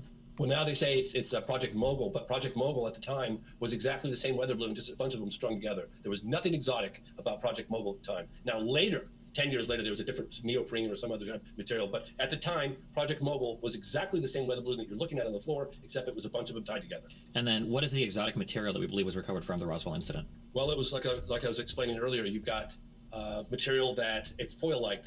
Jesse described it as you could hold it in your hand, you couldn't feel it. It was so light, and you could crumple it up, and it would magically take form again. But then there were these weird like I-beams and with like purple I-beams with like hieroglyphics and so like what have we done with that? We have had 80 years to analyze that. Why aren't we making this material? I don't know what we've done with it. I have no idea. But I did interview a colonel. He's been somewhat a controversial figure. His name is I've got his book actually right here, which I got. It's called The Day After Roswell. Philip Corso. He claims to have seen the bodies. There was a book that came out in '97. It was rushed to print because of all the circus around the 50th anniversary of Roswell, and there were some discrepancies in the book, and based on those discrepancies that were done from his publisher and co-producer, this guy Bill Burns, they kind of tried to debunk him, but apparently he saw the bodies, and he claims, I don't know for sure, he claims that some of this was seeded into different companies that developed the technology that led to, I'm just telling you what he claims. I don't know this to be fact. I don't know. But he claims that it was microchips and super tenacity fibers and things of that nature that made their way into the general public. But again, I don't know. I really don't know. Yeah. Okay. Well. But there's a lot more to Roswell than one might expect. And I could go on and on about the witnesses, but what the official explanation contradicts every single firsthand witness that I've met and heard on camera. I just find it interesting, Stephen, that you haven't wanted to go down this rabbit hole super deep, because you like to go down certain rabbit holes, but for some reason it's so obvious that it's bullshit. Why should he waste his life on it? He's smarter than you. But he's way smarter. Of the gaps where you take all the other guys on this panel and put all their brain power together, and Destiny's smarter than all of them put together. And these morons, these two little brain tanks right here, can't wrap their head around that little simple fact. There are some atheists will argue that religious people basically use God to fill in gaps in human knowledge. As the gaps close, God's explanation for things becomes narrower and narrower until he's only explaining the things that can never be proven by science. I feel like there's almost like an alien of the gaps argument where all of these phenomena are alien in nature, and then when we research almost all of them, it turns out that almost every single one has not been all of them have not been extraterrestrial in nature. There are still a few that we can't explain. Like Shermer, I think, was explaining earlier that there's going to be some unexplained phenomena that we just can't get a handle on. We just, for whatever reason, aren't able to explain it. And it feels like most of the extraterrestrial extraterrestrial investigations kind of start and stop there. Like if we've like the idea that we've had for 80 years some extraterrestrial material in our possession and we haven't been able to break it down, analyze it, rebuild it. No other country in the world has called us out on it. No Edward Snowden leaks. No Donald Trump gets into the presidency and asks questions about it and figures out what's going on. Right. No private corporation. No academic institution. Right. No foreign government's intelligence. Nobody is. Well, but trying that's to not find true. out. See, what you're doing right now. No, what you're doing is You're 99% wrong on everything you just said. Bullshit. Because the people Trump have talked come about it. forward. President It's like Bush it's not talked about that. it. President George. They're talking about it. It's different, man. Mentioning it is different than investigating it and exposing it. These guys supposedly had access to it, and they didn't produce anything. Destiny's 100% right, and you guys can try to straw man against him right now, but everything he said was 100% correct. George W. Bush. Let's see. Clinton talked about it. Carter talked about it. I interviewed Gerald Ford about it. Talked about it. Roswell's been leaking out since the 40s. Wait, so if I were to ask, you said George, so if I were to look up like George Bush quotes on extraterrestrial stuff, what would George Bush have said? So you'll hear different comments. Like President Carter said he looked into it during his administration, wasn't happy with the answers he was getting. Ford says basically the same thing, that he pushed for congressional hearings because he felt the Air Force's explanation of swamp gas was ridiculous and contradicted the firsthand witnesses. Clinton said he looked into it during his presidency. George Bush, during his campaign, made comments on it that he was going to try to get to the bottom of it. Let's see. I mean, that's not what Destiny said. What Destiny says, none of them exposed anything. They never offered any information. They never gave any evidence that any of it was true. Not that these guys talked about it or mentioned it. This is so moving the goalposts and straw manning. It's hilarious. Trump talked about it. His son talked about it. Roswell. Obama and Hillary talked about it. This was When you say talked about it, though, like I'm saying if discussions relating to the evidence that there might be extraterrestrial things. Thank you, Destiny. That's what I've been saying for the last 30 seconds. Not well, like, I mean, it goes pretty deep with Hillary. Talked about, and there are Intel insiders that have also talked about it. They're like, oh, well, they talked about it. Also come forward. Believe me, there have been plenty. It's just that the disinformation campaign was so effective, and I can explain to you how that all came about. After the White House, on 2 consecutive weekends in July of 1952, was buzzed with UFOs, and military aircraft, just like the case with David Fravor, were scrambled to intercept these unknowns. They were surrounded, and they exhibited a technology that was just light years advanced. They had a press conference. It was the biggest press conference since the end of World War II. And the Intel side put together a sort of intellectual think tank, and they came to the conclusion that you can't deny it, but you can adopt the policy of ridicule. And that was done in 1953, and it was a very effective campaign. Yeah, if you look at Bill Clinton and Hillary both getting interviewed on Jimmy Kimmel, actually, those are really fascinating interviews because, and Obama as well. President Obama. They all three of them take it very seriously when they're talking about it, and they both say that, like, they all say we want to look into it. We're trying to look into it, and they make it seem like they tried and hit walls. Well, yeah, but I mean, like, are the walls because it's extraterrestrial, or the walls because there's some like security reason, right? Like, right, but that's what's crazy. It's like you have these presidents or like. But it's not that crazy. Like, for instance, I could be wrong, but like, wasn't a huge part of Obama's campaign ran on shutting down Guantanamo Bay, and I don't believe he touched it. Right? Yeah, right away as soon as he got elected, he said he was going to shut it down. Yeah, I thought that was a really big point, especially because of how unpopular Iraq was and everything. But I'm pretty sure he got in there and. Nothing, right? But was it just because he broke a promise, or was it maybe the aliens are holding Guantanamo, or was it just that, like, when you get in your place, you're like, fuck, like there's other shit going on here, I can't really say anything, or like to probe in this area, like it's obviously an extraterrestrial, but it is intelligence related or military related, and you know these applications can't really be discussed publicly, right? Like that could be just as plausible an explanation, and it's happened with other things too. So. Well, Destiny, I gave you the primary reason for secrecy, and I remember if the government want more tax dollar, they would show us and say we need more tax dollar to learn about this stuff. Quite some time ago. This news that came out is to chum the masses to get some dollar without anything real. Any governing body cover up what could be the biggest discovery of our time? It didn't make any sense to me. I was like, why? Why? You know, that was one of the biggest issues I had with this story. And it's like, I had this general tell me one time, like, kind of laughing at me, like, you silly little kid, you don't understand how things work. I'm like, what do you mean I don't understand? Like, isn't this the biggest, or wouldn't this be the biggest revelation? Isn't this the story that we're all waiting for? Like, it's the level of like Copernican. Yeah, and he goes, that's not how we see it. We have a problem. We have something flying around in our skies that we can't explain or control, that fly rings around our fastest jets. We don't know who it is, where it comes from, or what it wants. And if those objects, like the Tic Tac that Fravor interacted with, had like a Russian or Chinese flag on their body. I'm going to say tail because I don't have any tail. It would be all hands on deck. Like, it would be the biggest crisis ever. And so that's, you know, people want to know why the secrecy. Well, that is a huge reason why the secrecy. It's more of a question of what they don't know than what they know. Do you think that society would freak out if they came out and told us, Stephen? Yeah, but I feel like it would be in the best way. But like, I feel like we do. It's kind of a sad facet of humankind, but we do really well when we have something to unite against. So I feel like an alien presence would be a pretty good way to bring the world together to solve some problems. You know, have you? I don't know if you guys have read. You must have. If you're in this area, you've read Ender's Game, right? I haven't actually. Oh no. I've had it in my book. You guys talk I about had it in my research. book. You read Ender's Game? No, but Is it science fiction? Yeah, yeah. I'm half I don't read science fiction.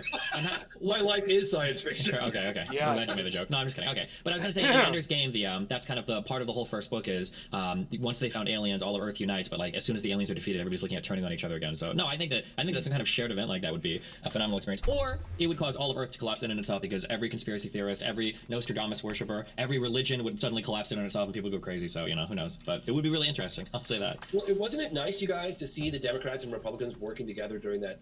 I don't think Destiny. You said you saw little tidbits of the congressional hearings.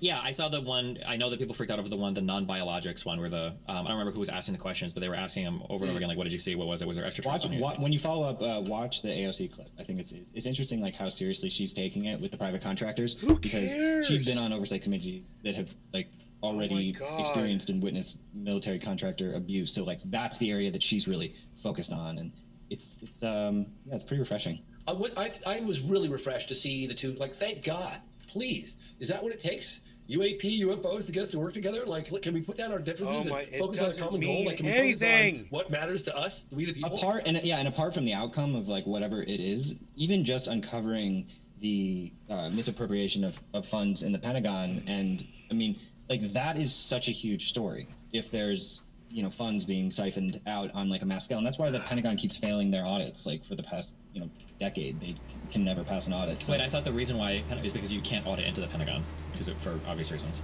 No, I'm pretty sure that they have Bonsai to record House. their financials. I'm gonna PayPal invoice as many millionaires as I can for 100 bucks and see how many send it. You guys are making me realize I should have plugged in my mic. Sorry. You sound fine. Okay, well I've got a mic with a popper stopper, but it's got a USB. I need to get the converter because my new laptop doesn't have a USB connection. So yeah, I'm dealing with the exact same stuff. You have to get like the splitter for all of the USB-Cs. Yeah. Exactly. Yeah. I've just been lazy, but I got to do that because you guys sound so good, and I'm sure my audio is terrible compared to you. I mean, I'm looking at a CNBC 2021 why the Pentagon failed another audit. I mean, wait, who? What was that? What? It's just CNBC why the Pentagon failed another audit. It's from 2 years ago, so it's I don't know exactly what it's talking about, but. Dude, I am so uncomfortable. Yeah, this is. I'm sorry. I'm just reading, and I could be wrong. This is something I briefly looked at before, but I'm just reading one paragraph of an NPR story in 2021. Despite having trillions of dollars in assets and receiving hundreds of billions in federal dollars annually, the department has never detailed its assets and liabilities in a given year. For the past 3 financial years, the Defense Department's audit has resulted in a disclaimer of opinion, meaning the auditor didn't get enough accounting records to form an assessment. So my understanding is like the failure of the audit wasn't that like trillions of dollars are going missing; it's that they're not able to complete that audit as much as they want. Well, it's unknown if it's missing. Yeah, Maybe it's not. Yeah. Not to say, by the way, that there is no waste or fraud. I'm sure there probably is some. It's not like the whole budget is like disappearing to a black hole or whatever. Right. David Grush said that he knows exactly how it's done, how they've escaped oversight. He was like, he used an acronym. It was like IZAP or something. I remember. Yep, I know. Isn't that crazy? It's crazy. The little specifics that he dropped, like, do you just make you want to research it? He's a physicist. I actually talked to another Intel guy that I've been contacting with, who feeds me NLRC cheers trendy as Gabbard sent Nays someone that I actually tracked down and begged for the better part of 20 years to get him to meet with me. This individual said that David Grush is one of the smartest. I keep thinking they're saying David Grush. Qualified individuals. And you guys, I'll be right back. I've got like these serious nose hair issues. I'll be right back. Oh well, he must have been playing Jedi mind games on them for years because he was trying to get access to all the information and just interviewing all these people and trying to get in, and he got denied ultimately. Could you imagine placing yourself? I mean, a movie needs to be made about. I was just thinking, Christopher Nolan, please take this up, please. Yeah, because look, I know what it's been like for me when I meet with witnesses. Like for instance, I have a hard time when I tracked the guy down that allegedly drove the alien around Military X.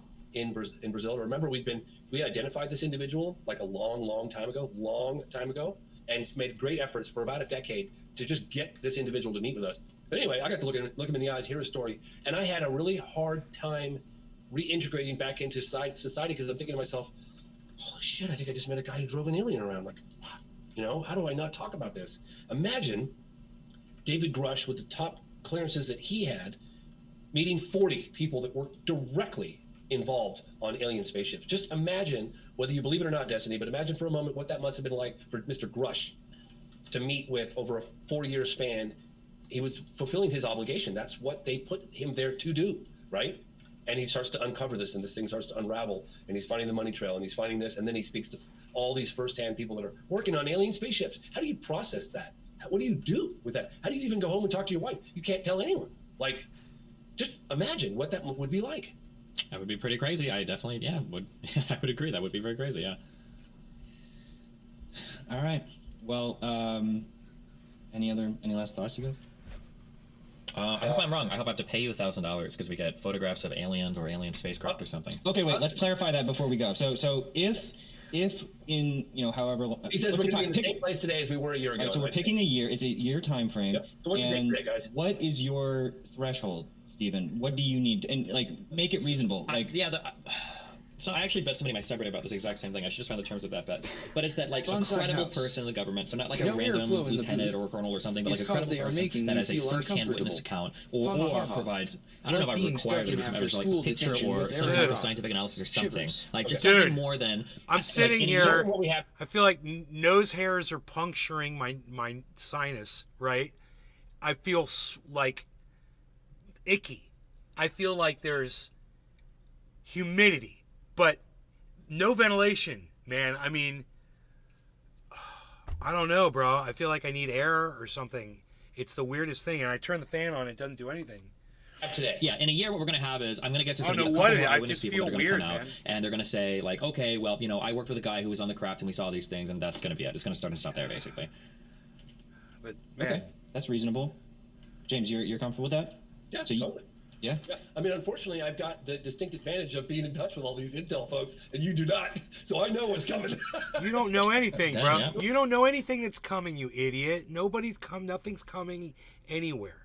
These guys Bonsai House. go into a private Yeah. fucking Like being in a skip and go studio talk to the apartment with senators LARPers. and lie, and the senators are like, okay, and we don't believe you or whatever, and then you never hear about it again. It's gonna be easy peasy lemon squeezy, baby. I mean, I hope I'm wrong, so yeah. Oh man. Yeah, no, that's $1,000. I want some of that action. To be honest, it's like, Dude, how do I get in on that $1,000 action? I want to get in on that bet too. I guarantee you, in a year from now, we will be in the exact same position that we're in right now. You will have nothing that offers any more evidence than what we have today of the existence of UFOs, of aliens visiting Earth from another planet. It's possible information. I'm thinking Chateau Lafitte. I've always wanted to taste the Rothschild. I don't know. I'm thinking, what will $1,000 get me? We'll see. Yeah, talk a big game, dude. Only when I want to get wasted, so not often. Well, this might call for that. This guy talks a big game. You should watch the Phenomenon. Maybe we'll do this again sometime. And I want to, for the next check year, out James' film because for the next year, I want to harass this guy, James Fox. It's Jamie Fox. It's easy to remember his name. Go on Twitter, if he's on Twitter, and harass him every day and go, 363 days left until you got to pay Destiny $1,000. What more evidence do you have today? Every day. Tweet him that every day and just make him miserable. because it's a pretty good like overall synopsis of the space. If you don't want to do like the deep stuff, I would be curious your feedback on that. Bill, are you trying to convert him? I'm not Nick Brown. even converted myself, I'll do it but with I'm you, LOL. I'm obsessed with all of the material. Like I don't get involved with any case ever and believe it. I don't. I didn't believe Rua. I didn't believe really Socorro. I definitely didn't believe Virginia. I had a hard time with the flyover of Washington D.C. I mean, I could just go down the line. Like I'm not 100% convinced by anything, but like your film Moment of Contact, I cried at one point during that film. Just like I lean toward. It seems Occam's razor is that it's more likely to be true than not true. So I'm not like taking a definitive stance, but that's where I sit on these things. It's like I lean more towards it being more likely that it's true. more likely that extraterrestrials are true? That not necessarily extraterrestrial, but some kind of phenomenon is occurring. It's too much. Too many individual credible cases. It seems. God, if you don't mind, gentlemen, I would like to just take 30 seconds because I think this will help both of you, and it certainly has helped me because people always think that I have all the answers, and I just don't. I wish I did. I'm just on this journey myself, right? And I just happen to share the results of my research with the general public through my movies. And it's great. And I'm going to open up this side but wall. I'd have to say, if I was pinned down and I had to make a statement about what I felt would be the best explanation for what's happening, I would say this. There seems to be an omnipresent intelligence that has the ability to manifest itself in a whole bunch of different ways. It's nuts and bolts, but it's also psychic. It's global. It seems to interact with us, to read our minds. I can give you countless cases with pilots describing that. He is so military weird. Pilots too. This guy is so weird. It has a sense of humor, I'm told, and that it's always one step ahead of us, and that seems to be why they call it the phenomenon, because it's not Meaning that's literally what they refer to it as internally? Yeah, it's called the phenomenon. That's where the title came from. We came upon a government document from General Nathan Twining in 1947 where he says the phenomenon is real. It's not visionary or fictitious. It's the phenomenon. And it's global in nature, and it's around us, and it can manifest. That's why witnesses go, it just came out of nowhere, or it just disappeared. Whoop, it was over here, then it was there. He's an idiot. He's psychotic. That's it. I mean, there's so many unanswered questions. But I feel like what you were saying, Destiny, I keep calling you Destiny. It's your show, Destiny. You can call me Steven. You're good. Steven, I'm sorry. Steven, is that it's so potentially paradigm shifting. The story could restructure the way we see ourselves in our place in the universe, if it's really true, right? Mm-hmm. So when I've been around the world investigating the case, I know that it's real. The question is, what is it? And that, I feel like it's hard to walk away from. That's how I approach it too. It seems like the base issue, even regardless of what the outcome is, so many sub issues become resolved by this issue getting taken care of. That's why I focus on it, because it just seems like the implications of it hit everything. So to not be giving it more attention seems like a little bit just backwards. Yeah, it's if true, it's the biggest story of our time, right? The big story, no question. I think everyone could agree with that, and I'm convinced it is. So there we go. I can't walk away from it.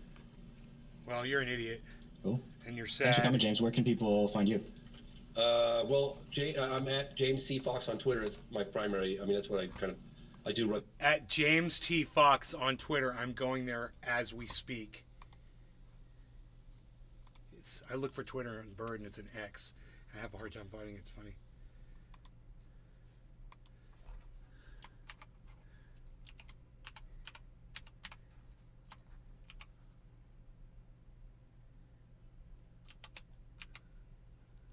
James T. Fox.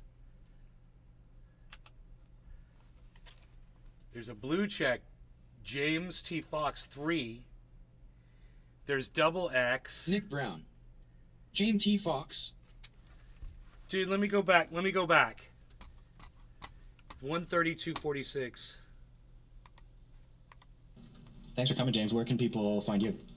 I'm at James C. Fox on Twitter. It's my primary. I mean, that's what I do run that account myself. Other people run my Instagram and other things, but it says Jim Jam, James T. Fox, Jim Jams.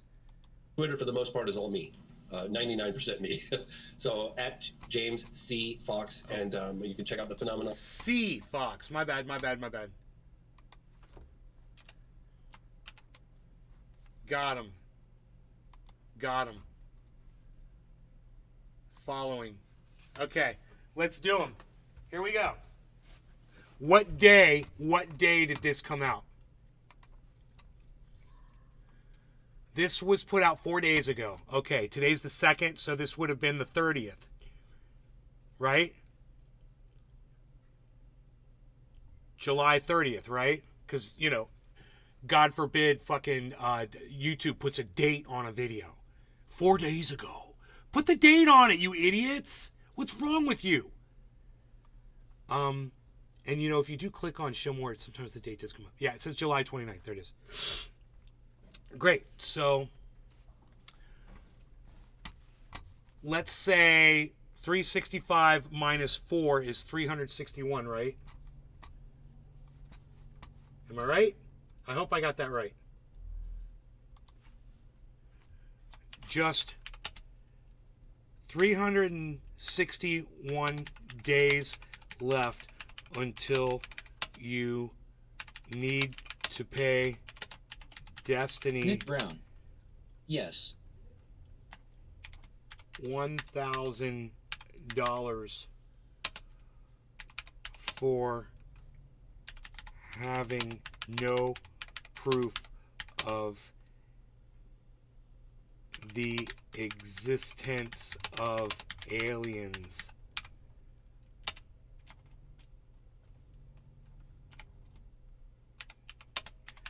Got anything new yet?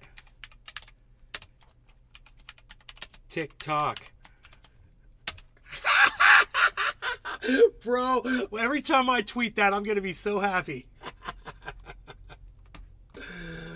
Let's see, which one do I want? Just 361 days left until you need to pay Destiny $1,000 for having no proof of the existence of aliens. Got anything new Nick yet? Brown. TikTok. LMAO. Dude, we're going to tweet that at him. Every time I remember it, man, I'm going to just copy and paste it for the most part. Or just count it down at him. You know, just 360 days left until you got to pay Destiny $1,000 because still no one has come forward with any additional proof. He's only giving it a year, too, so I'm all over that. I'm really looking forward to it.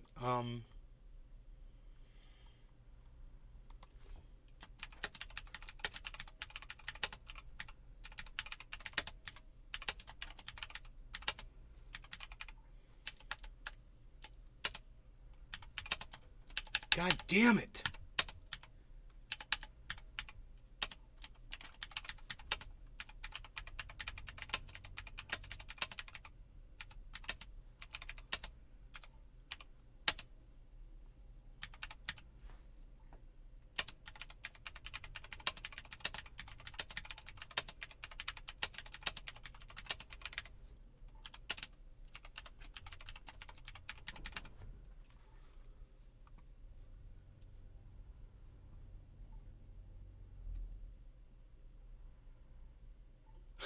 Hearing the conversation go from scientific data to the dude talking about his wife sleep fingering his mouth hole while lacking all self-awareness about how Looney Tunes he sounded was just fucking perfect. That's a 728 thumbs ups message from Willie Orca. Willie Orca.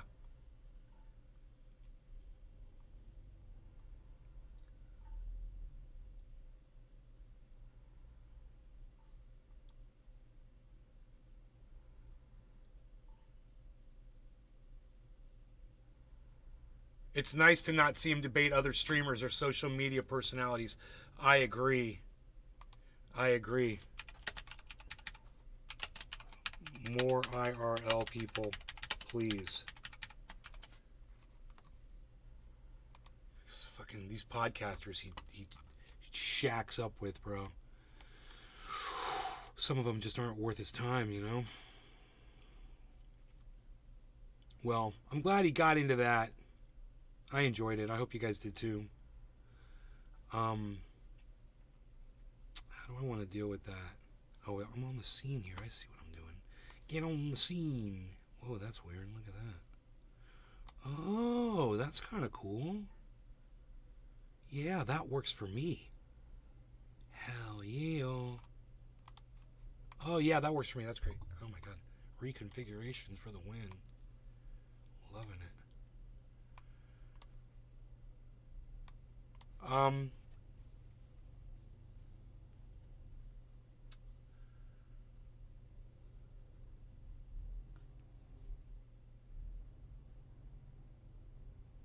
you can hear them cutting the shit out of our roof out front, dude, where that fucking rotten wood was.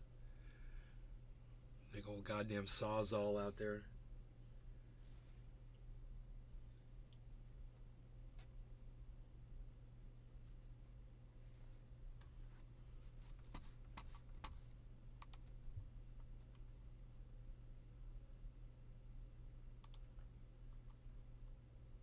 War criminal's wife. I couldn't find a one-word equivalent of that. Michelle Obama. I said, oh, I've got this. Cunt. He liked it. He liked my tweet. Response to what he put up about Michelle Obama. He liked it. Chase Miller. Thank you, Chase. We're following each other. Hell yeah. Hell yeah. You just got to know how to spell cunt on social media. It's K-H-U-N-N-T-T, or 2 N's or 2 U's or whatever. It hits. It hits hard. It works. You just got to have faith, man. You got to have faith.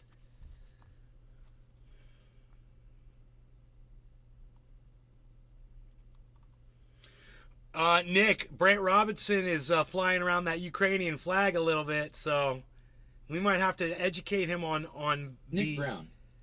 Hell yeah. We might have to educate him on the ugliness of flags and how they've been used to separate people. Let's do that right now. At Brant Robinson, I just wanted to express to you my personal beliefs around flags. I believe them to be used mostly for nationalism and separating people Nick from Brown. each Flags other, equals division. especially during times of war. I hope you agree. Brant Robinson, I just wanted to express to Toy Boat, to you, Y-O-U, not Y-O-U-O. It's like a UAP. My personal beliefs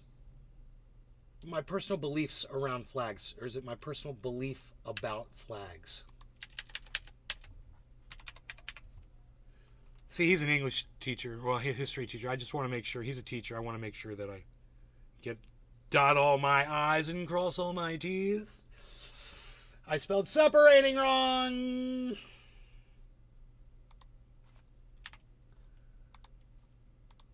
I believe them to be used. I believe flags. I believe flags to be used mostly for nationalism and separating people from each other, especially during times of war. I hope you agree. Are used. I believe flags are used, not to be. I believe flags are used mostly for nationalism and separating people from each other, especially during times of war. I hope you agree. In addition, I feel that picking sides of battling nations, 1 out of 2. I feel picking sides of battling nations only furthers the war effort, and to actually stop war, we instead need to sit down and discuss our grievances. Is that right? I spelled grievances right? Grievances. Sit down and discuss our grievances as opposed to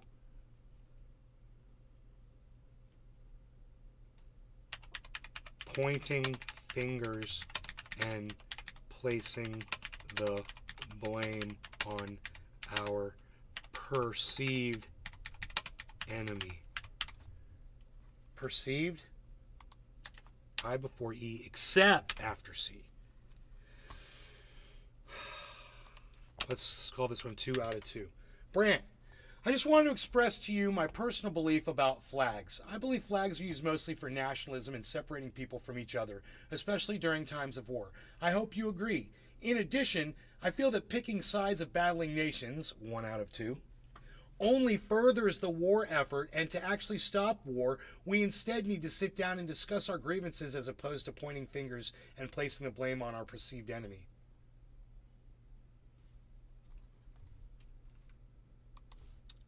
Dot, dot, dot. I'd like to say thank you for your... Nick Brown. Nicely said. Thank you for your kindness and insights.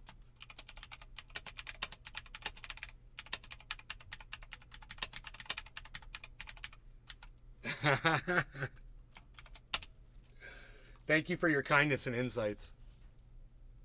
Thank you for your kindness and your insights, he says, right? That's his thing. Thank you for your kindness and your insights. Am I doing it right? Let's go over that one more time because he is a teacher. I want to make sure I got this right. Brant Robinson, I just wanted to express to you my personal belief about flags. My personal beliefs? Nick Brown. My personal belief about flags. I believe flags are used mostly for nationalism and separating people from each other, especially during times of war. I hope you agree. You know, I find the Pledge of Allegiance to be disgusting. I find anybody pledging their allegiance to a piece of cloth when they should be pledging allegiance to all of humanity is the big problem. You know? I want to add that.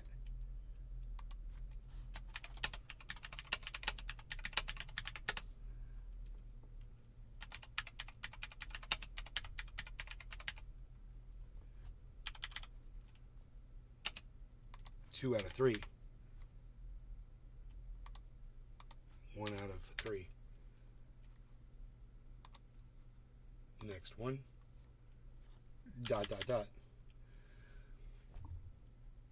I want to add that children pledging allegiance to a flag instead Cannabis heals. of to all Keeps the world of divided. humanity is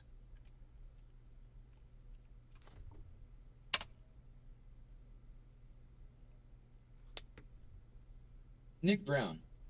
Where does he teach?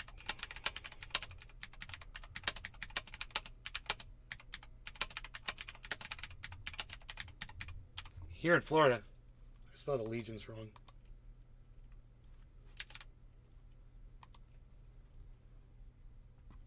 Allegiance. I want to add that children pledging allegiance to a flag instead of to all of humanity is one of the reasons we go to war in the first place. Just one more. Okay, flags and pledging allegiance to them are yet another form of indoctrination.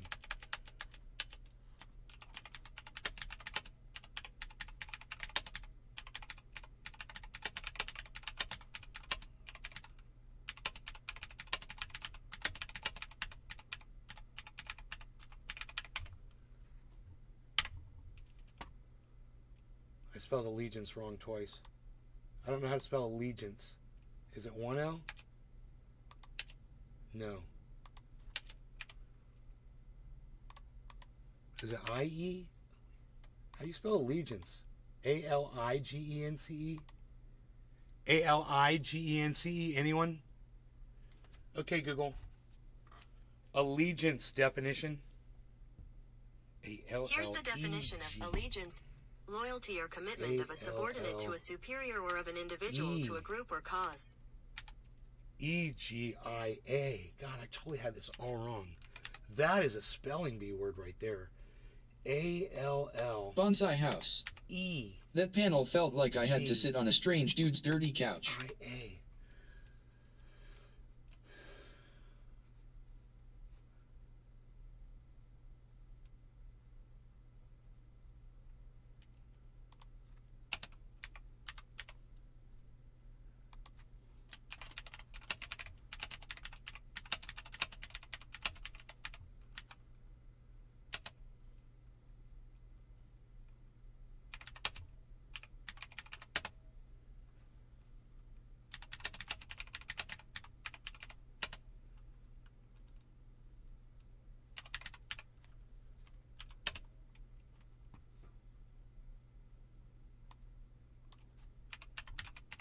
insight. It's an insight. It's one of my insights. We'll see what he says. Thank you for your kindness and your insights, right? Is that what he says? Or does he say thank you for your comments and your insights? No, I think he says kindness. Should we listen to find out what he says so I can say it exactly? Just to make it like a super duper killer. Let's see. At Brant Robinson. As usual, thank you for your kindness and your insights. Kindness and for your insights. Please, Mike. Good morning. Thank you as always for your kindness and for your insight. Thank you as always.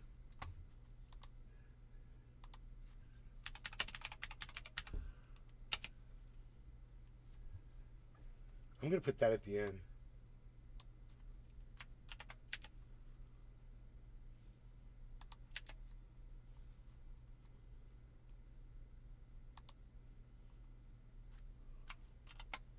Oh, thank you as always for your kindness. It's so funny if I'm going to leave that out. It's not enough room.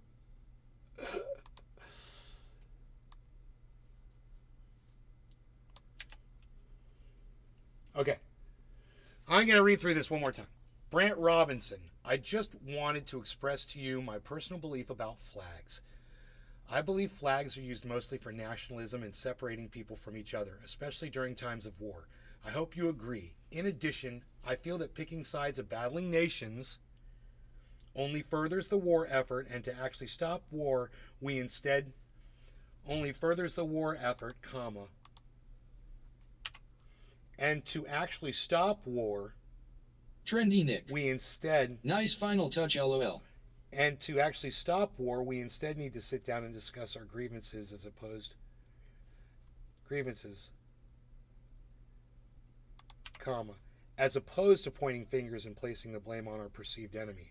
I want to add that children pledging allegiance to a flag instead of to all of humanity. I want to add that children pledging allegiance to a flag instead of pledging to all of humanity, I should say.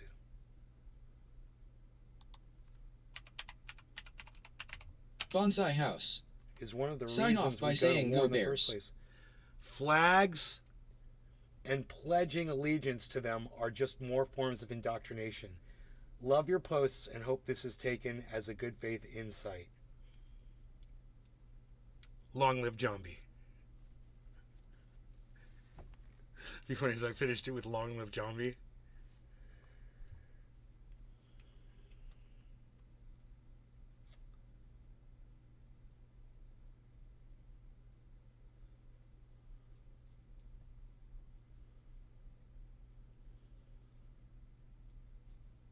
Should I fix this? The word allegiance here? I can move it.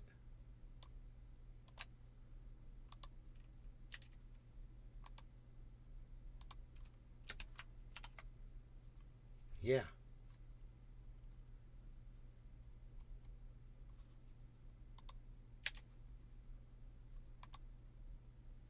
Okay.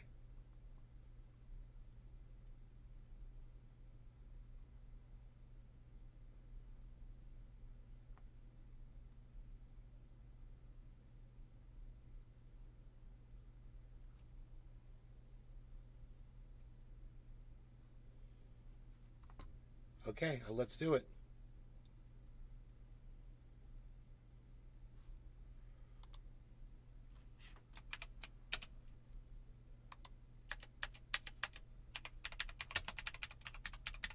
Instead of saying I love your posts, I said I look forward to your posts and hope this is taken as a good faith insight.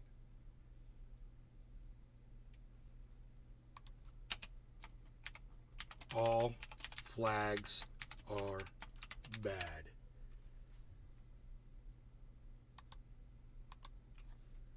Okay, I hashtagged it. All flags are bad.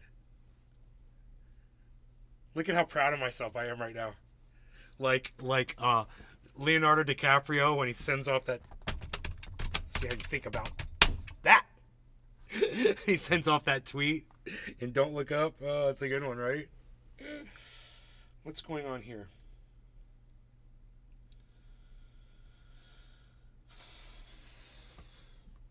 Market cool off over 24 hours. is actually a really healthy sign for right now. We'll see what goes on there. Also, in today's news, we've got a 4-hour video that we've been live for. So much is going on here.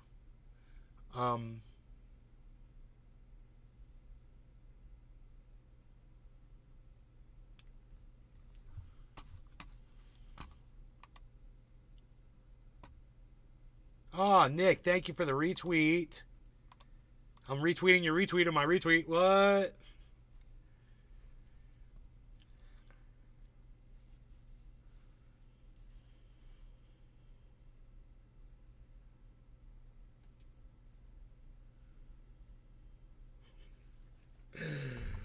Ugh.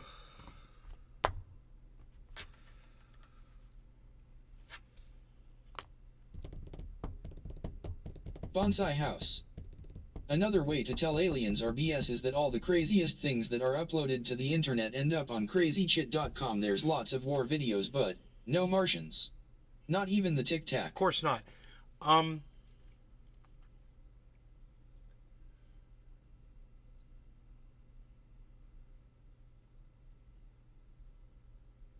Nick Brown.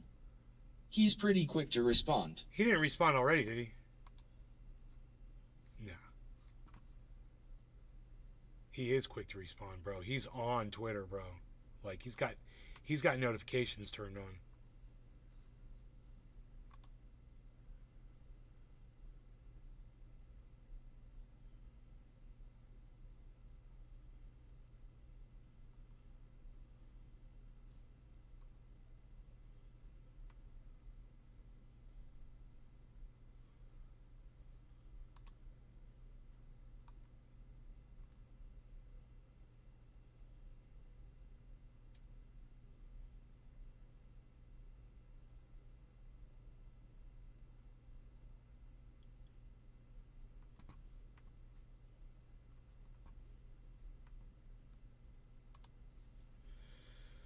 Somebody blocked me on Twitter.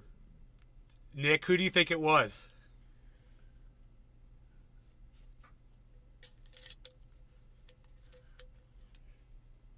Did you see?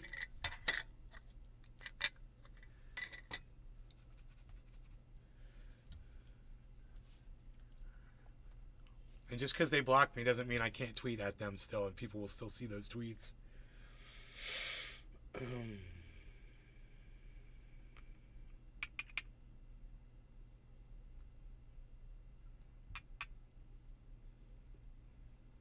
Fucking Steph Zamorano fucking blocked me on Twitter. Oh. You give up?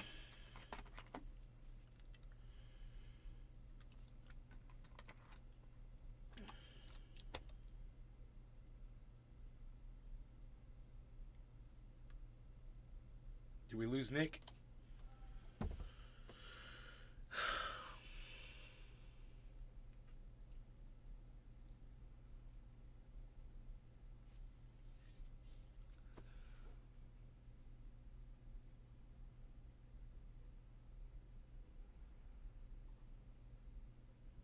I guess you're not going to respond. Okay. Trendy Nick. I lost service for a few minutes. Bonsai House. Jen Aniston. Wolfgang Puck. No, guess who blocked me on Twitter, Nick? Guess who finally blocked me on Twitter?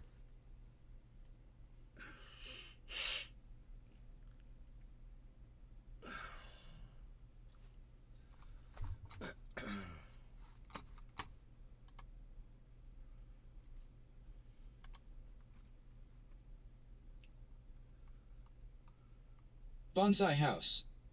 Seinfeld.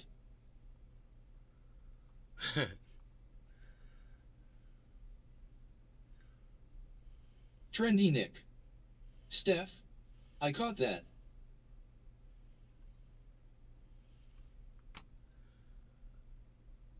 Steph. Bonsai House. Julia Child. She blocked me a long time ago. No, dude. Craig from the Convo Couch. Mr. fucking have the conversation. Oh, he disagreed with me so much he couldn't handle it anymore. He had to drop the convo. Convo, we make stuff up couch. He blocked me. Craig Pasta Jardulo. Yo Pasta, at Yo Pasta freaking blocked me on Twitter. MasterCard moves to stop use of debit cards at cannabis shops. Well, you know what, MasterCard? You can go ahead and do that. Everyone uses Visa anyway. So it doesn't really matter. All this means for MasterCard is even more people are going to stop using your shit. Oh, Craig was my next guess. Yeah, right? So, are we excited about this? MasterCard is telling, like remember American Express did this years ago when I was in California. We're not allowing you to buy cannabis in dispensaries anymore. Who are you to tell me how I can spend my money? Who are you, my mom and dad? I can't use it on cannabis? It's fine. It's not poisonous, you idiots. What's wrong with the people at MasterCard that they don't understand science? They don't want you guys thinking outside the box like me. That's the problem. You know? A whole army of people like me. Could you imagine? People calling, even the people who think that they're the truth tellers getting called out by me. Like Craig Pasta and Jimmy Dumbass Door. And so many others. It's BS.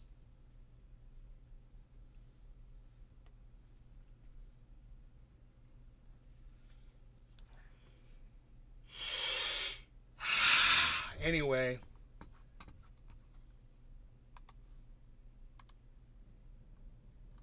I can't read the article. The decision places more strain on cannabis industry, which largely operates with cash, and is not uniformly regulated across the United States. The drug is still illegal on the federal level. I thought they took it off schedule. Didn't they deschedule cannabis or something? I guess not. Was that all bullshit?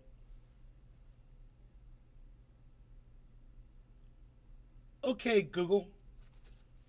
What's the current scheduling of cannabis by the United States federal government?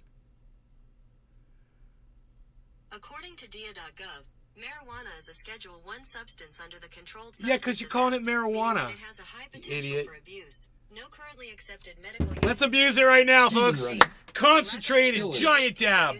Let's prove her right. I don't want to make a liar out of the Google woman. Let's prove her right. Hiss. Trendy Nick. Smoke some of that dangerous cannabis. Still scheduled. Dangerous cannabis, dangerous cannabis, dangerous cannabis. After objects. Dork. Pasta. Is that the trick? Change your name to Nate Toaster. Nate Toaster. I am Nate Toaster. I'm going to toast me some cannabis right now. Can you believe they have not, you want me to vote for you, Biden administration? Okay, why don't you deschedule cannabis and start calling it cannabis? Then we could talk. We could start with that. You could get Medicare for all. You could stop the stupid war that you're paying for. I mean, where would Ukraine be if it weren't for the United States' money? That war would have been finished a long time ago. But we perpetuate it. We perpetuate it.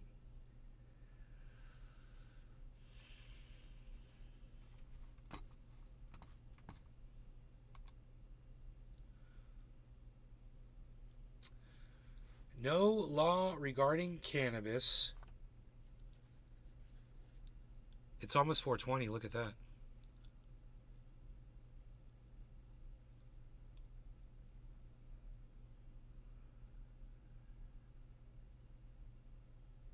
Trendy Nick. LMAO at Bonsai House.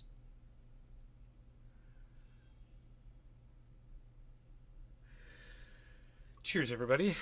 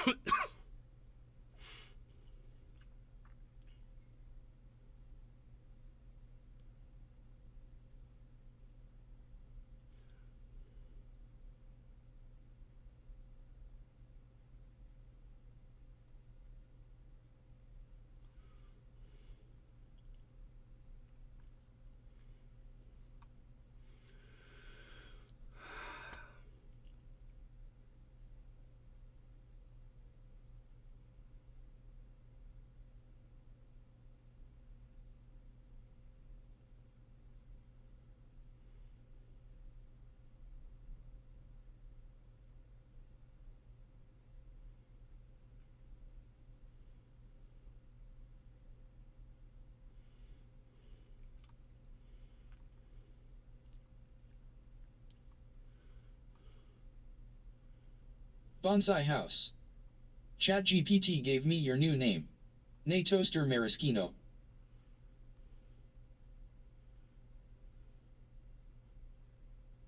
I don't like it. God, I sound like a grumpy old man. I don't like it.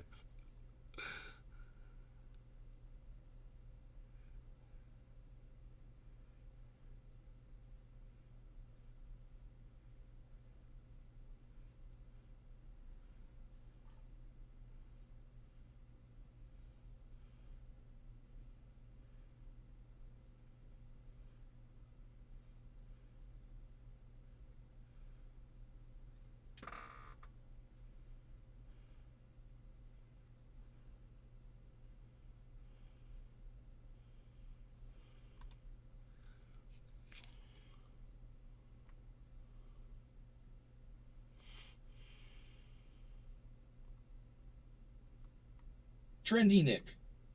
Thought about trying that ChatGPT. Bonsai House. I asked it to spice up Natoaster for optimal appeal to Gen Z, ha ha ha ha ha ha ha.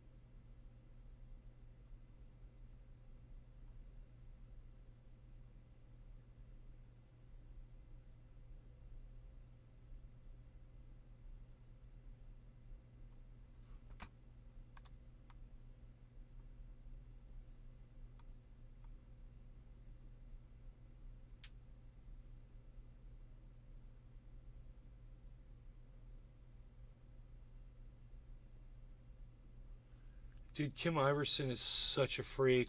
I've been telling you guys about what a dumbass she is. Red pillar. But Jimmy Dore fucking has her on. She says that, Billy, remember the whole thing about mosquito vaxes and shit? Yeah.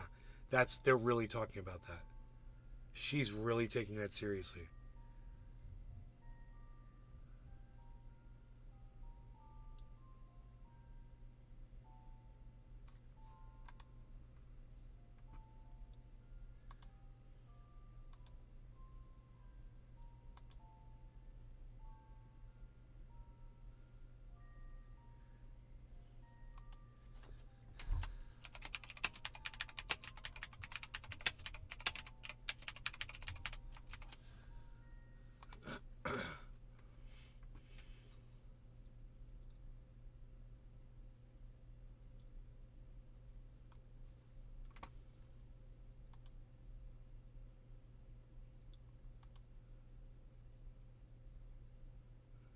Bleaching the top. Dusty's bleaching the top of his head, leaving the bottom dark. It actually looks good on him. It looks good on him. I'm going to retweet it so you guys can all see that. There you go.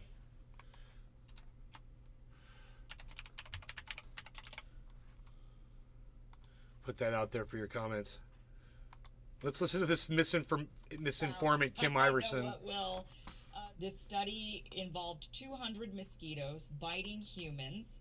I don't know why anybody would sign up for that, but apparently participants were paid about $4,000 to do this, to be bitten by mosquitoes. The mosquitoes gave minor versions of malaria that didn't make people sick, but gave them the antibodies. And the efficacy from those antibodies lasts a few months. So now you're going to vaccinate the entire world without the world's consent. Researchers say genetically modified mosquitoes will not be used at large to vaccinate millions of people. They say, yeah, right. They say, oh, really? They told us that we wouldn't have mandates with the vaccines either, and yet we did. Why don't you just inject people, with their consent? Use mosquitoes like they're 1,000 small flying syringes. But when asked, well, why don't you just use syringes? To save cost. It's cheaper. So just use these genetically modified mosquitoes. Bull on this. This is bull. They're hopefully not out in the wild yet, but how do they know? This is like the lab leak. Did they account for every single mosquito? Did any of them escape from the lab by chance? You know, I'm gonna be looking at those little flying suckers like, what you got? Is this a mandated vaccine? Like she just drank a mosquito. A mosquito in my That was great. Help me. That was freaking. This is great.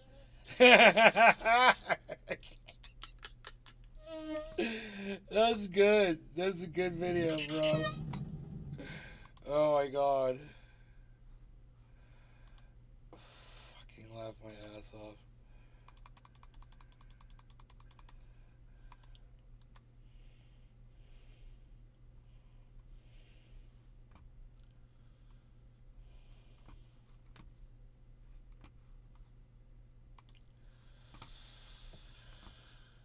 Oh, God.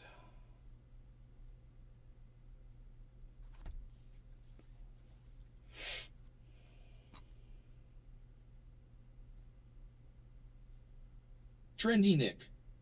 Haha.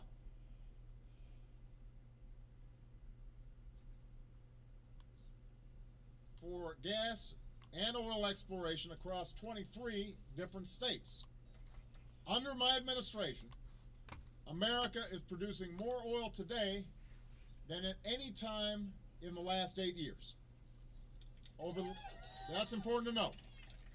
Over the last 3 years, I've directed my administration to open up millions of acres for gas and oil exploration across 23 different states. We're opening up more than 75% of our potential oil resources offshore. We've quadrupled the number of operating rigs to a record high. We've added enough new oil and gas pipeline to encircle the earth and then some. So we are drilling all over the place right now. Under my administration. Wow. There's Barack Obama. Drill, baby, drill.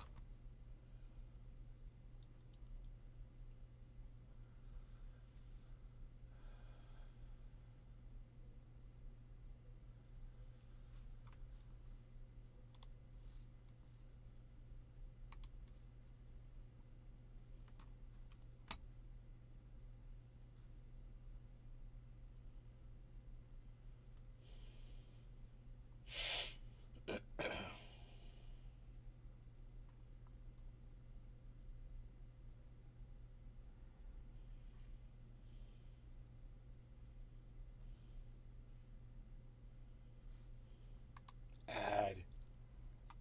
Oh shit. Bonsai House. They Queens changed to the the way doctor they this fucking, morning. they're hiding ads Bad now news. on Twitter. I heard the doctor talking to my wife. I block them all. Turns out I'm actually autistic and not Batman. The bottom of each ad it says sponsored. Now it says ad in the top right corner on Twitter. They changed it. It makes it a little easier to block them, faster to block them. You don't have to scroll to the bottom anymore.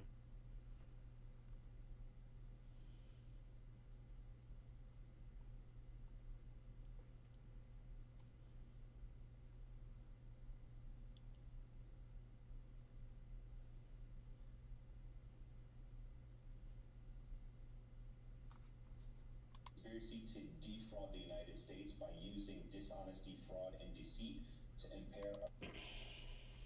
Ad. Block. Yeah, it says ad now in the top right corner.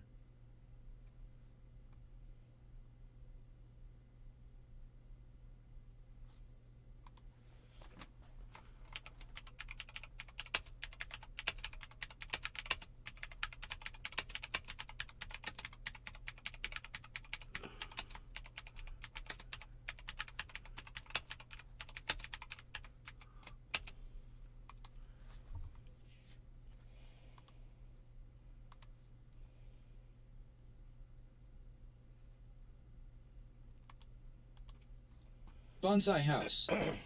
Did you know you can get a DUI on an electric scooter?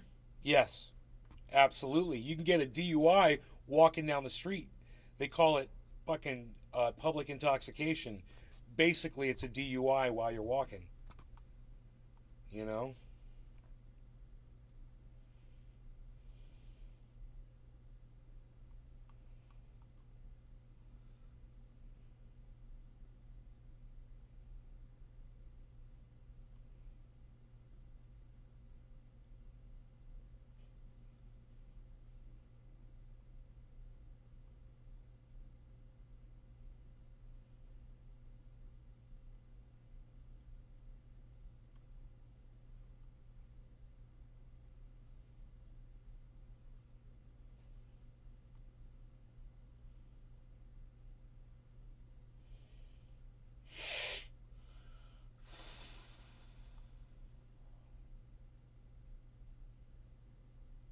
Bonsai house.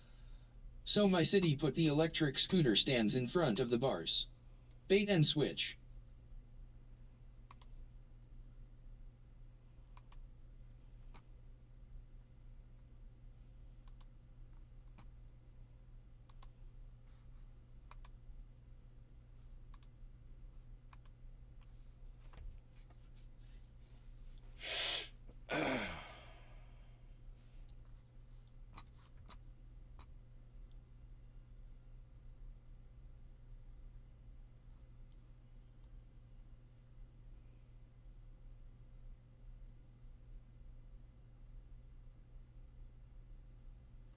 Trendy Nick.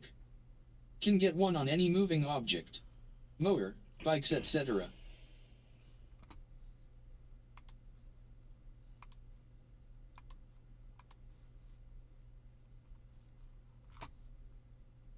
Taxes and regulations. Florida Governor Ron DeSantis laying out new economic policy targeting China, taxes and regulations. Here with the details, I want to bring Yahoo Finance's Rick Newman. And Rick, whether or not this is going to resonate here with voters, that's to be determined. But what did we learn just about DeSantis's priorities here? Well, he ticked off 10 points in his so-called Declaration of Economic Independence. He said things such as we have to decouple from China. We have to get tougher on China. We have to reshore manufacturing. We have to bring more manufacturing back to the United States. We even have to use the government to guide some of this reshoring of manufacturing to the United States.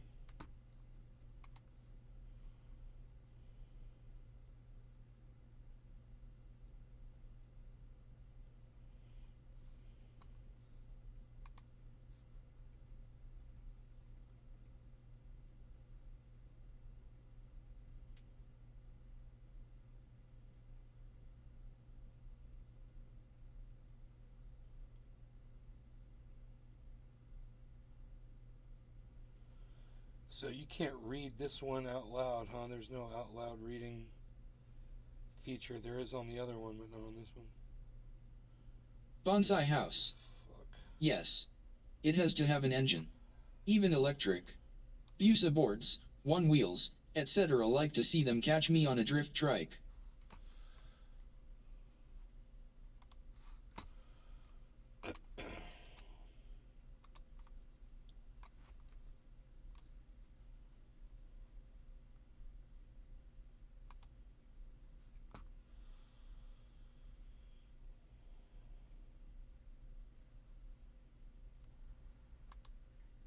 DeSantis' war on woke backfires as Disney ends $1 billion spending in Florida. Controversial policies spur convention cancellations, tourism downturn, and struggles for local businesses. And I sat there thinking to myself, 8.8K.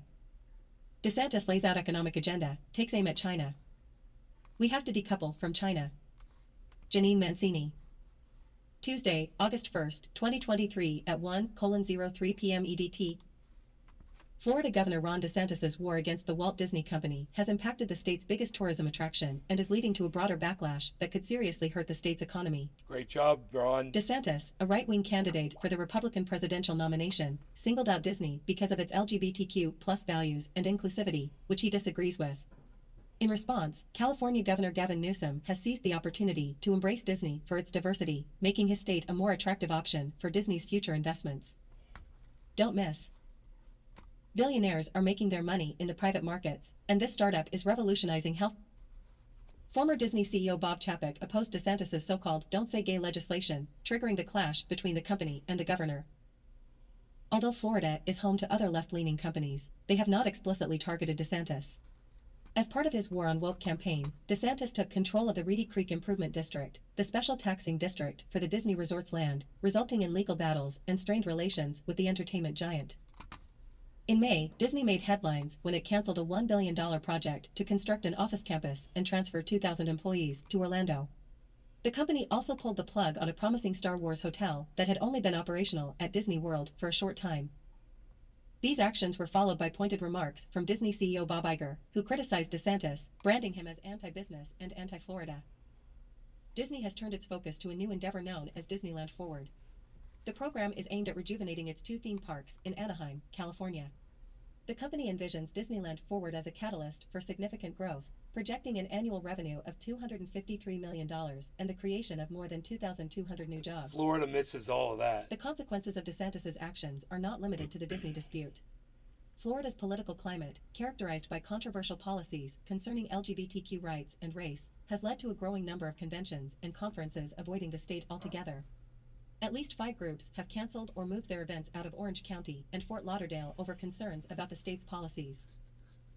Florida's tourism industry is displaying broader signs of decline, particularly in the Orlando area. The Orange County Comptroller's Office reported a 6.7% decrease in tourist development tax collections for May compared to the previous year, marking the 2nd consecutive decrease since February 2021. Great business move, Ron. Hotel occupancy in the Orlando area during May was down by 2.5% year over year. Analysts also point out that crowds in Walt Disney World over the July 4th holiday were the lowest they've been in nearly a decade, a trend also affecting rival theme park Universal Orlando Resort. Factors contributing to the decline include families transitioning away from theme parks as the pent-up demand following the COVID-19 pandemic subsided and visitors are displeased about widespread price increases at Disney's theme parks. The combination of political controversies and other factors is creating a challenging environment for local businesses and officials who rely on the thriving tourism sector. The implications extend beyond the Disney-DeSantis feud and raise questions about the long-term sustainability of Florida's tourism-driven economy. Yeah. Thanks, Ron. You fucking idiot. Great job, man. Great job.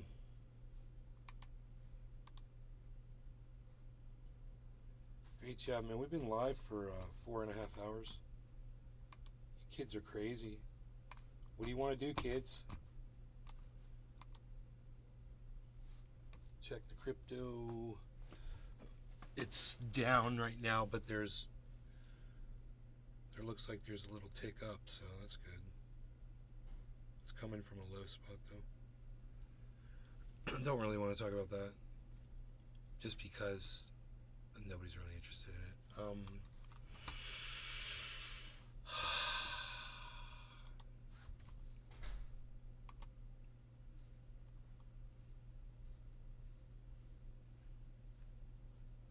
Trendy Nick. Hashtag nay all day.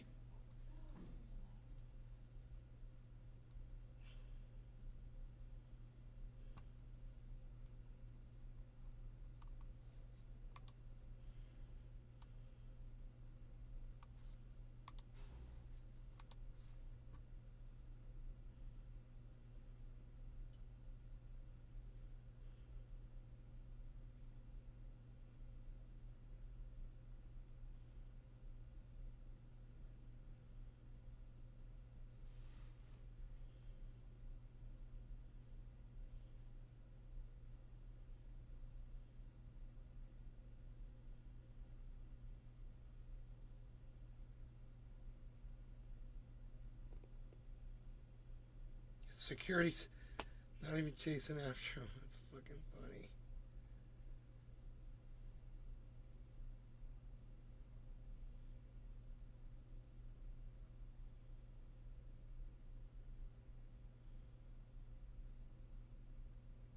Wow.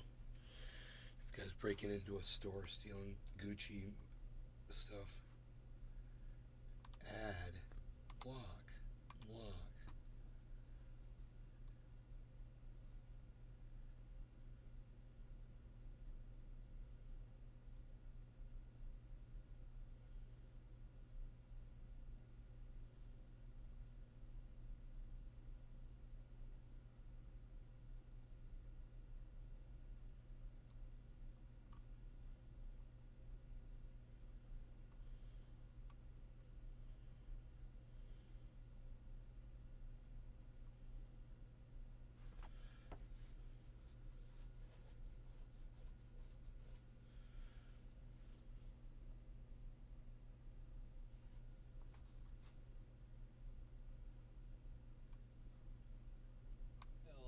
I would also point out, what does Fox News, News Nation, Newsmax all have in common? I don't know, a little odd for a warm embrace from somebody running in the Democratic primary, but that's neither here. I think that's a fantastic answer. And Really a great conversation.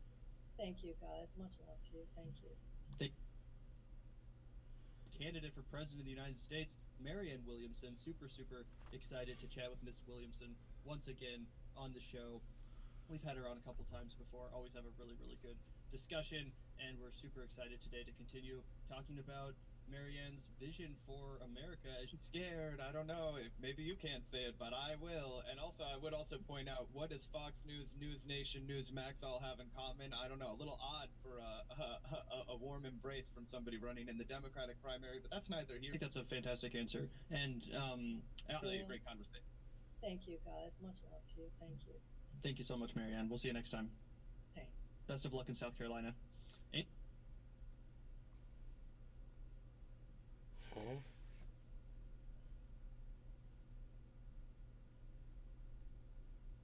Add. Block. So funny, I can block ads so much faster on Twitter now. Because it says ad in the top right corner, and you don't have to scroll through the whole ad to make sure it's an ad. It's awesome. Block every ad on Twitter, guys. It only takes a second.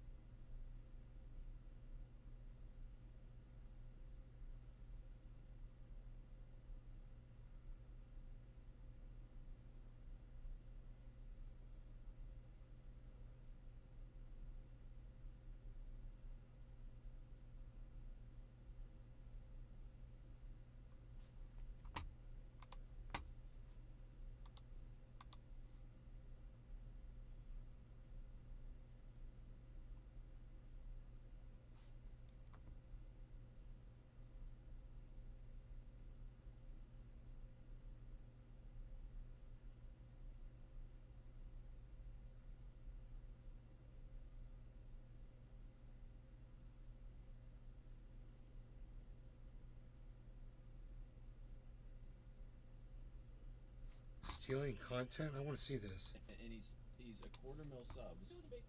This is my footage from my intro that he's using just so that he can copy up like my editing. Like, and no, there's nothing about me here. That was all my footage. And then he just has raw gameplay afterwards. That someone put captions over. Why use my footage in the intro? It's weird. And he's a 250,000 subs. This is my footage from my intro. Okay. I got it.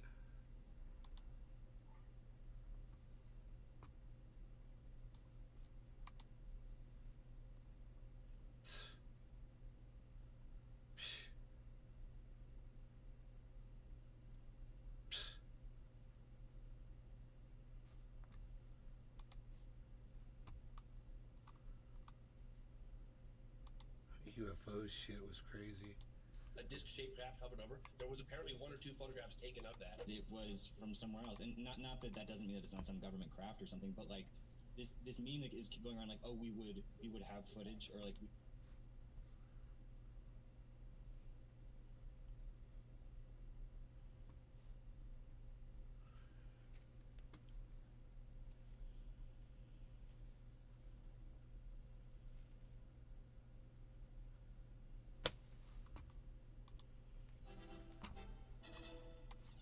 Interior.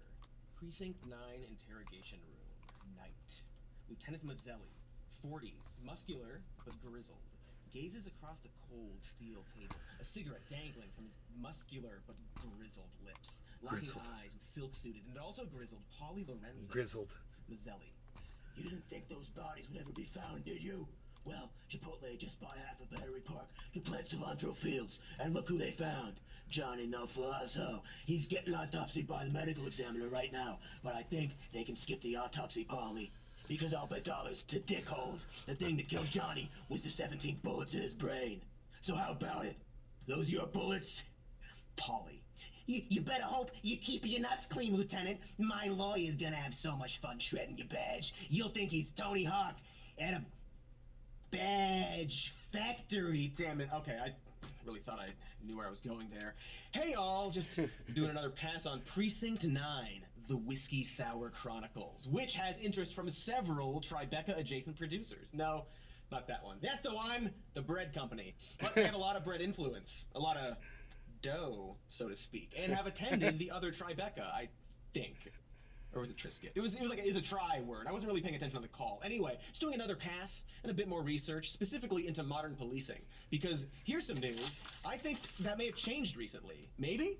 Wasn't there some kind of national discussion we had about the police and crime at some point? Politicians were successful in moving away critical funds to police stations. And now what we are seeing across the country is violence surging. In many cases, city officials put defund the police into practice by voting to cut funding to its respective police departments. What followed was Fox a significant News. nationwide rise in violent crime. So cities across the country are seeing a major spike in violent crime now. A scary scene earlier this week in New York City. So to shoot out in the middle of the street during broad daylight. If you make it impossible for cops to do their jobs, then they can't. That emboldens criminals. If you release criminals before the cops are done with their paperwork, that emboldens criminals. If you only focus on law-abiding gun owners, not the illegal handguns that are being used, you embolden criminals. Jesus H. Crime, really? We cut a ton of police funding, which resulted in a huge spike in violent crime?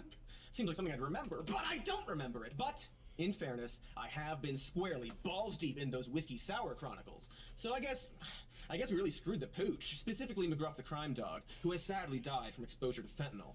Just look at this Fox News headline. Burlington, Vermont, reeling from highest number of homicides in decades after defunding police. Checkmate, Antifa! Presuming you ignore the subhead reads, Burlington voted to defund police before reversing course the following year, and that there were never actually any layoffs. But ignoring that aforementioned checkmate, the entire story here is that the number of homicides in Burlington, population 45,000, rose from 1 in 2020 to 5 in 2022. But in 2021, the year of the supposed defunding and cops quitting in droves, Burlington had 0 homicides. All 5 of the city's 2022 homicides took place after the department was undefunded.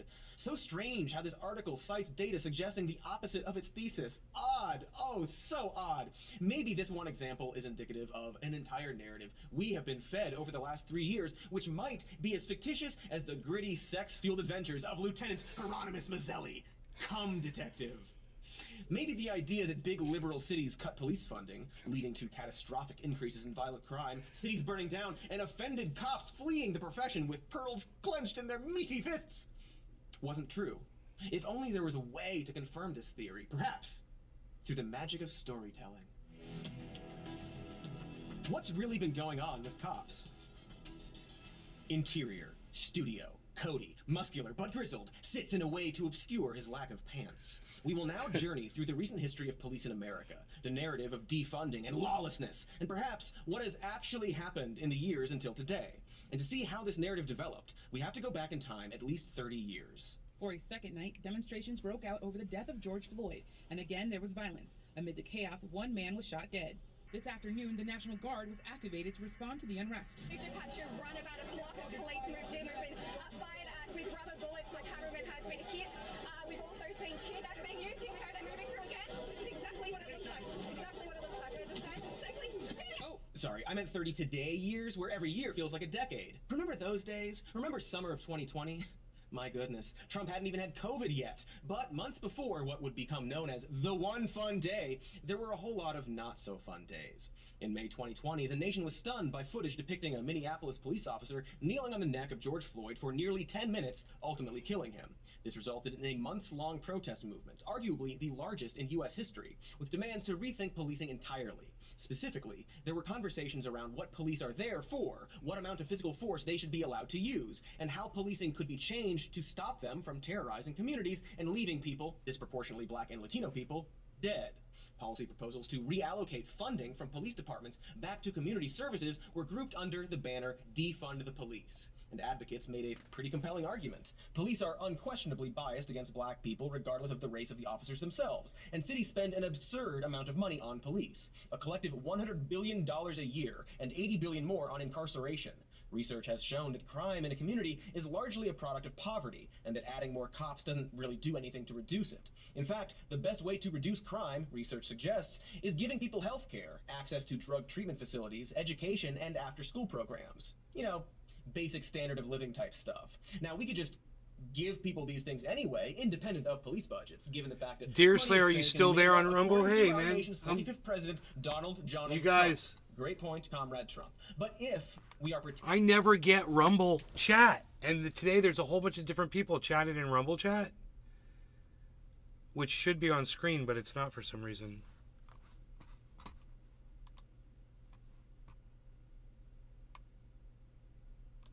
Dude, I clicked on Rumble chat. Why is this so difficult?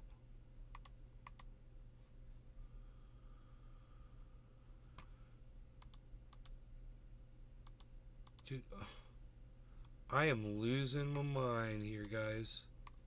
Here we go. No, man. Rumble chat. Dude, this is supposed to be Rumble chat and there's nothing there.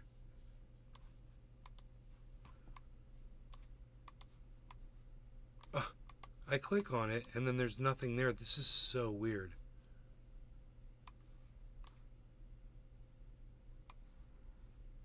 Okay, whatever. Well, that's weird. I don't know what that does.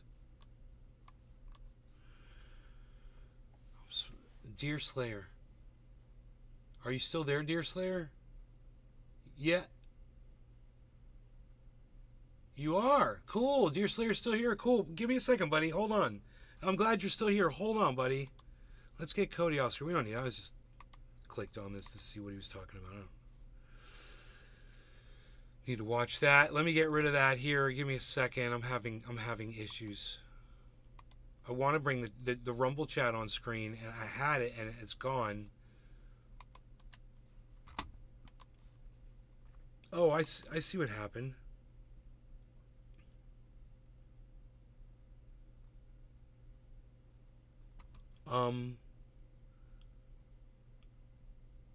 Rumble. What?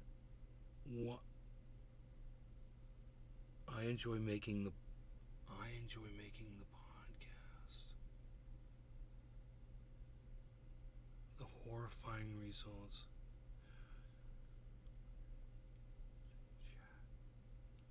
Okay, wait. Let's just start over again. I got an idea. We'll try this again.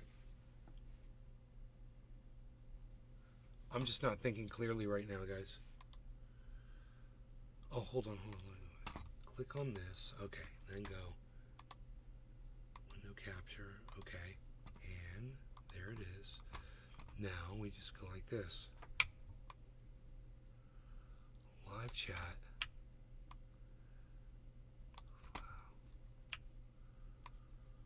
Boflow.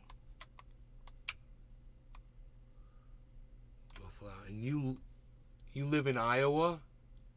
You're smoking some good stuff from Michigan and you live in Iowa?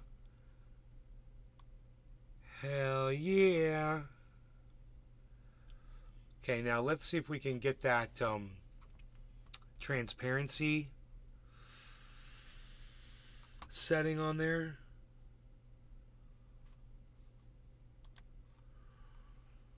It's blending mode screen. So cool.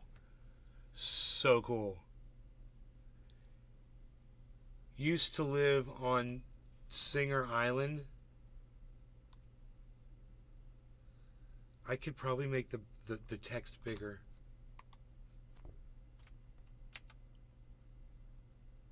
Oh, but then it disappears. I see. Then I have to recapture it. It's okay. It's big enough. I can even make it bigger from here. This is actually... I could just make it bigger right there. There we go. Smoking some good shit from Michigan. Yeah, bro. Hell yeah, you are. Dear Slayer, talking in my Rumble chat.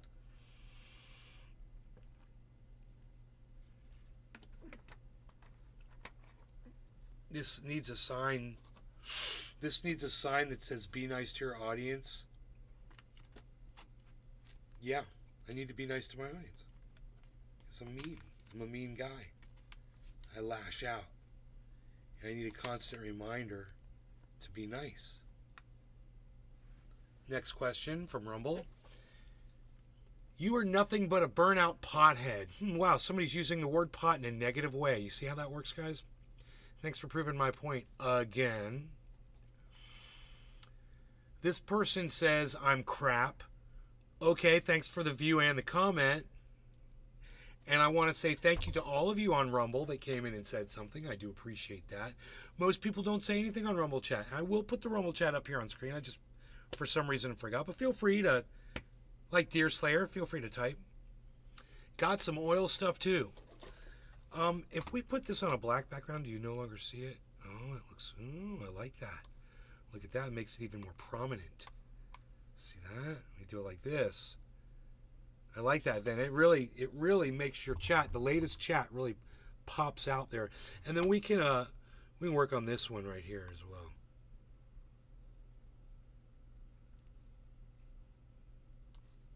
I think we could do this. And just, move this over here. It's not too much, is it? I can always do this. Go like that. I hope that's not too much. This one might be too much here. This one will do this.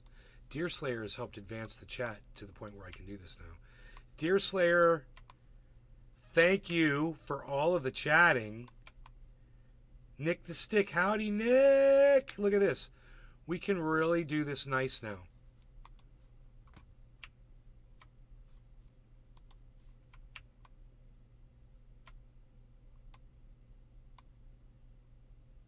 I like it. I really, really like it. I like the setup. Oh, you know what? I don't need all that headroom. Dude. That's pretty cool. I like the setup like this. We can make this other camera brighter and make it even better. We're going to brighten this camera up right here.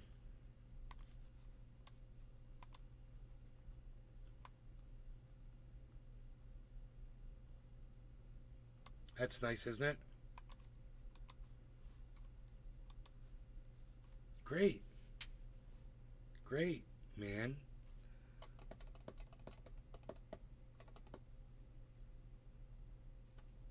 How long have we been live for? 5 hours? The only reason we're live all this time is because I've had more than 20 viewers the whole time. So I want to say thank you to Rumble for keeping that possible. Right now we've got 22 viewers. 22 viewers that I can count. Psychotic. Live for 5 hours and I've got 22 viewers. So thank you.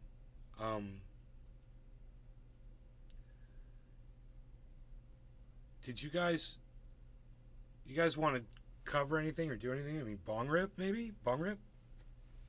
What do you guys think? Do I smoke too much cannabis? Do I smoke too much cannabis? No. Do you guys like my song? That was the end.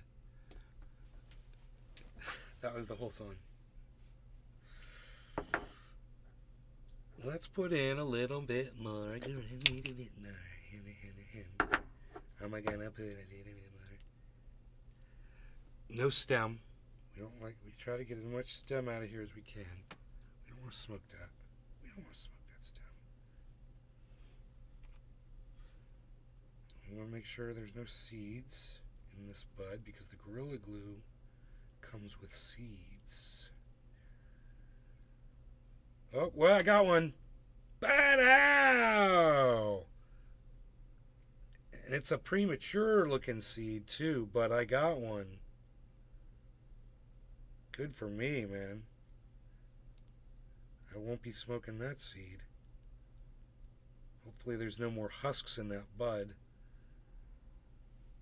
It was Whoa.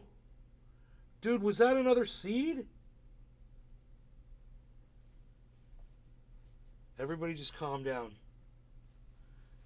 Everybody.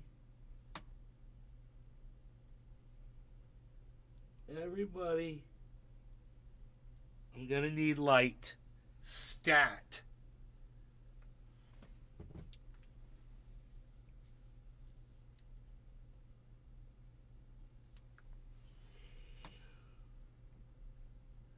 Dude, I swear it seemed like another seed like popped out and shot, but I don't see anything. I'm just gonna take my foot and just kind of feel around here. Whoa, what's that? What is that? What's that? Holy shit, dude. A viable seed. As I was putting it in the bowl, an actual viable seed popped out. Fell on my floor. I found it with my flashlight. And it's a viable seed. The other one is premature for sure. And you're going to be able to see the difference. Now, I told you that first seed. I immediately said it's premature, right? Look at the difference. I'm good, aren't I? I'm good. Right? When I told you it was a premature seed? Where's my autofocus? Oh. Hold on, let me turn on the autofocus.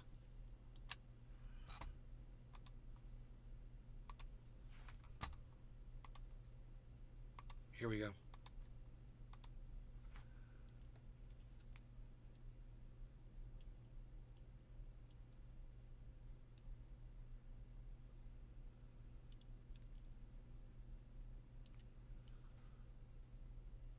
I was like, that seed's premature. I could tell. But this other one, viable as hell, guys. This premature seed, oops, it could produce a sprout, so I'll keep it. But that one definitely will. That's viable as hell. And I've got, here, look at this. Let me put this over here for a second.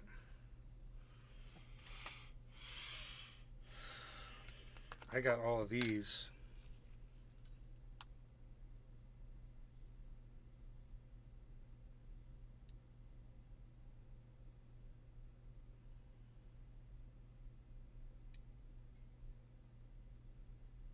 All Gorilla Glue.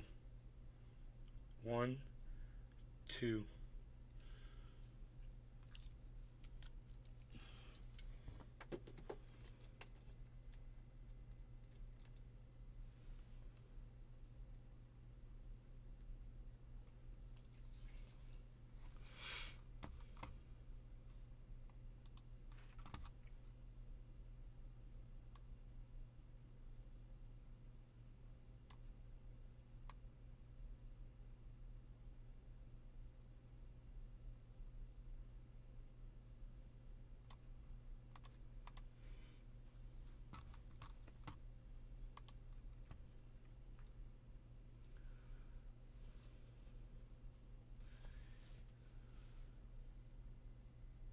I could be in Illinois in 5 minutes, live on the river.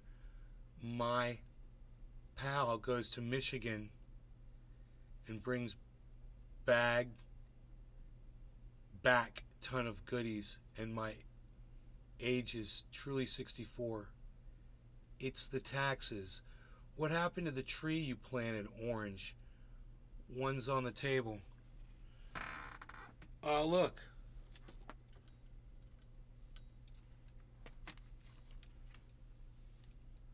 See them all there in the windowsill? I put, the ones outside are doing good. I've got fences around them so the deer can't come eat them. Actually, one of my fences is down and I better get over there and fix it or that orange tree is going to be gone. But I got one to replace it if it is.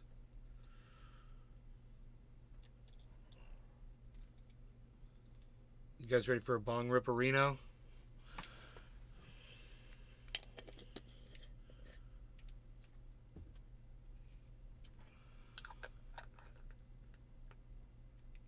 They all of them, yeah, so far all of them are, only one died out of like 30.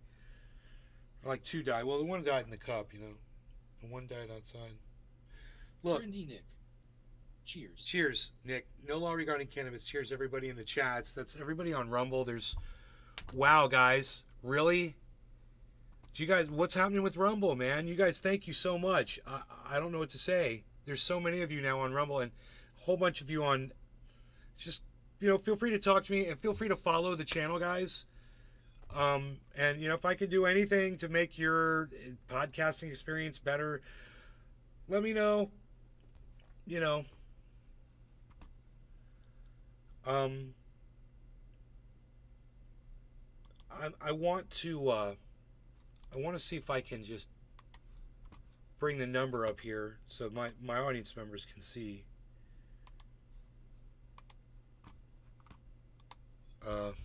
Here, I'll smoke here in a second, guys. I didn't forget. This is just so easy to do now. It only takes me a second to get this.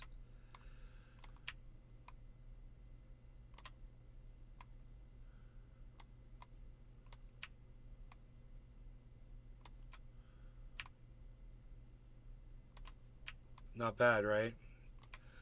And that's on the Rumble. And then this is on the you can see the 11 in the bottom right hand corner of the screen. And that's across the YouTube channels and the Twitter and the Twitches and all that shit. Facebooks. There's 11 there and 16 there. So there's 27 people watching, guys.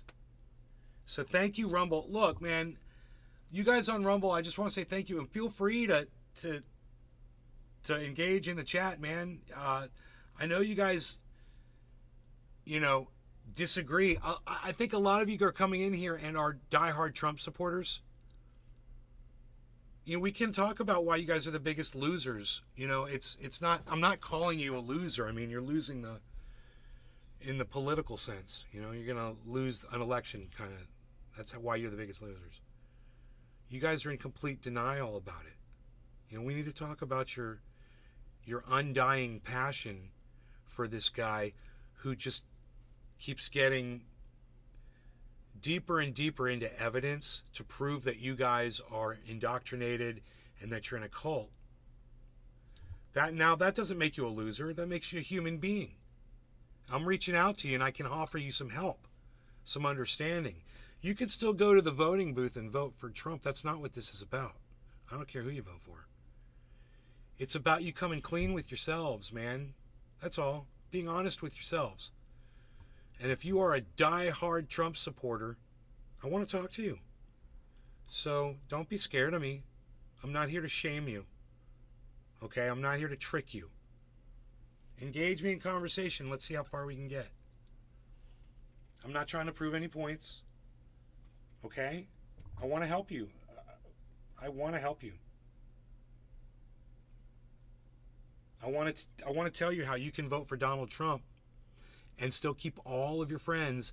And even though you think you've got friends, trust me, a lot of those people will not show up to help you if you need it. Like if you're moving and you need friends to come help you move your shit, all of a sudden they're going to be all gone. You know, you're not going to be able to call any of them if you got a DUI and you're sitting in a jail cell. None of them are going to come bail you out with money. There's a reason for that, and it doesn't have to be like that. And you can fix it overnight. It's so simple. And you can keep supporting and voting for Donald Trump. Don't call people names. I'm here every day.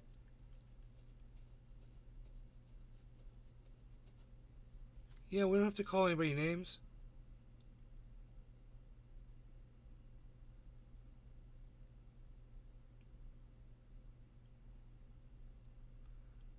Smoke a bong rip and we'll talk, guys. Engage me. Cheers. No law regarding cannabis. Cheers. Deer Slayer in the Rumble. 1959. Nick the Stick in the Rumble. Bonsai House on the other chat over here with Trendy Nick. Again. Cheers.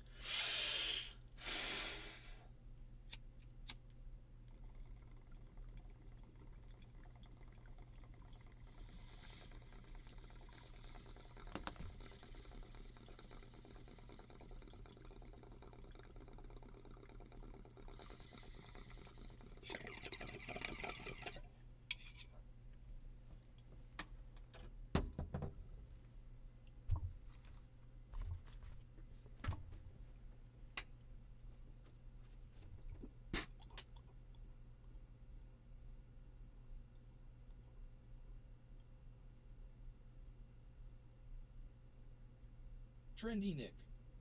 I hop around.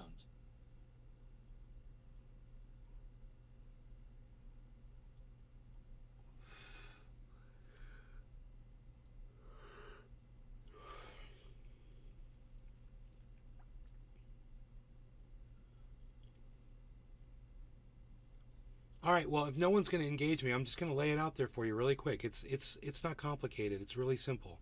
This is how you can vote for Donald Trump.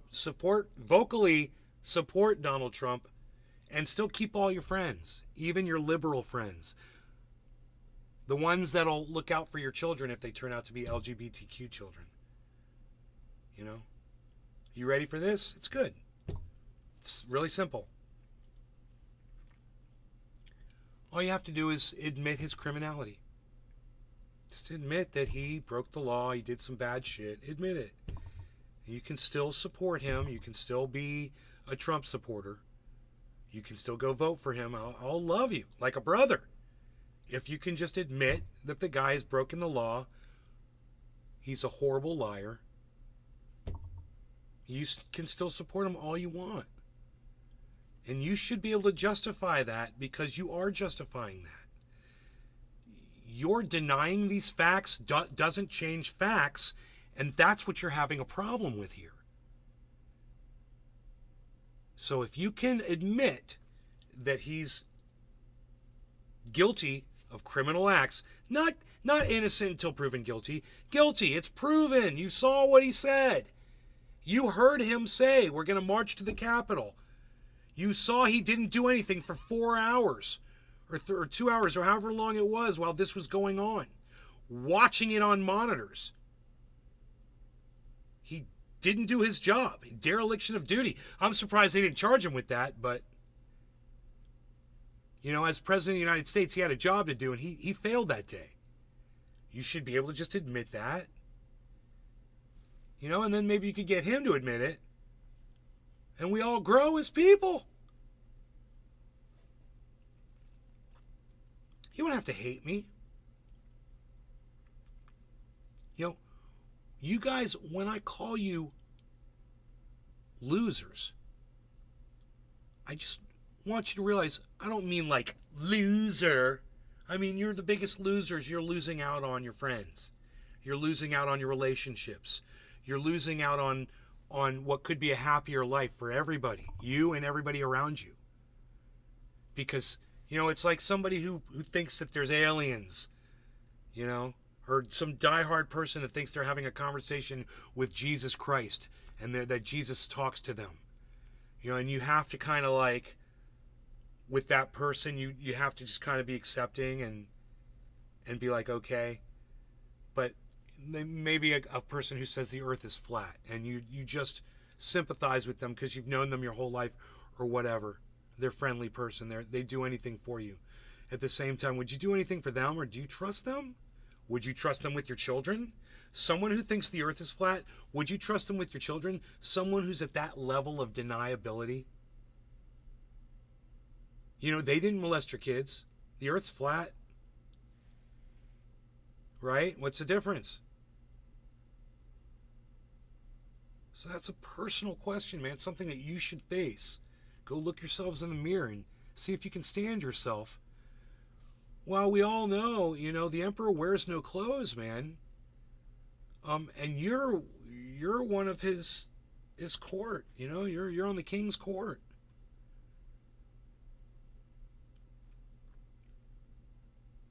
It's not about me calling you names. It's not about you being a loser. It's about you losing things in life that you could have just by keeping it real with yourselves. Go vote for Trump. Go support Trump. Go wear a MAGA hat and yell Trump, Trump, Trump. Come in here and type Trump 2024 all you want. You're more than welcome to do that. I support you in doing that. At the same time, admit the reality of the situation. You know, don't be in denial about it. Because there is a lack of humanity involved when you can't admit something that everybody else can see with their own eyes. It makes you subhuman. And I don't mean to put you down. I mean, it makes you less of a human being. It makes you a shell of a human being. When everybody else can see something, let's say we're all on a boat and it's taking on water. And, you know, there's 8 of us, and you're one of the 8. 7 of us are bailing water, and you're standing there in denial. You're not helping. And you're just standing there looking at it, and you're going, we're not taking on water. The 7 of us, we're about this close to beating the shit out of you and turning you into shark food. Just look at the water, see it's taking on water, and admit it. You know, even better, grab that 8th cup and help us bail, motherfucker.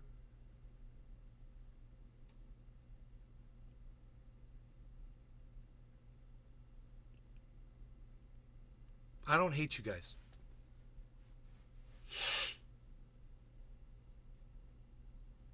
I just want you to know that.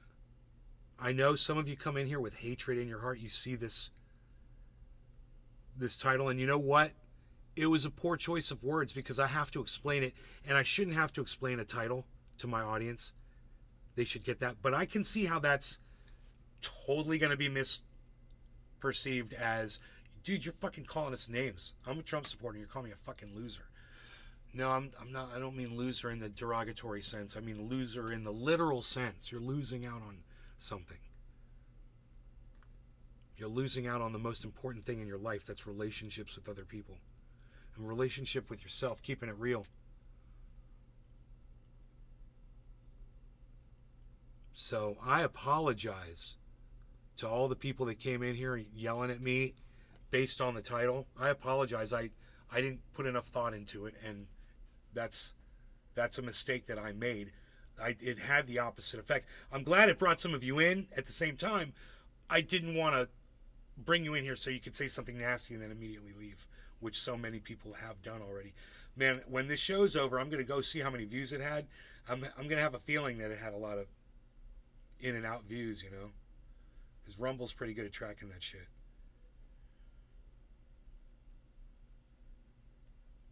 But these numbers right now, man, it's a dream show for me.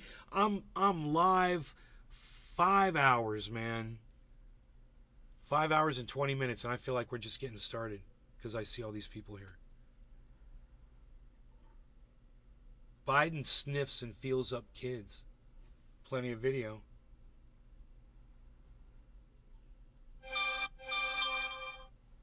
What do you think? How do you think I feel about Biden sniffing on kids and putting his hands on people, and girls and women? Trendy Nick. How do you think I feel about that? I love it when your numbers are up. Dear Slayer, I'm speaking to you specifically. How do you think I feel about Biden sniffing children and putting his hands on women and manipulating them? How do you think I feel about that? Just you knowing me for the person that I am. You had to guess.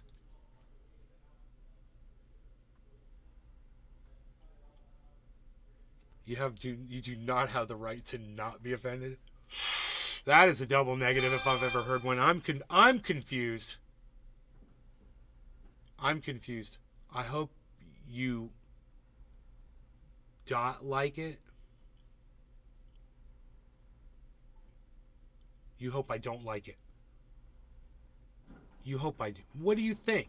Dear Slayer, you've been watching me now for several weeks. I think it's been actually a month or two. How do you think I feel about Joe Biden sniffing children and putting his hands on women and positioning them around and whispering and putting his mouth on children? How do you think I feel about it?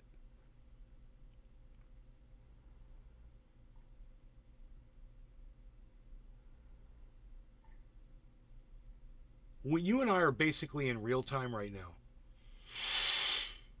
So if you had to guess, now I saw what you said, you hope, but if you had to guess, this is how that guy really feels about it. How do you think, what kind of a person do you think I am?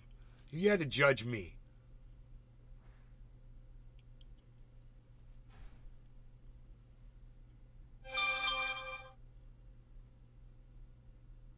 I'm sorry I keep looking at my phone. It's my mom going in and out of the front door talking to the carpenters out there.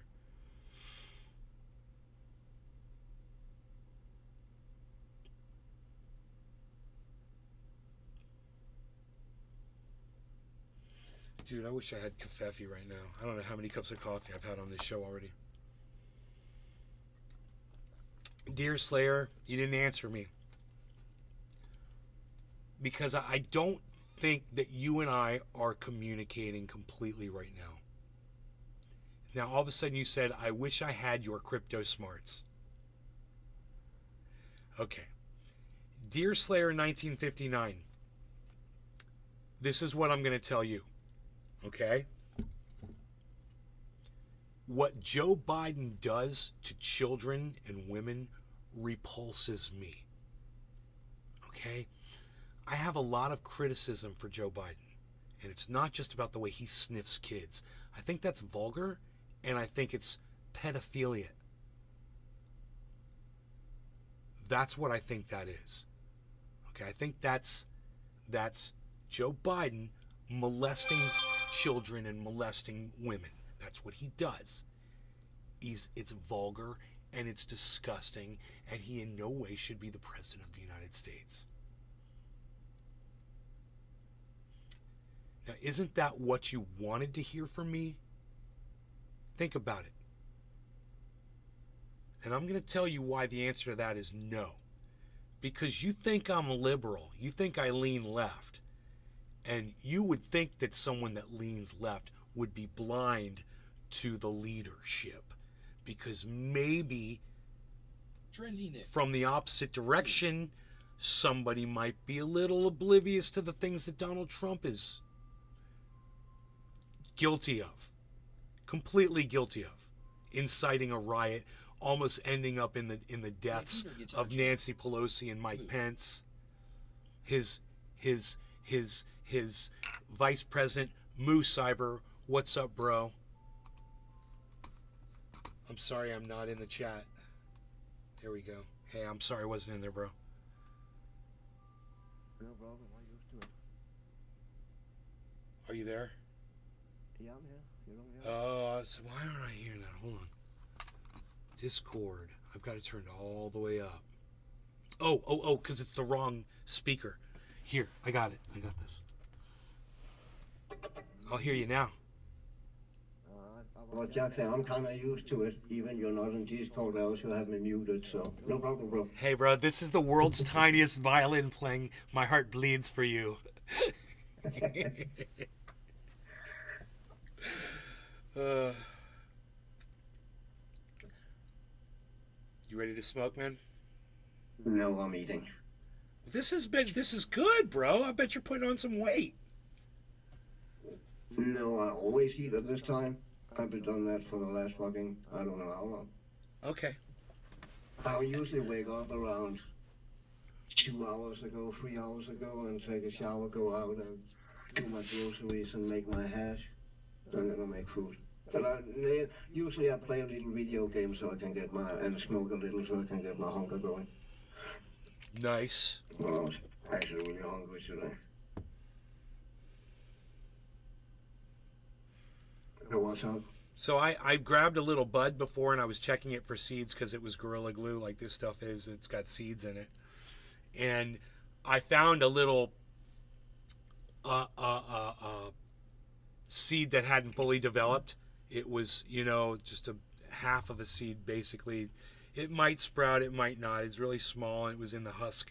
It's kind of weird looking. And I was like, oh man. And I looked through this little bud for any more seeds. I didn't find any. So I was like, cool, I got it ready to put in the bowl. Bro, as I was going to stuff it in the bowl, a seed popped out of it that I somehow fucking missed. And it was a full-on seed. And I was almost sure of it. I heard it ping off of my post like a goddamn golf ball hitting a flag pin. And into my carpet it went. I grabbed my cell phone. I went on the carpet. I looked for it. I couldn't find it. I rubbed my foot over the carpet and I felt it. And I moved my foot over and I saw it with the light. And it was a fully viable seed. And how funny is that? I was going to pack it in the bowl and totally smoke it. It would have been so disgusting and nasty and it would have ruined my day. And it ended up popping out on its own. Like it literally just popped out as I was putting it in the bowl. So weird. And then there was this whole investigation where I was positive that was a seed. I was like, and after I had just looked through this bud, and I went through it, and I just like I'm doing right now, and I looked through it, and I was like, I didn't find a seed in there. Hey, brother, how's it going? You look like a drummer. Yeah, because I got my drum cage up. Is your mom back there? I don't know where she is right now. She told me to come in and look for her. Oh, she might be back in the den area. I don't know.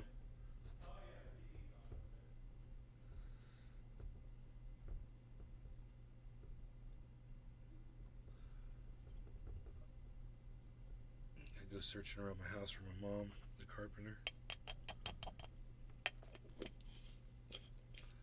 I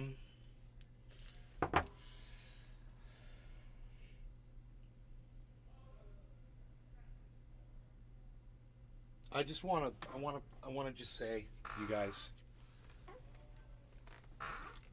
if you're looking for good sound, these are pretty solid. When I had a problem, they stopped communicating for some reason. I reset both of them with a little pin, which only takes a few seconds. Just there's a reset button on them, and I haven't had a problem since. You turn them both on at the same time, and they connect to each other. So let me just see if it works. You hold the power button on for 3 seconds.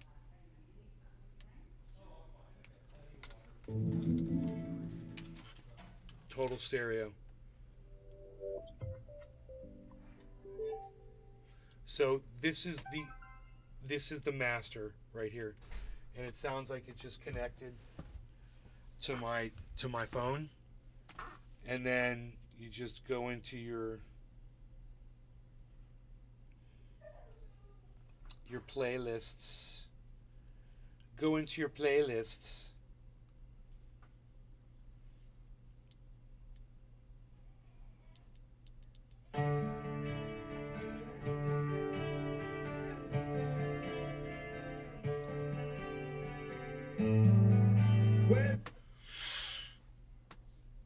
It's amazing sound, and you take it anywhere. And I put it the way I use them in my Jeep.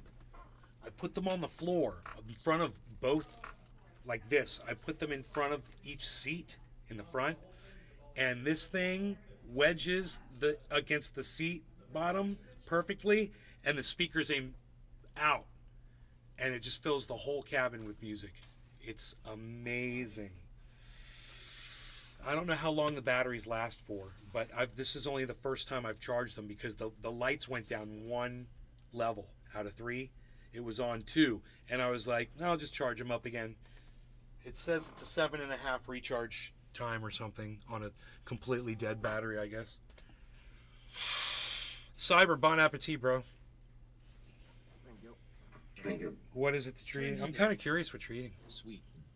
It's just pork chops and some shit. So. Pork chops and applesauce. Yeah. No, it's HP sauce. I'm using HP. I love HP sauce. Yeah, I use that a lot, man. That's good. Sweet, nice, tomatoey sweet. It's kind of got like a little kick to it. I like it. Yeah. HP sauce. I had a bunch of it in California. I had a gallon jug of it in California. Now. I'm sure it's gone. I'm sure it's gone. No, 400 milliliters. 400 milliliters. I can smoke though. I'm waiting for you whenever you're ready. I don't mind smoking now. Okay. While I'm eating. Okay. All right. Cheers. Cheers. No longer going to Cannabis Cyber. Nick. Thank you. Everybody in all the chats, the Rumbles, Deer Slayer. Cheers, guys. On the hey, look at this. Polar Nights. Cheers. Dabs for days. Cheers. On the kick. Cheers, bro. Cheers, everybody. And cheers, Nick. Thanks for watching yesterday, man. I really appreciate it.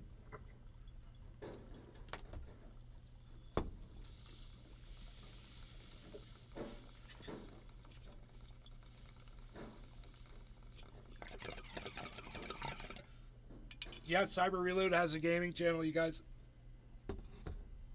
Go watch him play. Les Peter Guitar Jam on YouTube, guys. Right? Les Peter Guitar Jam. Yeah.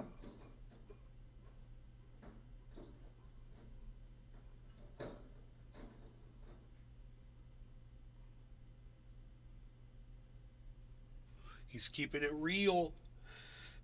I am not an American, but what is happening in the USA scares the living shit out of me, says Polar Nights. Did that just come through, or is that from yesterday? I think that's from yesterday. I don't have anybody from Kick in the chat.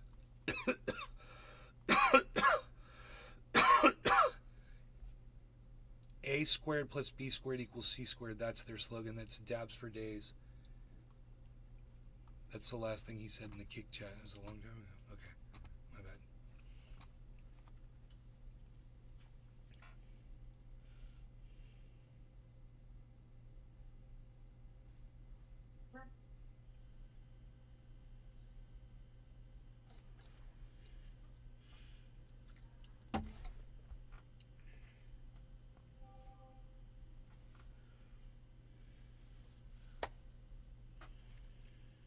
Now my phone is ringing through the Bluetooth speakers. Now, if you turn off the master, it turns off both.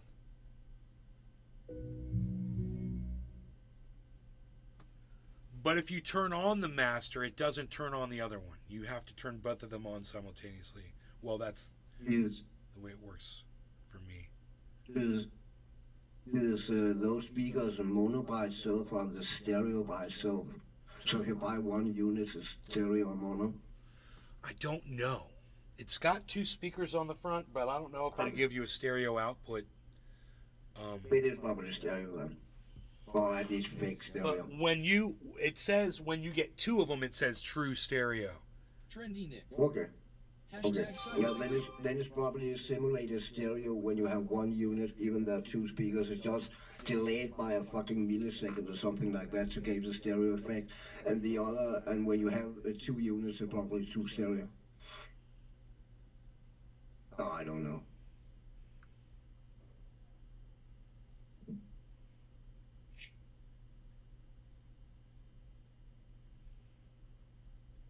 I could use something like that to when I fucking take a shower or something.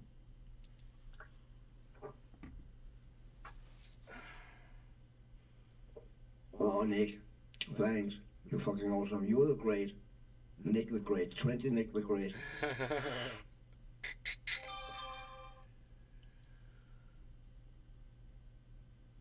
I'm just here for the bongs. I got enough libs in my life, but I'm here every day. I'm not a liberal.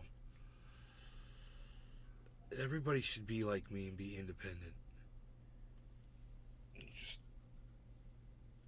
be the champion of the truth, man. That guy with the guy that we were watching that looks around at a fake audience. Believe it or not, a lot of what he said I agree with. See, you see, he's a right winger. He's got a narrative, and it's bullshit. But a lot of the neutral stuff he had to say, it makes a lot of sense, and it's not about him being a conservative. You know, that he says, you know, we should all stop blaming each other for the problems we have, and that we should all work together to solve the problems that we have.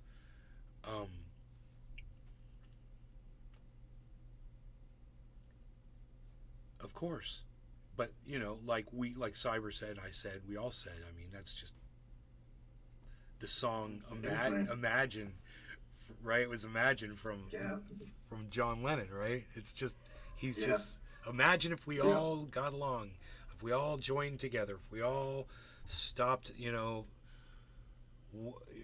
having hatred in our hearts and blah blah blah. And okay, yeah, right, I totally agree with all that stuff. And mostly it seems like that's mostly what he talks about. And then he throws in a little bit of his agenda. And no solutions. No solutions. Only naming the problems and, like, you know, there was no concrete solutions to any of the problems, really. Look from people that are in the middle to bring more people towards the middle.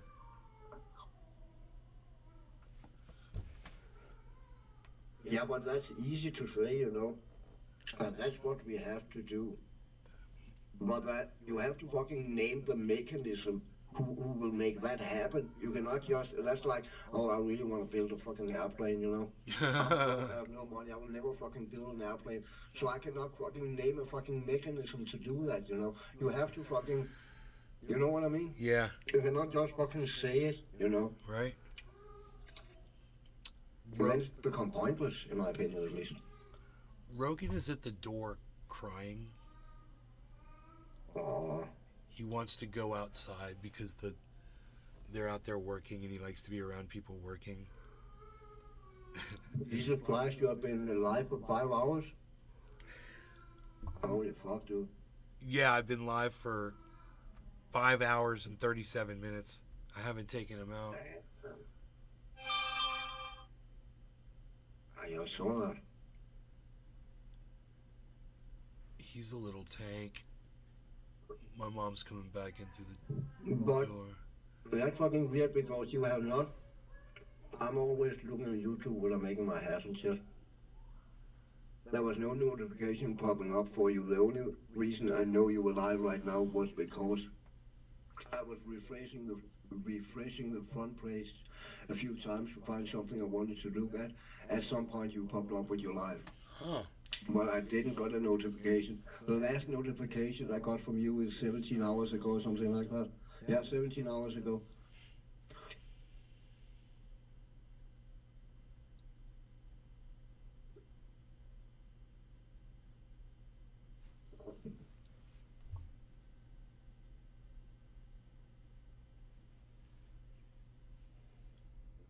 Using it all your notifications. I have no notifications. Okay. But you know what? Nope. I have Trump's name in the title.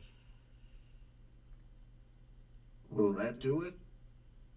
Yeah, but you know what it does for me on Rumble? A lot of viewers, I guess. Yeah, bro. That. Look at my finger. That's Rumble. Damn. Yeah, I see that. I see that. 20 watching. Yeah. A lot of them And came so in. there's- A lot of them came in mad and called me names and called me a pothead and said well, here they said And I want to bet half of those people who call you a pothead smoke themselves, maybe not every day, but at least on a recreational basis. it said this guy says this needs a sign that says be nice to your audience, and this topic blows. I wish you well. And I was like, yeah, dude, I'm mean, man. I need a sign to remind myself to be nice to my audience. That's exactly why that's there. That's exactly why it needs that to be there. And this one needs to be here too. No more yelling. Save your voice. See this one?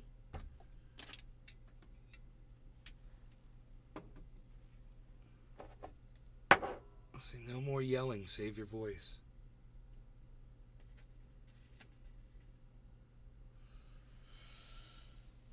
These things need to be here, man. I need these reminders. You know, I want to go back in my bedroom and grab my guitar and play my piano and sing Journey. I keep thinking I want to do it. I haven't done it yet. I want to go back there and learn those two solos on that song. It's two songs in one.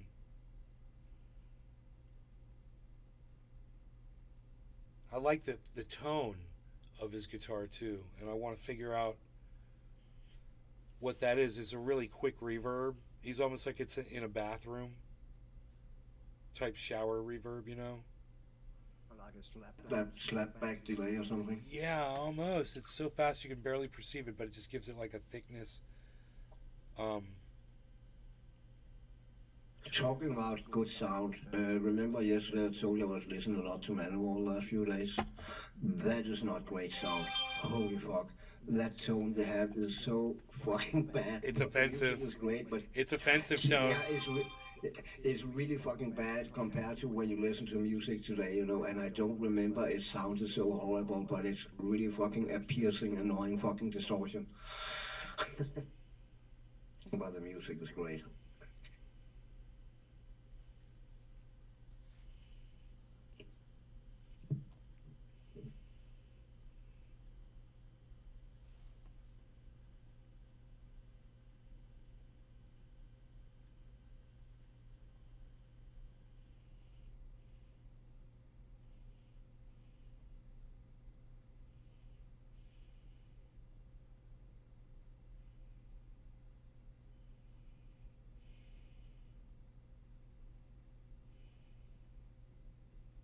North Korea hacked another 100 million in crypto.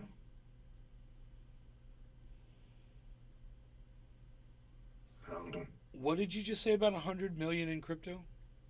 Yeah, North Korea hacked that. Hold on. I just saw. I'll give you a link. I just saw the video pop up. Just popped up. Give you a link. But they done it before, right? North Korea, they also hacked United States not that long ago, right? If I remember right. No, I don't even know what you're referring to, bro. When was that?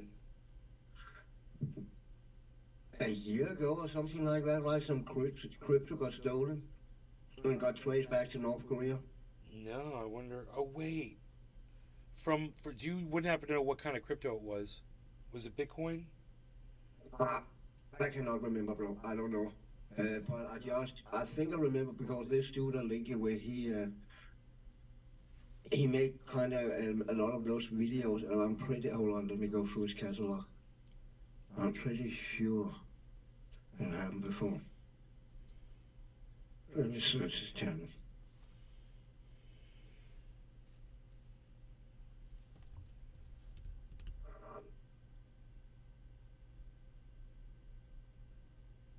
Gas was $3.89, says Deerslayer today. My mother and I were just talking about the price of gas. I just went and got some a while back. I noticed it was kind of coming up. I was like, yeah, I should probably fill up.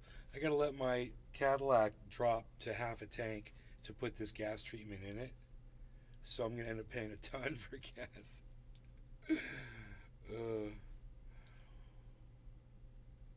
But I put the light on the back of it's a tow hitch cover with the Chevy emblem on it, and you plug the thing into the electrical outlet of the for the trailer hitch. It's the little 4-pin. If your output is a 4-pin, or I got a converter because it was a round one, the 6-pin round. Well, it's 7 pins. It's got the one in the center too. It's a 7-pin connector. I got the thing that gives you either the 5-pin or the 4-pin, and this is a 4-pin. Plug it in. When you hit your brakes, the little Chevy emblem in the middle of the square thing for your hitch receiver, it lights up red, like bright red LED. It's freaking badass. It's badass. I really like it. 2 years ago, the other hack, North Korean hackers steal billions in cryptocurrency. That's 2 years ago. Well, what just happened now, though? I don't know. I haven't watched the video. I'll link it to you on Discord. I only saw the headline. I'm eating, so I haven't seen it.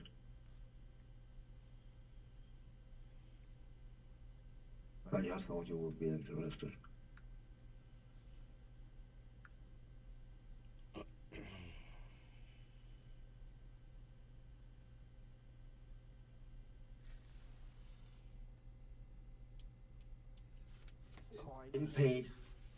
CoinPaid hacked for 37.3 million.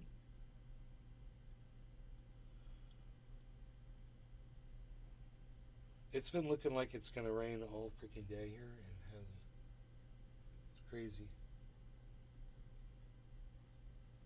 I guess it's not gonna. I should have checked the weather report. I got that hood, the soft top on the Jeep all tied down really nice and tight. I got some new Velcro in, ordered some, and not one. It's not one hack of 100 million. He putting a lot of fucking hacks together who add up to that. Oh, Over I got you. time. I got you. So Yeah, then well, I that think harmony, was that the harmony easiest. hack was, I think, 100 million harmony. I think. Harmony got hacked? Oh yeah, a while back. That's that Harmony One you're talking about. Yes, yes. Yeah. Oh yeah, I believe it was 100 million. Yeah.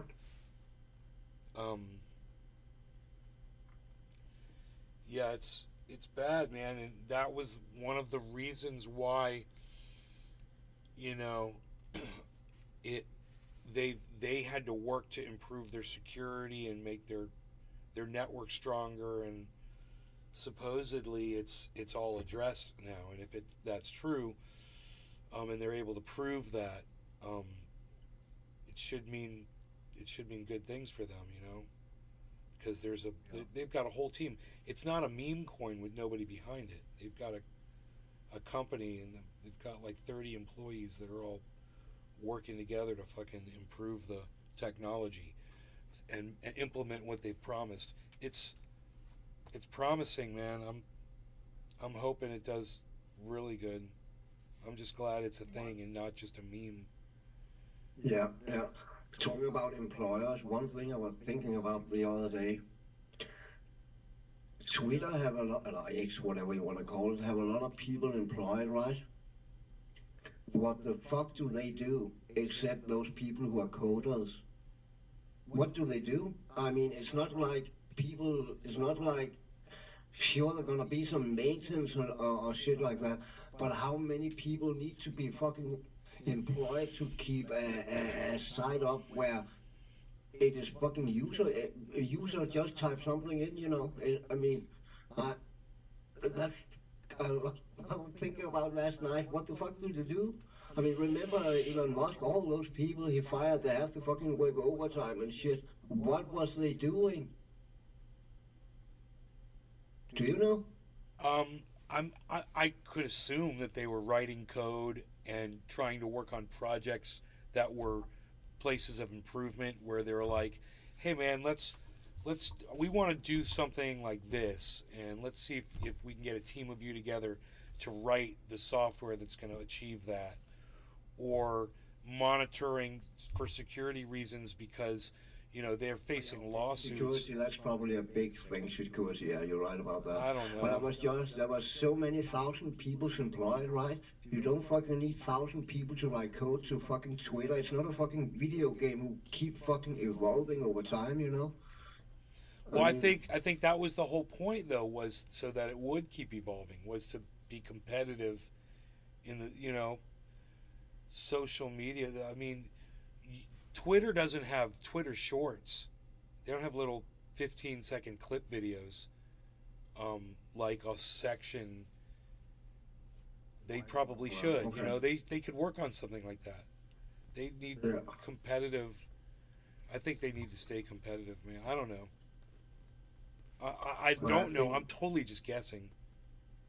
I think Elon Musk's idea was it to turn it into like WeChat, right, in China, where everything is one app.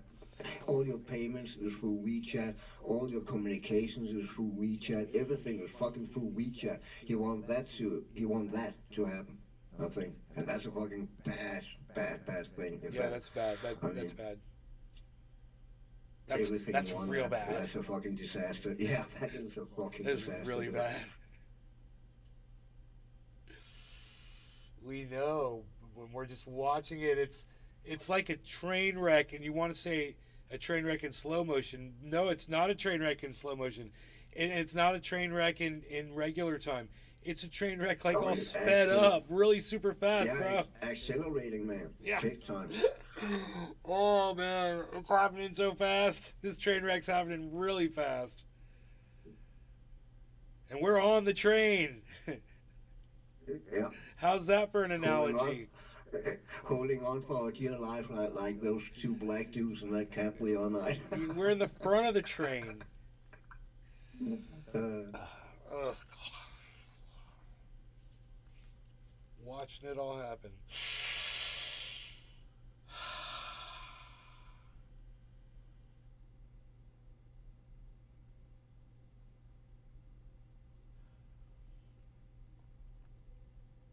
What's up with Kick? It's not showing me any viewers. That's weird. 77 followers. Time live 5 hours and 52 minutes.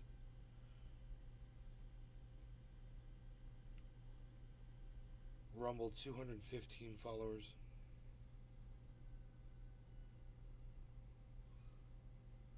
Let's refresh that.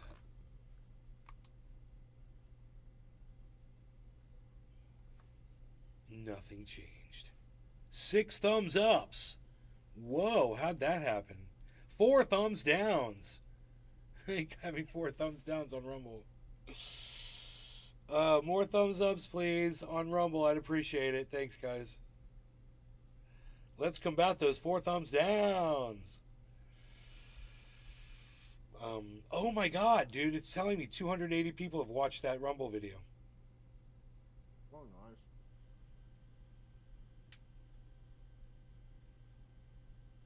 Cyber. Huh? 280 views on Rumble on this video. Yeah, I said nice. Oh, I didn't hear you. I'm sorry. My mouth real full. It probably just thought it was noise.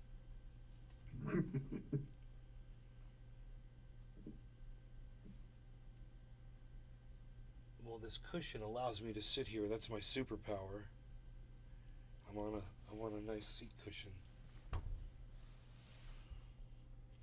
It's like my cape. It lets me fly. My magic flying cape.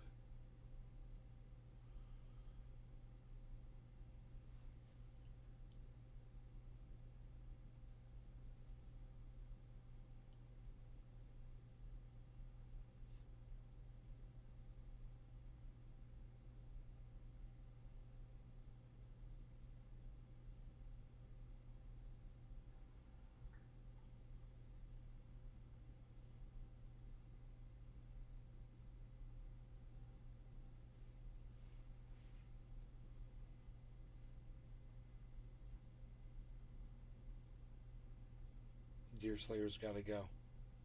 Got to go. That's funny. We've only been here for hours. Hours.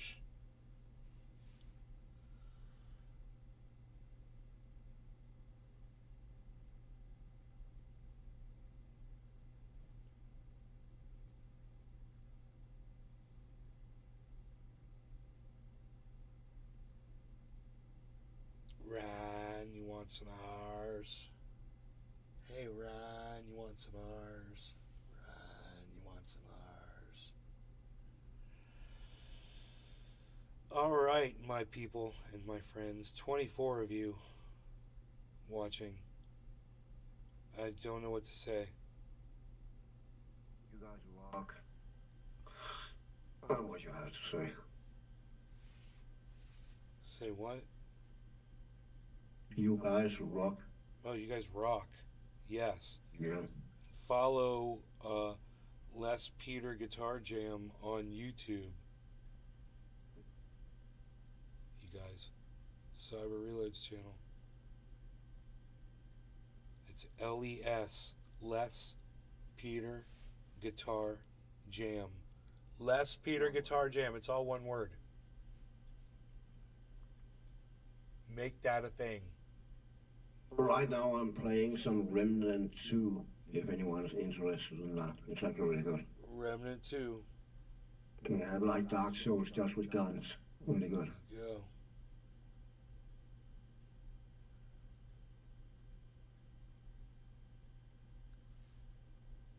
Those are phenomenal.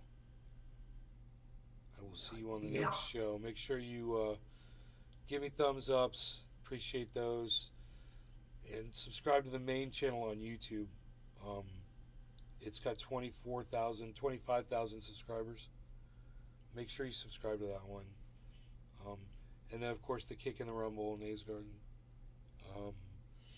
Don't forget to follow over there on those two, on the Kicks, on the Rumbles. Hit the follow.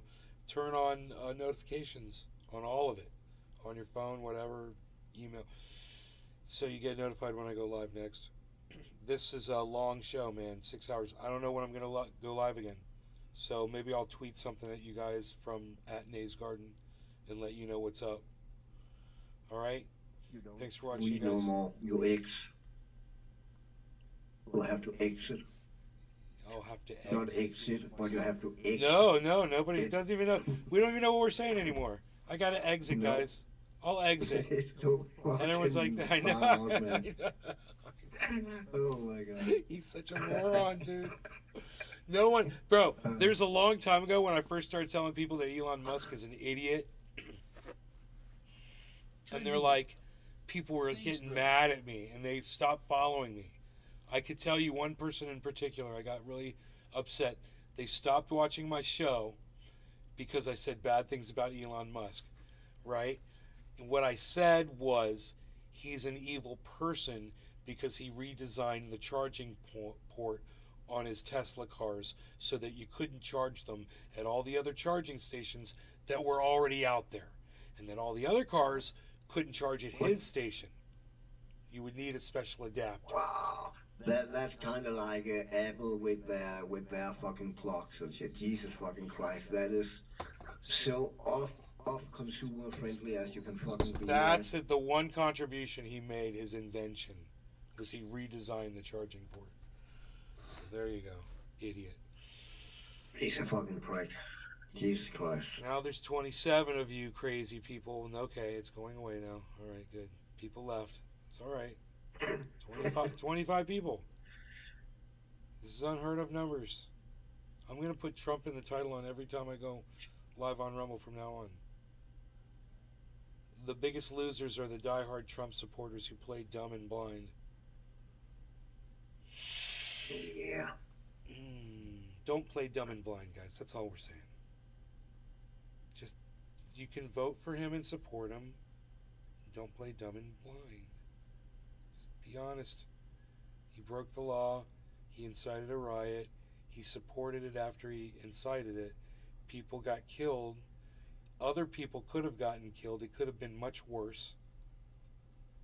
And he should answer to that. And you should be honest about that. And go vote for him. All right. That's the message. You guys take care. Thanks for watching. Bye-bye. Bye-bye. Thank you, Cyber Reload. No problem, bro. All right. Glad to be here.